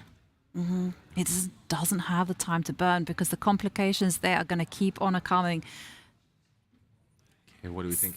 He throws in the check. Okay. And just to give you an update, there's been another result draw between Humpy Kanaru and Anna Muzichuk, as we expected. But I did see the bar drop down with this move, so more accurate to have pushed that c-pawn before going for this. And I'm trying to work out what's the difference, David Howell. Yeah, I think it's just the style of position. Now we're going to an endgame. We're going to get all the we're going to get the queens off. We're going to get a set of rooks off. And it's going to be really unbalanced, that endgame. But black has a lot of pawns. Black has a lot of squares, control. We could have seen the queen stay on the board. Yes, it would have come at the cost of a pawn for Pragg. Playing c4 would have allowed the bishop to take it, the knight to drop. But keeping queens on when black's king is so misplaced, I think it's just the style. You need to keep attacking chances when black is so poorly coordinated. Going into an endgame against Magnus Carlsen as well as the objective side, subjectively here, I don't think it's a great decision. But I think Pragg, maybe with half an eye on safety due to the clock situation, at least here the risk will be lower. I think it's just him being pragmatic right now. You want to get the queens off the board with such little time on the clock. You're hoping the next few moves will be quick. The position will get more liquidated. But Magnus says, I'm keeping my rook on the board even though it hasn't made a single move. He comes back with the knight, giving Pragg the opportunity to take it and still go c4. Yeah, Magnus not forcing the issue. And apparently quite a sizable mistake. Not game-ending, not a blunder. But yeah, allowing white to keep more material on the board isn't the right way forward. And it is all about that rook, Tanya, I think. If again, give it 3 more moves. If it can come up maybe via h6 this time, g6, maybe it activates. But Magnus, will he get that luxury of time? Yeah, one has to look ahead. What happens after the queen trade and the c-pawn moving forward, hitting that bishop, blocking the attack on the rook. Magnus will also move his bishop away. And what is going to be Pragg's response? We are going into time pressure territory. Officially a blitz game right now for Pragnananda. Officially blitz, under 5 minutes. He does push c4. He's getting closer to the increment. But this is so imbalanced. Magnus frowning. He missed this move. It was such an obvious one. Should have been on his radar. He's banking on the bishop to c6, stepping back y1 square, attacking the knight, attacking the pawn on g2. Then he loses on the spot. Knight d8, and it's mate. Rook takes f7. Whoa! Knight takes c6. Magnus has no good squares. Oh my gosh, and a bishop d7, you can even sacrifice your exchange and go in with a rook to f7. Wow. And that is one-way traffic. That gives back the material, Pragg, but can never lose. Never. The c-pawn moving forward, e6 incredibly weak, and Magnus realizes it. Yeah, not only has he blundered, or almost blundered, but he hasn't spotted that the only move now, bishop a4. Otherwise, it's over almost. Otherwise, he's just lost Magnus Carlsen. Bishop a4, only move. The idea is to try and drag the white knight back, and then he'll fall back to c6 when there's no knight to d8 idea. Clever, but that's not an easy spot. Magnus had bishop c6 in mind all the way through. I would bet that he missed knight to d8. Yeah, for sure. It's so easy to miss as well, because you think, well, the knight will just go back, but instead it just goes forward. And Magnus, he still hasn't made a move. Yeah, on the hasn't board. Quite realized that only one move is sufficient. He needs to find the move. He's lost on the spot if he doesn't play bishop to a4. But it's starting to look quite dangerous with the c-pawn. Anyway, moving forward, Magnus reaching out. He does process of elimination. Yeah, he looked at all the possible moves there. He found out that they were all losing other than this one. That's often the simplest way to calculate. You look for forcing moves, but you look for things just to survive there. Magnus was kind of shaking his head, it looked like, looking away for a moment. But he still has more time on the clock. He's still not out of this game yet. Still just 2 moves away. Move the knight, bring the rook in from getting a decent chance. And he is threatening knight to e3 as well. So let's not forget about not only the 2 rooks, but the pawn on c2 tender. That's a huge threat, actually. And how to deal with it. One of the white rooks surely has to move. But where? Elimination technique. Who's going to be eliminated from this classical game? Rook to d8, pin. How effective will that be? Stopping the black rook. That poor black rook just wants to get in the game, just wants to move once, but isn't allowed to. Pragg is just making sure that doesn't happen, but I'm looking at those rook left ideas that you had mentioned earlier, trying to get the rook into the game, but also tactics, right? Knight e3, maybe you start with bishop takes pawn. Actually, David, bishop takes pawn, comes in with a check. Whoa, Magnus just did a lean back like he just saw something incredible for himself. Wow, bishop takes pawn, as you say, Tanya. And knight e3 check. Oh, hitting the rook. White's king would not be able to take that bishop, or would it? If it doesn't take that bishop, the bishop's coming back round, hitting the defender of White's rook. Hitting some pawns. That's a very forcing line. But you need to calculate so deeply there, because once you take that bishop, it's going to hinge on whether black can prevent the advance of the c-pawn. If you can't do that, you can't touch this line. I think he's calculated. I think he's reaching for the edge of the board. It's the bishop, but he falls back with the bishop. He's hitting the knight, he's hitting the pawn. And Pragg's about to move his rook from d8, but the best move was actually to not touch that rook, to not defend the knight, to bring the other rook to d1, getting ready to deliver a check, and to pick up pieces if the knight were captured. That would have been difficult with no time, Pragg now. And it's more important for Pragg to prioritize the clock than find the best move in the position. So rook b8, understandable, especially because it was played fast. But this gives Magnus the opportunity to grab the g2 pawn. Even reroute his knight, but just pick up a pawn. Why not? Hit the white rook. And Pragg's got to move in with a tempo. Either place it on d1, the open line, or start chasing the bishop. Yeah, and current material count for everyone at home. It's the exchange down for black. It's knight for rook, but Magnus has 2 pawns in return. So it's actually level on material for the first time in a long time. 4 versus 1 on the king side in terms of pawns. G5 is going to be a huge idea in the near future. H4, H3, H2, boom. Oof. And just like that, the risk has gone up, but I'm expecting the rook to move itself to the center, take control of the open line. But this position is still fraught with danger. It really is, and I have a feeling this could very well become a race. You know, you pointed out that H-pawn 4 moves away from becoming a queen. The C-pawn, you want to start moving up the board as quickly as possible. He does start chasing the bishop, Praggnanandhaa does, as he looks up to see the move counter there. Move 34 it is, Pragg, 6 more to go. Here we go, C-pawn about to start motoring forward. That was actually the only way for Pragg to keep the advantage. Anything else, black would have been better. If he hadn't gained this valuable tempo against the black bishop, black would have started the race 1 move early. Black would have got that head start. Magnus doesn't get it now. He has to find another safe square for his bishop. This bishop's been kicked around a lot. No stable squares yet. Black's rook yet to move as well. And that bishop is such a key piece, right? Because it's also stopping that power pawn that's about to move forward for Pragg. C6 square under control. So you can just look at ideas of the storm that you were talking about on the right side. G5, push that H-pawn, nothing stopping it. I can feel the pressure on Pragg from here. I agree. Starts looking more dangerous for White. I think everyone can feel the pressure on Pragg and Magnus. Bishop steps back and the race has to begin.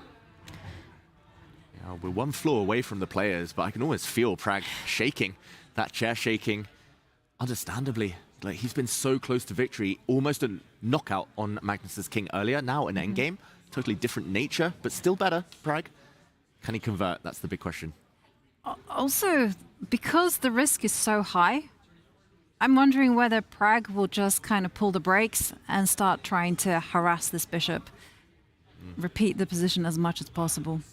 Ooh, that's a very good point, Ivanka. Like rook f1, rook g3, just keep eternally chasing that piece. And maybe we'll see like rook f1, bishop g2, rook g1, bishop f3, repetition. At least get closer to getting some increment. 6 moves away now.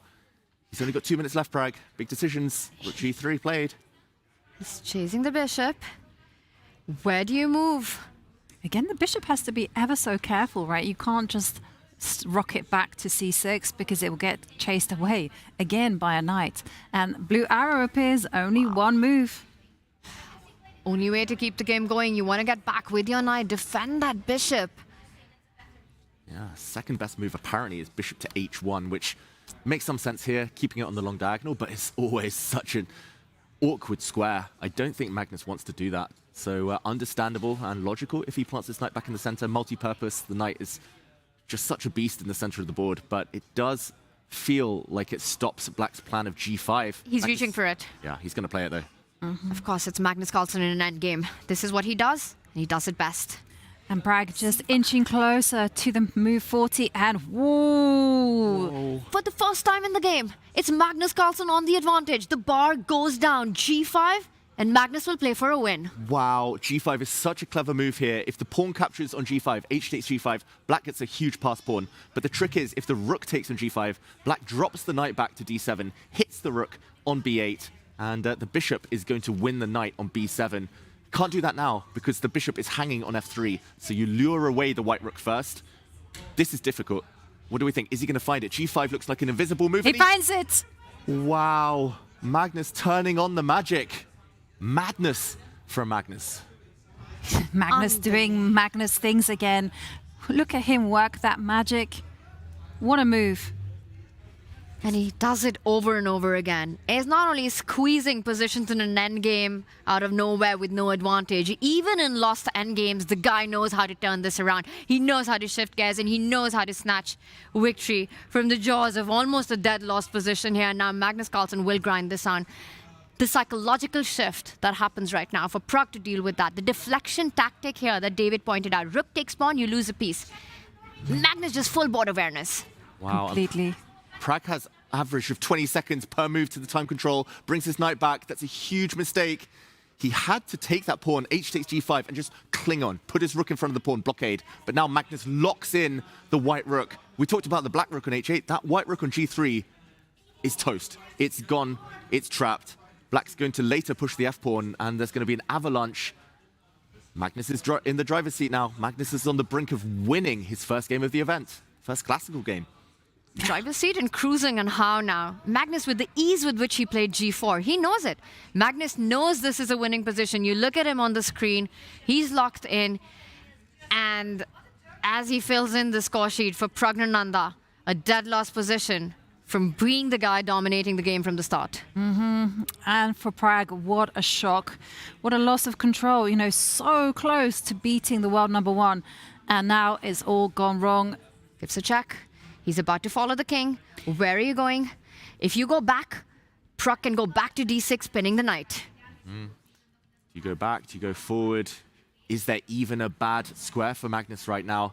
One thing I will say, Magnus does love allowing discovered checks, so I wouldn't be shocked if he plays a move like king to d8, but it does feel much more natural to want to go forward. The question is whether white can start repeating, putting pressure on that black knight on e8. Pragg has 34 seconds to make 2 more moves. And it's also his mind right now, right? He knows that this is all gone from his hands. And he knows that this is close to over now. From having such an in-control advantage in the middle game, in the end game, how do you shift that mindset of going on to defense? It's not easy to suddenly make that shift, but I think Pragg is desperately trying to repeat the position as much as he can. Get to move 40, get that extra time. He knows it's all gone wrong, but for Magnus, he's so used to making that shift from defending, from unraveling to suddenly in control. And exchange, what exchange? White was up a rook for a minor piece earlier, but White's rook is way worse than any minor piece now on g3. So if Magnus can dodge the checks and avoid a repetition, it's pretty much over, one-way traffic. White's c-pawn can never advance past the barricade on c6. White's bishop on a2 is dead. This is maybe the last critical moment for Magnus to try and find something. He runs with the king. And he comes back using the pin on the last rank. Pragg's final hope is Magnus Carlsen's non-moved rook on h8. He's attacking the knight, hoping that Magnus will retreat with the king. And then he can give a check again. Move 39. I don't think that Magnus is even going to give Pragg that pleasure of repeating moves. I think the bishop is just going to take that step back and defend its knight. Yeah, the bishop can defend the knight. I have a feeling Magnus really wants to play knight takes d6. Ooh. I mean, he's looked at those similar tactics before. There were ideas of giving up the rook on h8 in other variations earlier. Apparently, it's not a great move here, but that would be typical Magnus. Sacrifice, bring the knight in, start pushing the pawn.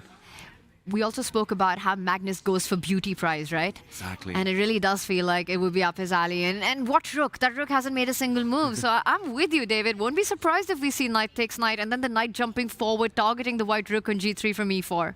Yeah, one of these squares, e4, f5. It's so unnecessary, but it's Magnus. It's typical Magnus. Yes, he can go back. Maybe at this point it would be practical. He does it. He goes for knight takes d6. He goes in with knight to e4.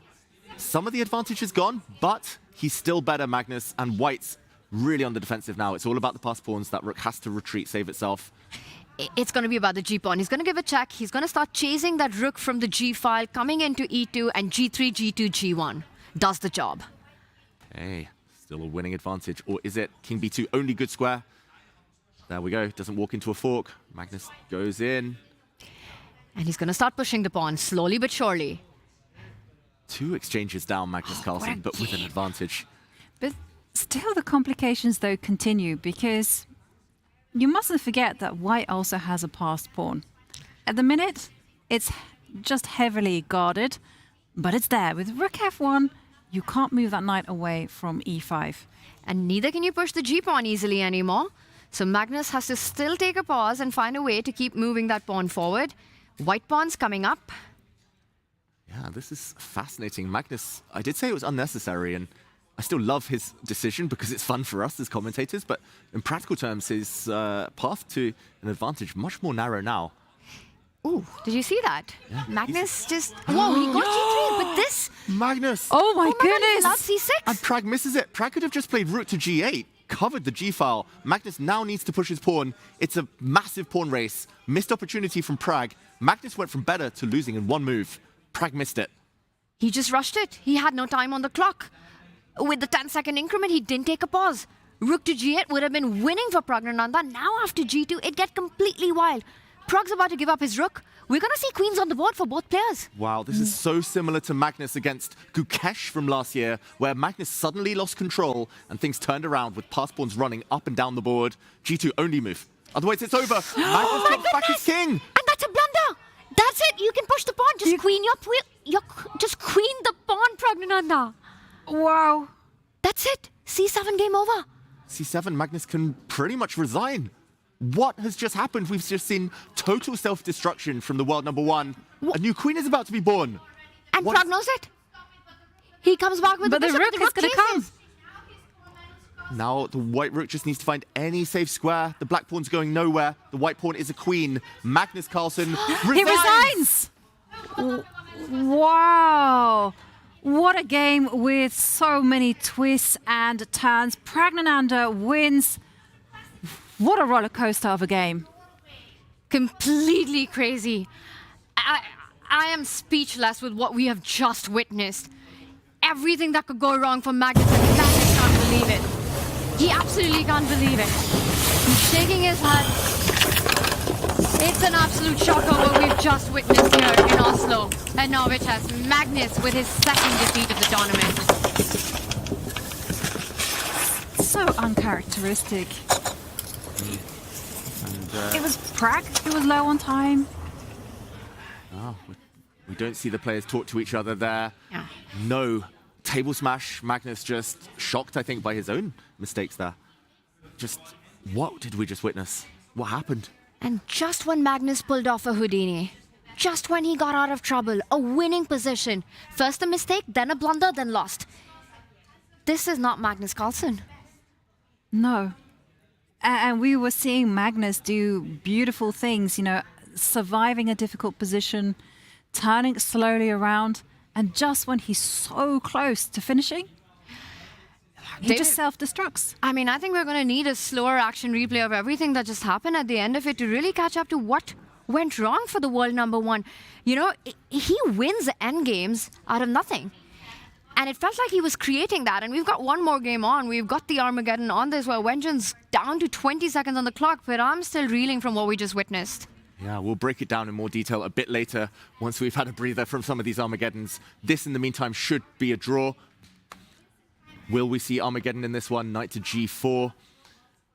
Queen takes g4 would be a draw offer, essentially, here. There And we she go. takes it. Rook to g3 pins the queen, but it's a drawn king of pawn endgame, and we'll see these two play. Wait, is this the classical? Was this the... There we go. It's going to be a draw any moment, and clock's stopped. It is a draw. So we have had, exactly as one Mr. Howell predicted, one decisive result in the classical, 5 Armageddons. Wow. I don't know whether I'm happy to be right or, or not, but here we go. One of those Armageddons in play is Vincent Keimer against Wesley So, and So packed this board with the 4-pawn wall here, the connect 4 of blacks. White, in the meantime, going for some kind of kingside attack, maybe knight to g4, bring in a knight to f5, going for the black king, Vincent Keimer. Yeah, this is going to be a fascinating one. You can see it from the 4-pawn attack, as you said, for black already. It's going to be a battle on the king side there. Wow. I mean, what a game that was. Pragg getting the win, and right now, Vincent, he's on the back foot right now. More space advantage for Wesley as the knight jumps forward to f5. Given an inaccuracy there, gets across. But I have to say, a very natural move, this one. You want to pick up the light squared bishop if you have the opportunity to, and the other knight about to jump to g4. Mm-hmm. Yeah, these types of positions, I've played them so many times myself as black. You feel uncomfortable, even if you know you haven't done anything wrong. And you just see the opponent's pieces coming towards you. I wouldn't be shocked if g4, g5 as well at some point is attempted by Vincent Keimer. First, he develops his bishop.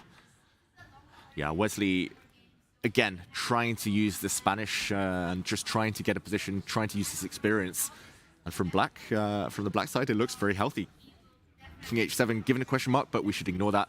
The idea is to play g6 without dropping the h6 pawn, a typical idea in these positions. Mm-hmm. And Vincent slowly thinking away his time advantage, quickly advances the pawn to a4, but for Wesley, now it's just about continuing with the plan. He can capture on c3. He can also kick back that knight. He takes on c3. Very thematic. You want to take on c3, and then you want to push the b pawn forward, grabbing some squares at the center of the board, forcing a decision with those central pawns for Vincent Keimer. Not a happy position. This is a dream outcome for the black pieces in this opening. Yeah, and I was saying earlier, Vincent Keimer had this great preparation against the in the anti-Berlin against Wesley's Berlin. It was minimal risk. Yes, it was a draw ultimately, but he had all the fun. He was putting the pressure on. But Vincent isn't really a kind of habitual e4 player. He doesn't like these slower systems where you just have to slowly maneuver. He likes the black side of these. So from the white side, I think he was just a bit uncomfortable, especially due to the must-win scenario. Absolutely. And I think for Wesley, really instructive that he first traded on c3 before pushing this b pawn. Now, if you're as white going c4, you lose behind a lot of the key squares at the center of the board. But I think had Wesley decided to go b4 before the trade, then Vincent would have just locked up the entire queen side. So the right way to do it, the path that Wesley So shows us. Yeah, creating a pass pawn. Creating a pass pawn, creating a beautiful square for his knight in the middle of the board. Vincent already on the back foot as he centralizes the rook, but that pawn on b4, it's going places, b3, b2, pawn takes pawn, so many pleasant choices for Wesley. And Vincent has no point of attack. He can't do anything on the king side where he's superior. No point of attack and no time advantage. Suddenly Vincent is below on time despite starting with 3 extra minutes. This is a nightmare scenario for Vincent Keimer, who just has to gamble now. He just has to go for the black king and hope. The knight comes forward to g4. Typical idea. I'm sure Wesley's going to take that. You don't want too many knights around your king. You just take, surely, and at some point, maybe g6. That's it. He's also eyeing that b pawn moving forward. b3 coming up as well at the right moment. Keep pushing. No attack yet. No attack yet. Wesley, a typical idea here would be g6 or f6 sometimes, just to stop white from the one idea of breaking through with g5. The only thing I would be worried about with g6 would be knight takes pawn and queen h3. I don't know if it works or not, David, but maybe that's something to calculate. Definitely. Yeah, maybe that was just a poor moment. Wesley chooses a much better practical idea. Just occupies that outpost, but now he's going to get full control of the center. And no risk whatsoever for Wesley. He can comfortably push.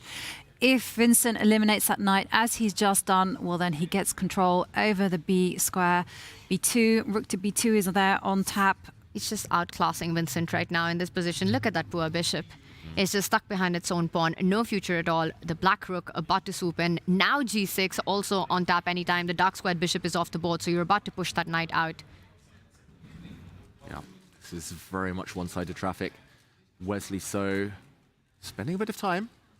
Is he being a perfectionist here? Is he just going to bring his rook in, maybe use his queen to defend e5, attack the bishop? If he can get queens off the board, it's just over. No chance he loses, and a draw is enough in the Armageddon. If he can get rooks off, probably no risk either. f6 as well, just a very solid choice. Wesley, though, tanking. Needs to speed up. Queen to g5, interesting. And a pawn grabbed by Vincent Keimer. Wow. It's like if you want to suffer for something, right? He is walking into some tactics with the rook lined up against it. The white bishop doesn't seem to have too many squares, but what does Wesley have in mind giving up this central pawn? Because f4 is about to arrive. f4 is about to arrive. I think Wesley wanted to play bishop to b3. He plays g6 instead to try and pin the knight, try to win the knight. If bishop to b3, there would have been a queen sacrifice, perhaps. Queen takes rook, bishop takes, and suddenly the dynamic would have changed. Wesley still in the driver's seat, though, about to win a piece. The only way you fight against it is f4, right? You hit the queen and hope that your knight survives. I'm not even sure if it does then, but instead we have Vincent just going for all the pawns at the center of the board. This is tough, and Vincent needs to win. Even a draw doesn't hold for him. I think it's a good practical try, though, because at least he can capture towards the center, and there will be a very straightforward plan of just advancing the pawns. And you can pray that the light squares are going to be dangerous. Yeah, he should have taken with the g-pawn, connect 4, since the white bishop is just a pawn. But he took with the e-pawn instead. And now black gets control with tempo over the dark squares. Very, very nice move there from Wesley, so full control. He's going to hide his king on a dark square a bit later. Once he defends his bishop, protects it. And yeah, he should be taking this one home. Time maybe is Vincent's best bet now. Last chance, last hope. Yeah, he's got to keep the pace on the clock right now, but not an easy call where you want to place your queen. It feels like you put it anywhere, the black rooks start chasing her. I'm not seeing a happy, secure square for the white queen currently, as Vincent's struggling with it as well.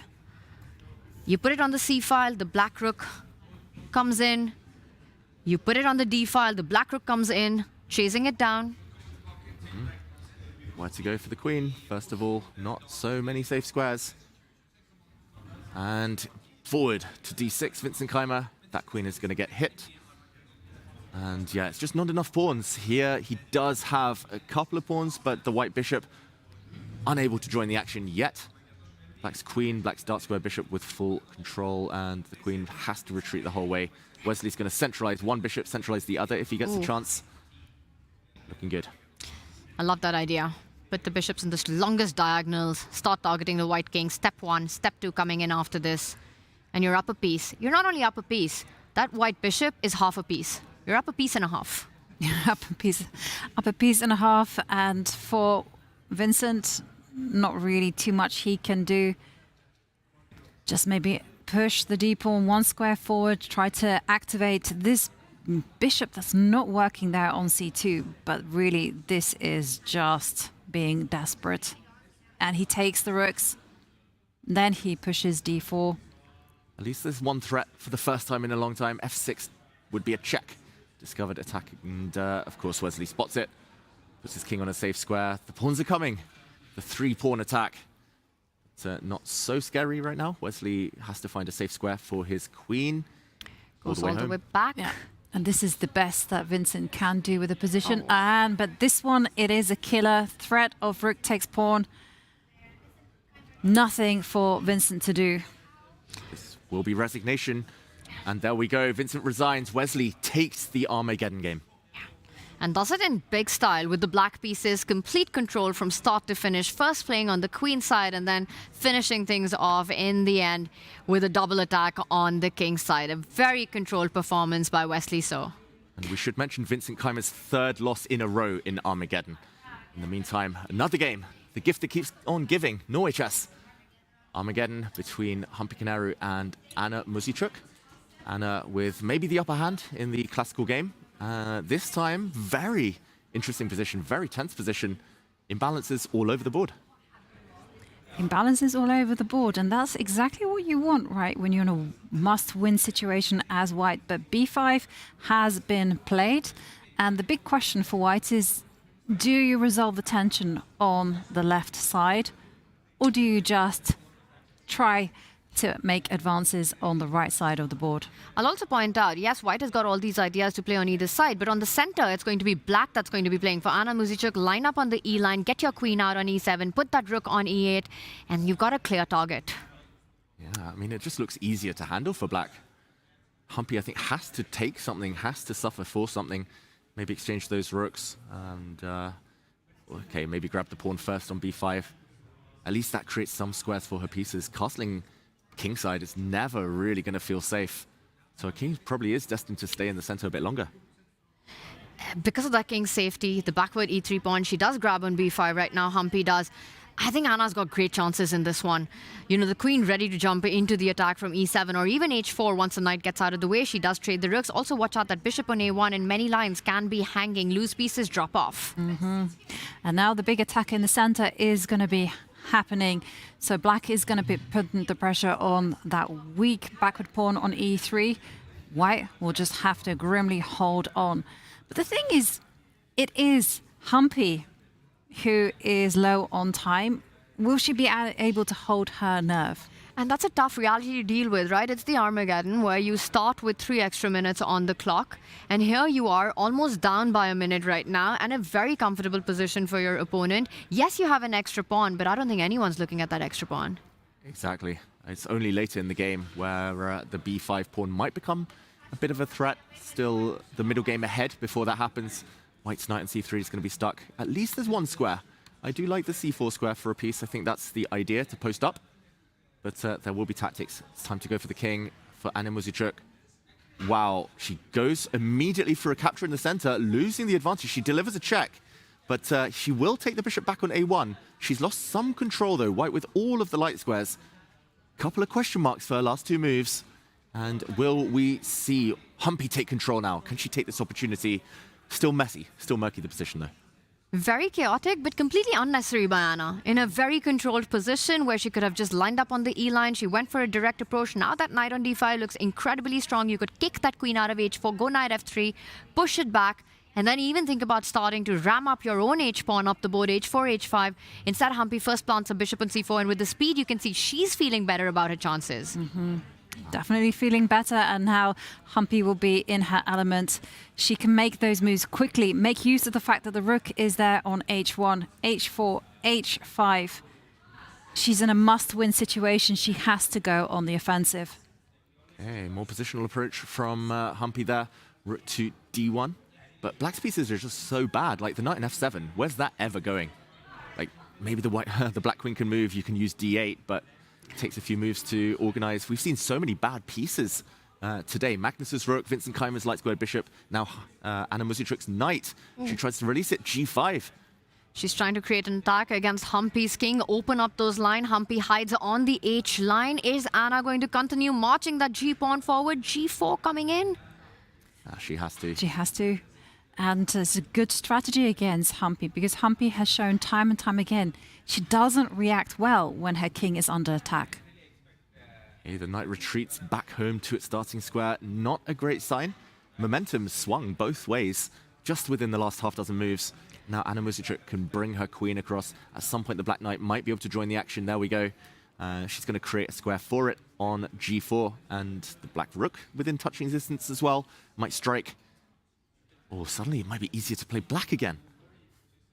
It looks a lot easier to play black because you feel like you are attacking, and it's so much easier to attack than defend. The rook is going to swing over to g8 at the right time. Lines are going to get opened. She takes. We're not easy with the knight jumping onto g4 with a check. How do you capture? It's an uncomfortable decision to make. You take it with a piece, the knight moves forward. You take it with the king, you're already feeling scared about its position. And we see a check. Is Humpy going to go king of the hill? Do you walk forward? Do you stop the black queen coming in to a really nice square? She does. And this is what she did in round 1 as well, walking ahead with her king. And it was a costly walk for Humpy.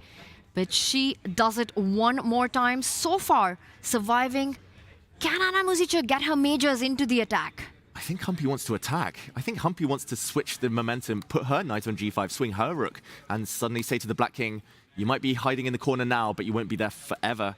Queen to e8 is Anna's reply. Attacking the e3 pawn, not giving you enough time to line up on the h line. And Humpy even has to find a way to defend it. Do you go with the queen on the defense, or do you just ignore it? Humpy does ignore it. She's going for your idea, David. Pushed back now, 8-6 on the board. Okay. But you cannot capture that knight. So Humpy just has to realize that she doesn't have to move it because it's very dangerous. You can swing the rook over to the h line. She's reaching for the rook. You can pin that pawn, but e3 is hanging. Can she calculate her way? Rook h1 played. Pawn pinned. Do you go knight takes pawn? That's a beautiful tactic, I think. If knight takes pawn, maybe white can play rook takes on h6, swing the queen across to b2, and when that's blocked by the bishop, swing the other way, and it's on the board. Humpy can win on the spot with rook takes pawn, check. Sacrifice to deliver mate. This is She's about to miss it. She goes for the queen. She misses it. Oh my goodness, that was checkmate.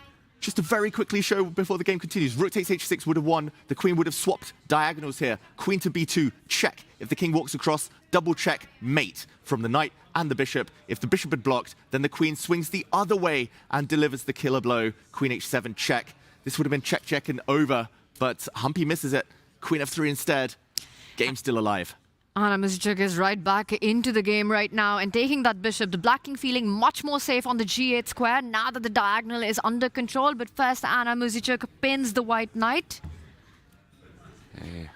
This is a crazy position. Knights against bishops.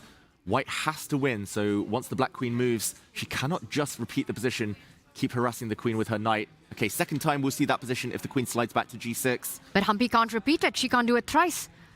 A draw is as good as a loss. She has to play for a win. She has to go all in, and the position is so complicated that I'm very happy to have here with us in the studio, Pragg. Pragg, congratulations on your win, but I'm sure you're also captured by this Armageddon between Humpy and Anna Muzichuk.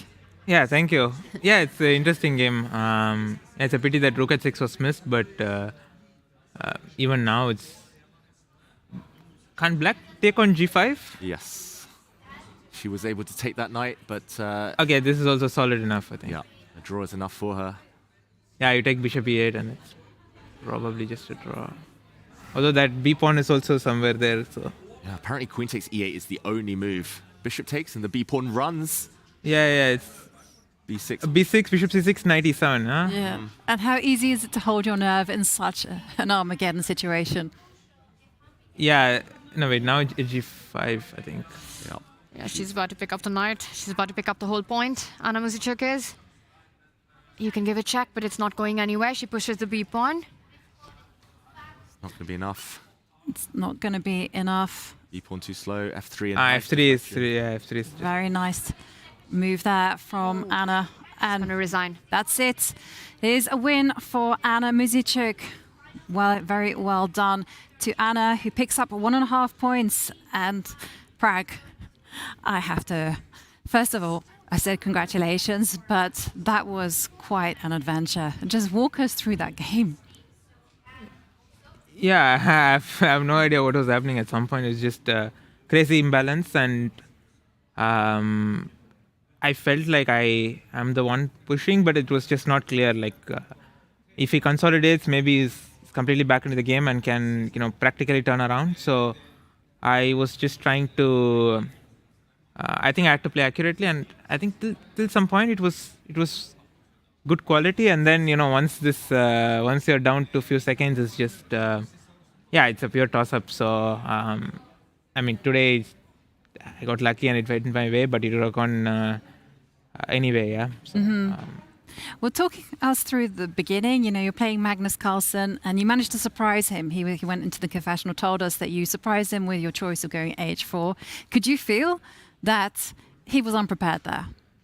No, I thought the opening went really well for me because it felt like he was uncomfortable. He was spending way too much time early on, and then somehow maybe I overestimated my position because after he played this H5, it was not easy for me to see the plan. What I played looked really natural. And then I was surprised with rook c3, honestly. I thought he will play bishop g5. I thought he'll play b5. I wasn't really sure. I have some f4, e5 ideas, but I wasn't convinced there. And f4, knight c4. Like take e5 or take fe, knight g4. It looks nice visually, like knight e4, short castle, but I wasn't really sure how much is it. Because his knight is really stable on g4, and somehow he's going to, like, if he can like slowly get his pieces out, it should be really good for him. So I wasn't sure about this, and then I was actually happy to see rook c3. I thought this I thought could be easier to play for white because I wasn't really couldn't really see a way for him to attack. So I was happy to see this. Yeah, it did look, once you allowed it to happen and we worked out, that you had this rook h3 idea to kind of cover any queen takes c3, it looked like you were completely in control. But we felt it was a gutsy decision to allow it because instinctively, we're all taught when we learn the Sicilian that, you don't allow such sacrifices. Yeah, that's true. But nowadays, like with computer, you can like learn all these things that even if your king doesn't have any safety, you can still hold with like precise calculations. So. And there were a lot of turnarounds later on as well. Pragg, it wasn't smooth at all, and it was very exciting to watch the whole thing unfold. I'm wondering if at any point you felt during the game that your advantage has slipped, or were you just focused on finding your next move? Honestly, if you ask me, I had no idea if I had advantage or not. Yeah, it was such a crazy imbalance. I felt like I had initiative. I was trying to put pressure, but I wasn't it wasn't clear for me if it was like some big advantage or not. I was just trying to play the position, and I think this was the important moment that I allowed g5. And then, I think it just starts to go wrong for me. But still, it's still have to win it. So, were you surprised that Magnus tried to be artistic and played knight takes d6 in this position, risking everything? I know it's such a Magnus move that I was actually expecting it. But I actually didn't really see if he just plays bishop c6 or bishop c6 is probably the cleanest. I don't know what I'm going to do next. He just moves the king, pushes f5, f4, and practically also it's just so much easier to play with black. I was quite worried, but knight. I was also I thought knight d6 should also be good for him, but I am lucky that I have this rook f1 c6 idea. Pragg, it's really interesting that you said that knight takes d6 was such a Magnus move that you were expecting it, because those are the exact same lines that David had in the broadcast when we saw knight takes knight about to appear. Why do you say that? If you had to explain to our audience, why do you feel like this is such a Magnus move to make? Yeah, he really likes these imbalances, exchange sacrifices for these weird few pawns and all these things. So, that's why you see rook c3. Yeah? And he took it very quickly. So. Even though that is a normal one, this this one I had a feeling it was coming, but okay, I didn't really have a choice and I didn't have time to think, so I had to allow it. Exactly. Yeah, you explained it far better than I could. It's something about Magnus wanting to, I don't know, be artistic. Yeah. Try new things. And Pragg, you have won against Magnus before at Norway Chess, but this game completely different, so wild. Where does this rank in your battles against Magnus? Yeah, we have had crazy games. And I think probably the reason is that, he always goes for the fight, and I never avoid it. We always just go at each other. And I think my game from 2024 Norway Chess was way better than this. I had control throughout, but these games, like in this time, control do happen. So yeah, if you win, you just take it, guys. I think that's it. And we mentioned earlier on that the very first time you beat Magnus, the whole of India went mad with joy. Tanya assured us that they would go crazy again celebrating your win. So how are you going to celebrate tonight? No, I think the main thing is to check this game and see what was happening and start preparing for tomorrow. There is just no time. So honestly, this is this is not a game to celebrate too much about. It's just in this time scrambles, it's just it's basically like tossing a coin. Like it could have gone Magnus's way or my way. So it's not something. It's not something to be extremely proud of or anything. It's just I'm happy that I played well in the first half. I was playing with control, but yeah, this time control, as I said, it's just it can go either way. Okay, well, we heard it here first. There's not going to be any celebration. You're going to go off to prepare. We are not going to keep you. Thank you very much for joining us here in the studio, and we wish you the best of luck in the rest of your games. We hope you join us again. Yeah, hopefully. Thank you. Thanks, Thank you very much. Wow, okay, one classical win. Pragg defeating Magnus Carlsen, 5 Armageddons, and this is the 5th and final Armageddon on our screens between reigning 5-time Women's World Champion Zhu Wenjun, Norway Chess winner 2024. She's playing against Zhu Jiner, a potential challenger of the future, and Zhu Wenjun with the white pieces is in a must-win situation. Yeah, early days in this one. We're just out of the opening. It was the Reti opening. And we saw a trade of dark squared bishops, an exchange of pawns in the center. For now, it looks fantastic for black in terms of keeping control. Not too many kind of dangerous ideas to watch out for. Here, Zhu Wenjun needing to win will try to break out. She's a bit cramped right now, so maybe something along the lines of b4 after some knight exchanges, maybe d4 later. But yeah, for now, black with the extra space provided by c5. Looks in good shape, and set of knights leaving the board.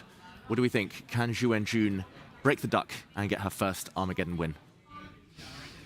I think she would be feeling very, very happy to actually have survived to an Armageddon, because she was in big trouble in the classical. And when you feel that happiness and that relief, you are going to feel like momentum is on your side. While I agree with you, I have to add that where is that momentum to play for a win coming from? To me, it's a bit of a mystery in this position. Yes, it looks healthy, and you do have ideas of going b4 at some point. The knight on e5, nice so far, but it can be pushed out by f6. The bishop on b7 already challenging for a trade. Zhu Jiner needing only a draw to take the match. I think Zhu Wenjun's going to need a little bit of a help to get her first win in. Yeah, it's not going to be easy, but maybe she's taking inspiration from Magnus yesterday against Vincent Keimer, where it was almost the same pawn structure. And eventually Magnus was able to get in b4, push some pawns, and turn things in his favor. It's going to be a long game, this one, that's for sure. Yeah, and there's two approaches, right, to playing Armageddon when you're in a must-win situation. You can go on the front foot immediately, or you can just play the long game and be very, very patient. And we have a question mark appearing. Okay. If it's a question mark, it must be for concrete reasons. Rook d7 is a nice maneuvering move, getting ready to double, protecting the bishop on b7. If it's concrete stuff, it might have to be b4. And she pushes forward. Great call there, David. And it looks like it's a pawn sacrifice, but let's point out the a7 pawn is tender as well, so you don't really have the time to go pick up b4. Once the a7 falls, b6 will be extremely weak as well. I think she should have taken a timeout to defend a7 preemptively. Now, rook takes a7 is possible. Bishop takes bishop, you pick up the rook on d7 as an intermezzo, and a balance is restored, and black is left with a b6 weakness. Yeah, when the dust settles, I think Zhu Wenjun might just win a pawn. Bishop takes g2. She's about to play. There we go. Rook trade. Surely. And now, which minor piece to take? Do you take the knight? Do you take the bishop? Very tempting option to take the knight, right? With the b6 pawn falling for sure after that. But do you really want to let live the light squared bishop, which would create some havoc on white's king's side? Yeah, some weak light squares. I think the safer move is king takes bishop, but the more ambitious one, in a must-win situation, queen takes knight. If you don't get checkmated, you're just a pawn up, and queen and knight work quite well against queen and bishop. You're creating another imbalance. Very likely to go into a 5 versus 4 pawn formation in this one. Zhu Wenjun, she's ready to make her decision. At about 5 minutes, she does go for the knight. She has to play for a win. And look at that, Zhu Jin plants the bishop on h3, trying to set up some checkmating ideas against the white king. But there is an f-pawn that can block any form of attack on the g2 square. So I'm expecting Zhu Wenjun to get greedy, grab the material on offer. And that queen can also just dash down and assist the king. Okay, you gotta block the checkmating threat. Checkmate in 1. f3. You could also fall back with your knight hitting the queen, defending the g2 square. I have a feeling that if Wenjun touches the f-pawn, Zhu Jin will start moving that h-pawn forward. Yeah, she needs to start creating some threats. This is the first of a few, maybe. But f3 is such a nice way to control light squares when you don't have a light squared bishop. That idea is in the Catalan all over the place, an opening that Zhu Wenjun has played. Pawn to f3 looks very logical. Also, if she wants to force the queens off, knight e3, where's the black queen even go? I like it. I think it almost forces the trade. And you go into this 5 versus 4. She does go for it. If you have to keep the queens on the board, you have to slide it all the way up to a2. Any other square? Oh, h5, I forgot about that one. Oops. I thought a2, you hit on e2. Yeah, h5 also. Ooh, all the way home. Now queen c6 tries to take over the diagonal or swap queens. If queens come off, what do we think? Winning for white?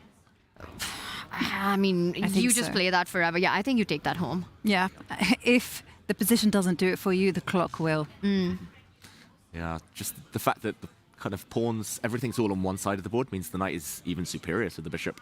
So if queens come off, it's over. So Zhu Jin needs to keep queens on the board. Apparently a question mark, but how could that be a question mark move? So natural. Yeah. Looks very good. And with Zhu Jin, her time ticking down, she's not also going to want to go into Zhu Wenjun territory by trading off queens like that. So we see h5. Yeah, she has to try to get that h-pawn going up the board, but with queens off the board, I don't know how powerful this attack actually looks like. h5 played, question mark given. Do you just simply get the queens off, go queen takes queen, and then slowly but surely get your king into the game, f3, king f2, improve your position? Yeah. Yeah, that will happen, I believe. Here we go, f3. Everything defended for white. That black bishop, not great. At some point, e5 might be necessary just to retreat that bishop and avoid it getting trapped. You don't want to allow the white king to advance to f2, then white to shut that bishop in with a move like g4. No way home from there. Another fun plan that you need to be careful about if you're Zhu Jin are some rerouting of the knight and trapping that bishop that you're pointing out. That knight lands on f2. The bishop's running out of squares. You start pushing your central pawns as well. And we see rook to a4. I think it has to be king f2, though. Feels like the most human move in the position. Exactly. You creep forward with all of your pieces. Everyone should be pulling their weight. King f2, rook c4. The knight can also start maneuvering itself with an idea that Tanya's mentioned. Like king f2. Surprised she's even thinking. She's got loads of time, but king f2 is such an automatic. Because she's thinking, I was almost going to say I think she chooses something else, but she does go for the king advance, and Zhu Jin creates more space for her bishop to retreat. Okay, so the white rook can land on the 7th rank. Needs to coordinate with its knight a bit later, though. How to get the knight to a better square. Can that leap forward? Lots of questions. Also could be a really interesting idea to offer a rook trade, and if it's denied, to trap the bishop on h3 with g4. Ooh. It might actually force a rook trade. I think it does. If the black rook moves away, there's also rook to h4, winning another pawn. Hitting h5, hitting the bishop. So that would force a rook trade. Yeah. And that's got to be better for white, right? But you have to be sure, because a draw is not good enough if you're Zhu Wenjun right now. But Zhu Wenjun, she's burning the time on the clock. She needs to play faster. She started with a time advantage, and now she is the one who has less time. She offers up a trade of rooks. Zhu, as pointed out, has to swap off rooks. Yeah, it looks almost forced to me. I mean, you'd love to keep the rooks on the board, but the idea of rook h4, picking up a second pawn, or even potentially trapping the bishop, extremely scary if you're Zhu Jin. Whereas black, you don't want to trade rooks. You don't want to go into a minor piece ending down a pawn. Right. Maybe she can set up a trap and... Oh, she offers up a trade, but I thought it could be possible to actually just give up the h-pawn in order to trap the white rook. But this one, I think, for Zhu Wenjun, it's just going to be about swapping off and now starting to advance with her knight, king, pawns, creating a pass pawn and just making sure that you play quickly enough to give yourself time to win. Yeah, it might still take quite a while, but I like how she fixed black's pawn on a light square. That's going to be annoying for the black bishop to have to defend later. All her pawns are going to dark squares now, Zhu Wenjun. Great strategy against the light squared bishop. And she wants to create a passer as quickly as possible. Try to get the d pawn rolling up the board as well. Now some knight maneuvering is required for Wenjun to improve the position. Really surprised she's allowed to capture like isolated pawns. Knights love isolated pawns, playing against them. I think Zhu Jin should have just been defending it with her king. Rather take with the king and keep one pawn island. Now she's got two, and I mean, this is just long-term hopeless. The black king is tied down to its pawn. The white knight can sit on any square. It can go over to g5 later. Eventually, white has a pawn break. White can even walk the king the whole way around a bit later. And the king steps forward to e3. What is happening? Yeah, I just heard Norwegian commentator Jon Ludvig Hammer go crazy about something, but we haven't seen it. No, we're not seeing it. The knight dance. Still winning for white here, sorry. Yeah, the knight dance continues. You could even give a check right now. But where's the breakthrough? Because the more pawns that get traded off, that's good news for Zhu Jin. And this is the last one that you can allow if you're Zhu Wenjun. She will take it with her knight, give a check, and eventually start advancing her own king, playing on the dark squares, the other color complex from Jinna's bishop. Yeah, and Zhu Wenjun just playing so coolly. She's now ticking under the minute. So her big plan is simply to advance the pawn. Pre-move it. E5 check. Exactly. G5. Don't use up too much time. Ooh, didn't pre-move it. She didn't pre-move it. Just gaining a bit of time, maybe. E5 is coming. The idea will be to play E5, put a king on G5, reroute the knight round to, for example, F4, attack the G6 pawn, and then just use the E pawn as a deflection. Looks like she's going with her E-pawn anyway. Use the E-pawn as a deflection, then just win black's kingside pawns. But she wants to do it even more controlled. Has she just changed her mind? Gives a check, and now she'll push E5 anyway and king G5. Does it. Finally, the long way around. Get that king forward. Here we go. E-pawn will be a deflector. And now the knight can also start maneuvering to the E2 square. Can come to F4, start targeting. Yeah, and 33 seconds for Zhu Wenjun. Gets an extra second on every move, but that's barely enough to make a move. You don't have so much time, so Wenjun trying to get up. She's going completely the other way. She's trying to chase the bishop away or go up with her own king all the way around. Ooh. Feels a bit strange. Chances. Black can now trade off some pawns with G5. She's running out of material. This is such a bizarre plan. She could have done it so straightforward, so direct. Zhu Jin indecisive here. Not trusting herself, no killer instinct. G5. I don't know if white's winning so easily anymore. Oh, will she go? Oh, she does. She does. That. You take that pawn, the black king steps forward, one more set of pawns off the board. And it's no longer winning. This position is a draw. No. Oh, the bishop's going to give itself for the E pawn, and the H and the G pawn trade themselves off. Exactly. Full control. Black couldn't move. Black's pawns were on bad squares. Could have been picked off. Her king was on a perfect square. What has she done? This is bizarre play from Zhu Wenjun.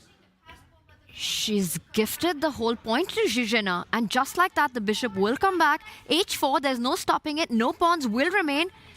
This is just not Zhu Wenjun's tournament. Now the king goes back. She's lost her nerve. It's the clock. King goes back to take the pawn. She has collapsed Zhu Wenjun. 2 seconds left. Attacks the knight. No time on the clock. Nothing left to play. A draw means Zhu Jin wins the match. Wow, this has been such a surprising day. Zhu Jin will get the Armageddon win. There we go, king versus king. It's a draw, but Zhu Wenjun let a golden opportunity slip. And she absolutely knows it. A completely winning endgame. Up a pawn, does everything right, and then move by move, gives it away, gifts it away. And Zhu Jin takes the match. Takes the match, walks away with 1.5 points. And disappointment for Zhu Wenjun, who was so close to winning that game. But in the end, the clock got the better of her. And Zhu Jin is the one that walks away with a smile. It has been a dramatic day, non-stop action so far. So let's take a look at what went down on day 3 of Norway Chess. We had one decisive result. Of course, the game of the round, Pragg defeating Magnus Carlsen.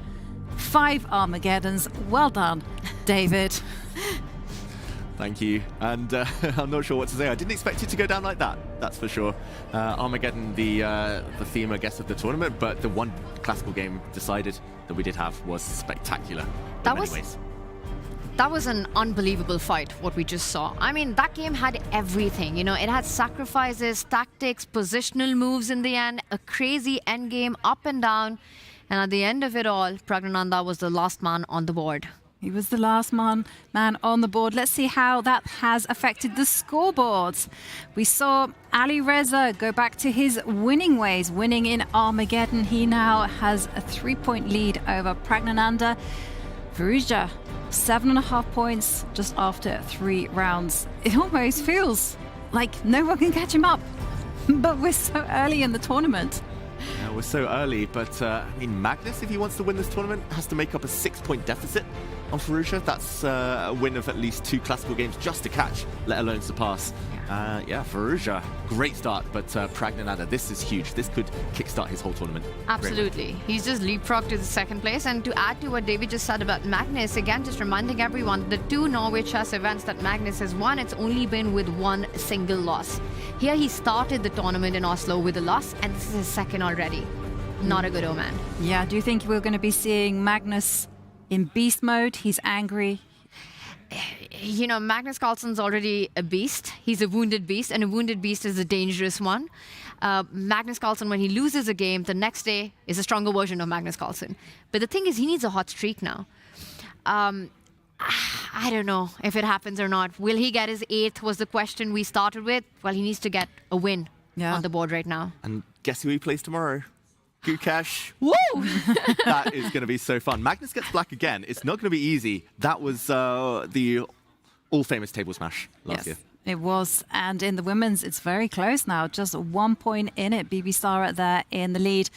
Well, we've had non-stop action for the last hour. So we are going to catch our breaths. I expect everyone at home just to refuel for just a few moments, because when we come back, we're going to break down exactly what went down.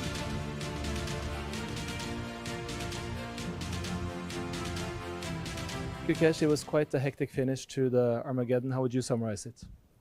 Yeah, I know I was completely winning throughout the game, and so stupid to allow this bishop d1. But yeah, things happen. In the classical game, it seemed to be fighting to get something out of it for a long time, but then nothing really materialized. But did you feel you had a chance to push at any point there? I think I should have been like very slightly better, but I think it was based on whether I can get my knight back to f4 or not.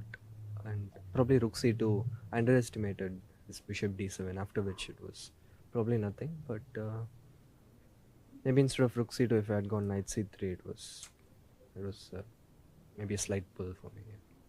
Thank you so much for taking the time, Gukesh, and good luck tomorrow. Yeah. Ali Reza, congratulations, winning first Armageddon. Just share with us your emotions. Yeah, I mean, it was very lost Armageddon, but I somehow managed to create some counterplay on the king's side, and that helped. So yeah, I'm happy with the result today. It was for sure difficult for you to play Armageddon in such condition, and share with us what happened in those last seconds, because you're one of the fastest chess players in the world. Did that help? Yeah, I have one disadvantage. I'm playing left clock with black, so that doesn't help. But yeah, it's nice. And still leading the tournament, how does it feel to winning first to Classical and now Armageddon against the world champion? No, it feels good. I think draw with black was decent result today in Classical, and it was nice to get this half point also. Congratulations, best of luck. Thank you. Magnus, could you share with us what happened those last moments of the game? Yeah, I felt like it was pretty much a repeat of the game against Gukesh last year. I just I missed one thing, and then I kind of panicked and lost within a few moves. I wish you best of luck to recover next games. Thanks. Pragg, that was one of the craziest finishes I've seen in a while. How did it feel on your side? Yeah, I don't know. Somehow I think I was just lucky. I just missed the rook f1 c6 idea. But yeah, I should be lost. I think if not for that, I don't think he needs to take on d6. So yeah, at some point I was like, I lost control and I was not happy. I was also low on time, but yeah, somehow things turned around for me. Congratulations. Thank you. Vincent, share with us what happened in Armageddon. Yeah, not a good game. I think Radov winning got a quite pleasant position. Of course, it was complicated, but then, somewhere I lost track. He got too much play and my position was very bad, so I just tried to do something. But obviously, he had too much time, too good of a position, so there was nothing left to do. I think the bigger issue was in the classical game, because I'm pretty sure that I had a quite big advantage and somehow let that slip. What do you think is in a way, because it looked like you had some chances in the first 2 rounds as well as today? It's a crazy format, I believe. In the first 2 games I also could have lost both and I could have won both, so that's how it goes. Today I felt was a quite good game up until the point, I think maybe rook a1 probably was a bad idea. Before that my opening prep worked out very nicely and I got a good pressure. We wish you best of luck for the next round. Thank you. Wesley, you won your Armageddon game and you have played all the Armageddons this season. And one of the interviews you told me that you practiced to play blitz games. It worked, right? Yeah. It's funny, after that bad game against Pragg na Armageddon, I played a few online games on chess.com. I'm not even sure why, because it's very different playing online over the board. But I told myself if I go to Armageddon, I'll have a different strategy. And it worked much better. My time management was much better. It did work, yeah. Wesley, we just want to know what do you have in your bag, because you're carrying the bag before the game. Is that some snacks? Yeah, actually it's sparkling water. We really enjoy the water here in Norway. My mother likes sparkling water, so I'm bringing her some. But I remember every single time I play in Norway, they have all these great water bottles, which we're compiling. But yeah, Norway has some of the best water in the world. Amazing. So have a good rest today and see you tomorrow. Yeah, thank you so much.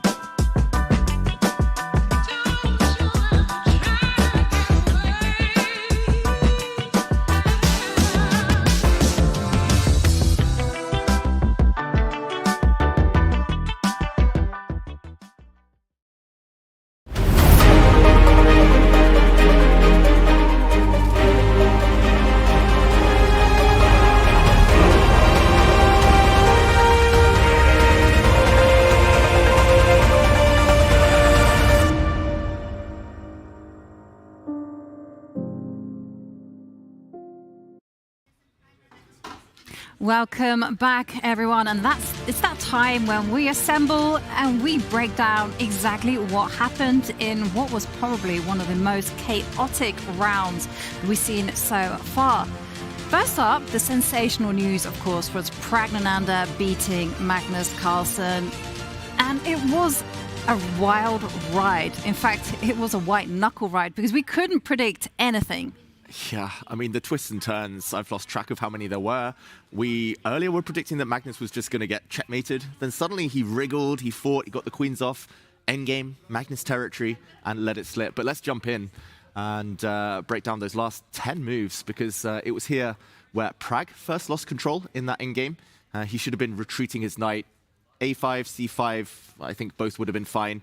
We see the reason why in a moment. The first mistake from Pragg, pushing C5, allowing Magnus to find this brilliant move, which he did play, G5, deflection. If pawn takes pawn, suddenly the H pawn runs forward, H4, and this could be a future queen. Rook takes would have been met by knight back to D7, hitting the rook. And now we see why the white knight should have been fleeing. It would fall off the board. Next move, here Pragg fought really well though. He retreated, knight back to D6. The rook was shut in. Here we were thinking, again, Magnus, surely he's turned it around and will win. But a check, the king coming forward, a repetition here. And Pragg admitted in an interview afterwards he didn't really see what to do if the black bishop had gone back to C6, just defended the knight. And long term, this G-pawn for black, maybe joined by the F-pawn later, would have decided the game. But Magnus, trying to be flashy, took the knight on D6, lost some of the advantage, tried to push his pawn. And if we catch up with the game a few moves later, this is where all chaos broke loose. Instead of G3, Magnus should have retreated his knight, and C6 is still well covered by the black pieces. Still everything under control, black advantage. Instead, G3 lost that advantage due to rook to G8. White could have covered the pawn. Mistake from Pragg, C6, missing that opportunity. Magnus now playing a frankly bizarre move. Instead of at least asking a question of the rook, forcing rook takes F3, and now maybe what he had missed, Magnus, is that he could have played king to G7. And just to show one sample line, white could have made a new queen, but black would have got there first, and we could have seen a crazy king chase up the board. The king marching, the king continuing to march, and I mean here, maybe Magnus saw all of this, speculating here, and just thought his king was in danger. Turns out this is no more than a draw, but instead he just self-destructed. King back to G7, he allowed the pawn through, and in this position, before even waiting for white's rook to move to any safe square, he resigned, as the white c-pawn will become a queen. What do we think? What explains what we just saw? Tension, pressure, nerves, a crazy game, a wild fight. I mean, this was not a clean technical battle. This was a boxing match, just up and down from the start, right? Tactical tension all along. And in the end, I have to say that Pragg, despite letting it slip, kept his cool. He was cold, he was dangerous. When the opportunity arose, he took it with both hands, completely alert. And for Magnus Carlsen, this has to be extremely frustrating. Yeah, for Magnus, I think he will definitely be a little bit mystified as to what went wrong. It could have been something that he'd seen a lot of the moves ahead and he just played the right kind of idea of going king to G7, but wrong sequence. Sometimes the hand moves faster than the brain. I mean, we'll have to ask Magnus himself. Perhaps tomorrow, perhaps Magnus will tell us a little bit more. But for Magnus, it's all about the recovery. He has to now start bouncing back. But Firouzja, fantastic score, you know, just getting a 3-point lead over his rivals.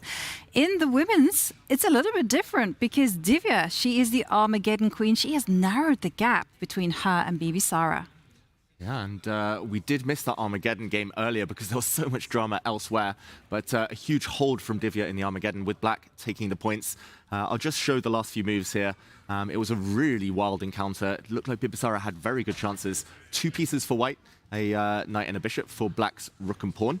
So maybe a small advantage long term, but the way that Divya held was really impressive. Here, maybe the only way to keep some tension would have been to, for example, play bishop e4, control the black knight, stop it re-centralizing. But bishop e2 allowed a really picturesque perpetual check. Knight into c2, hitting the king steps across, the knight checks again. The king steps forward, a check forcing the king back, and this pattern continued. The knight continued harassing the king. Perpetual check forever, and Divya got the job done. So impressive. Yeah. Very impressive stuff there from Divya. But tomorrow, it's all about the action that's going to be happening on the board. So let's take a look at what we have in store for you and for all of us. And look at that, we have a change. Gukesh plays Magnus Carlsen. Will we see a repeat of the table thump? Well, I don't know. Chances are unlikely, but you never know. I mean, I'm going to say that after today's result, after this pressure, after this mood, Gukesh versus Magnus, it's not just a game. Table smash potential everywhere tomorrow. It's pretty much make or break game for Magnus Carlsen. If he wants a run for that 8th title, he needs a win and he needs it in the classical. He starts with the black pieces. And then we also look at the top of the leaderboard, right? Alireza Firouzja feels like he's just running away with the whole thing. 3 points lead. He's taking on Wesley, so Alireza might be trying to create his chances in that one as well. Yeah, Alireza, extremely impressive. Really well-handled defense in the Armageddon today. And yeah, I think Magnus, we're all going to be so keen to see how he recovers. He didn't even look angry or upset after losing to Pragg today. He just looked shocked. And the rebound, all important. That's going to be fascinating. And in the women's, we'll see whether Bibisara Asabaeva playing white will be able to extend her lead as she plays 5-time Women's World Champion Zhu Wenjun. Well, we've got a lot to look forward to today. Today has had us at the edge of our seats. And I've got to thank Tanya, David. You have just made it absolutely phenomenal. I give you both a heart. Time for some muffins now. We need dinner. Bring on those wraps. It is dinner time. The lights are switching off. I'd like to thank everyone at home for joining along the ride. And we're going to see you all tomorrow, same time, same place. Don't miss it.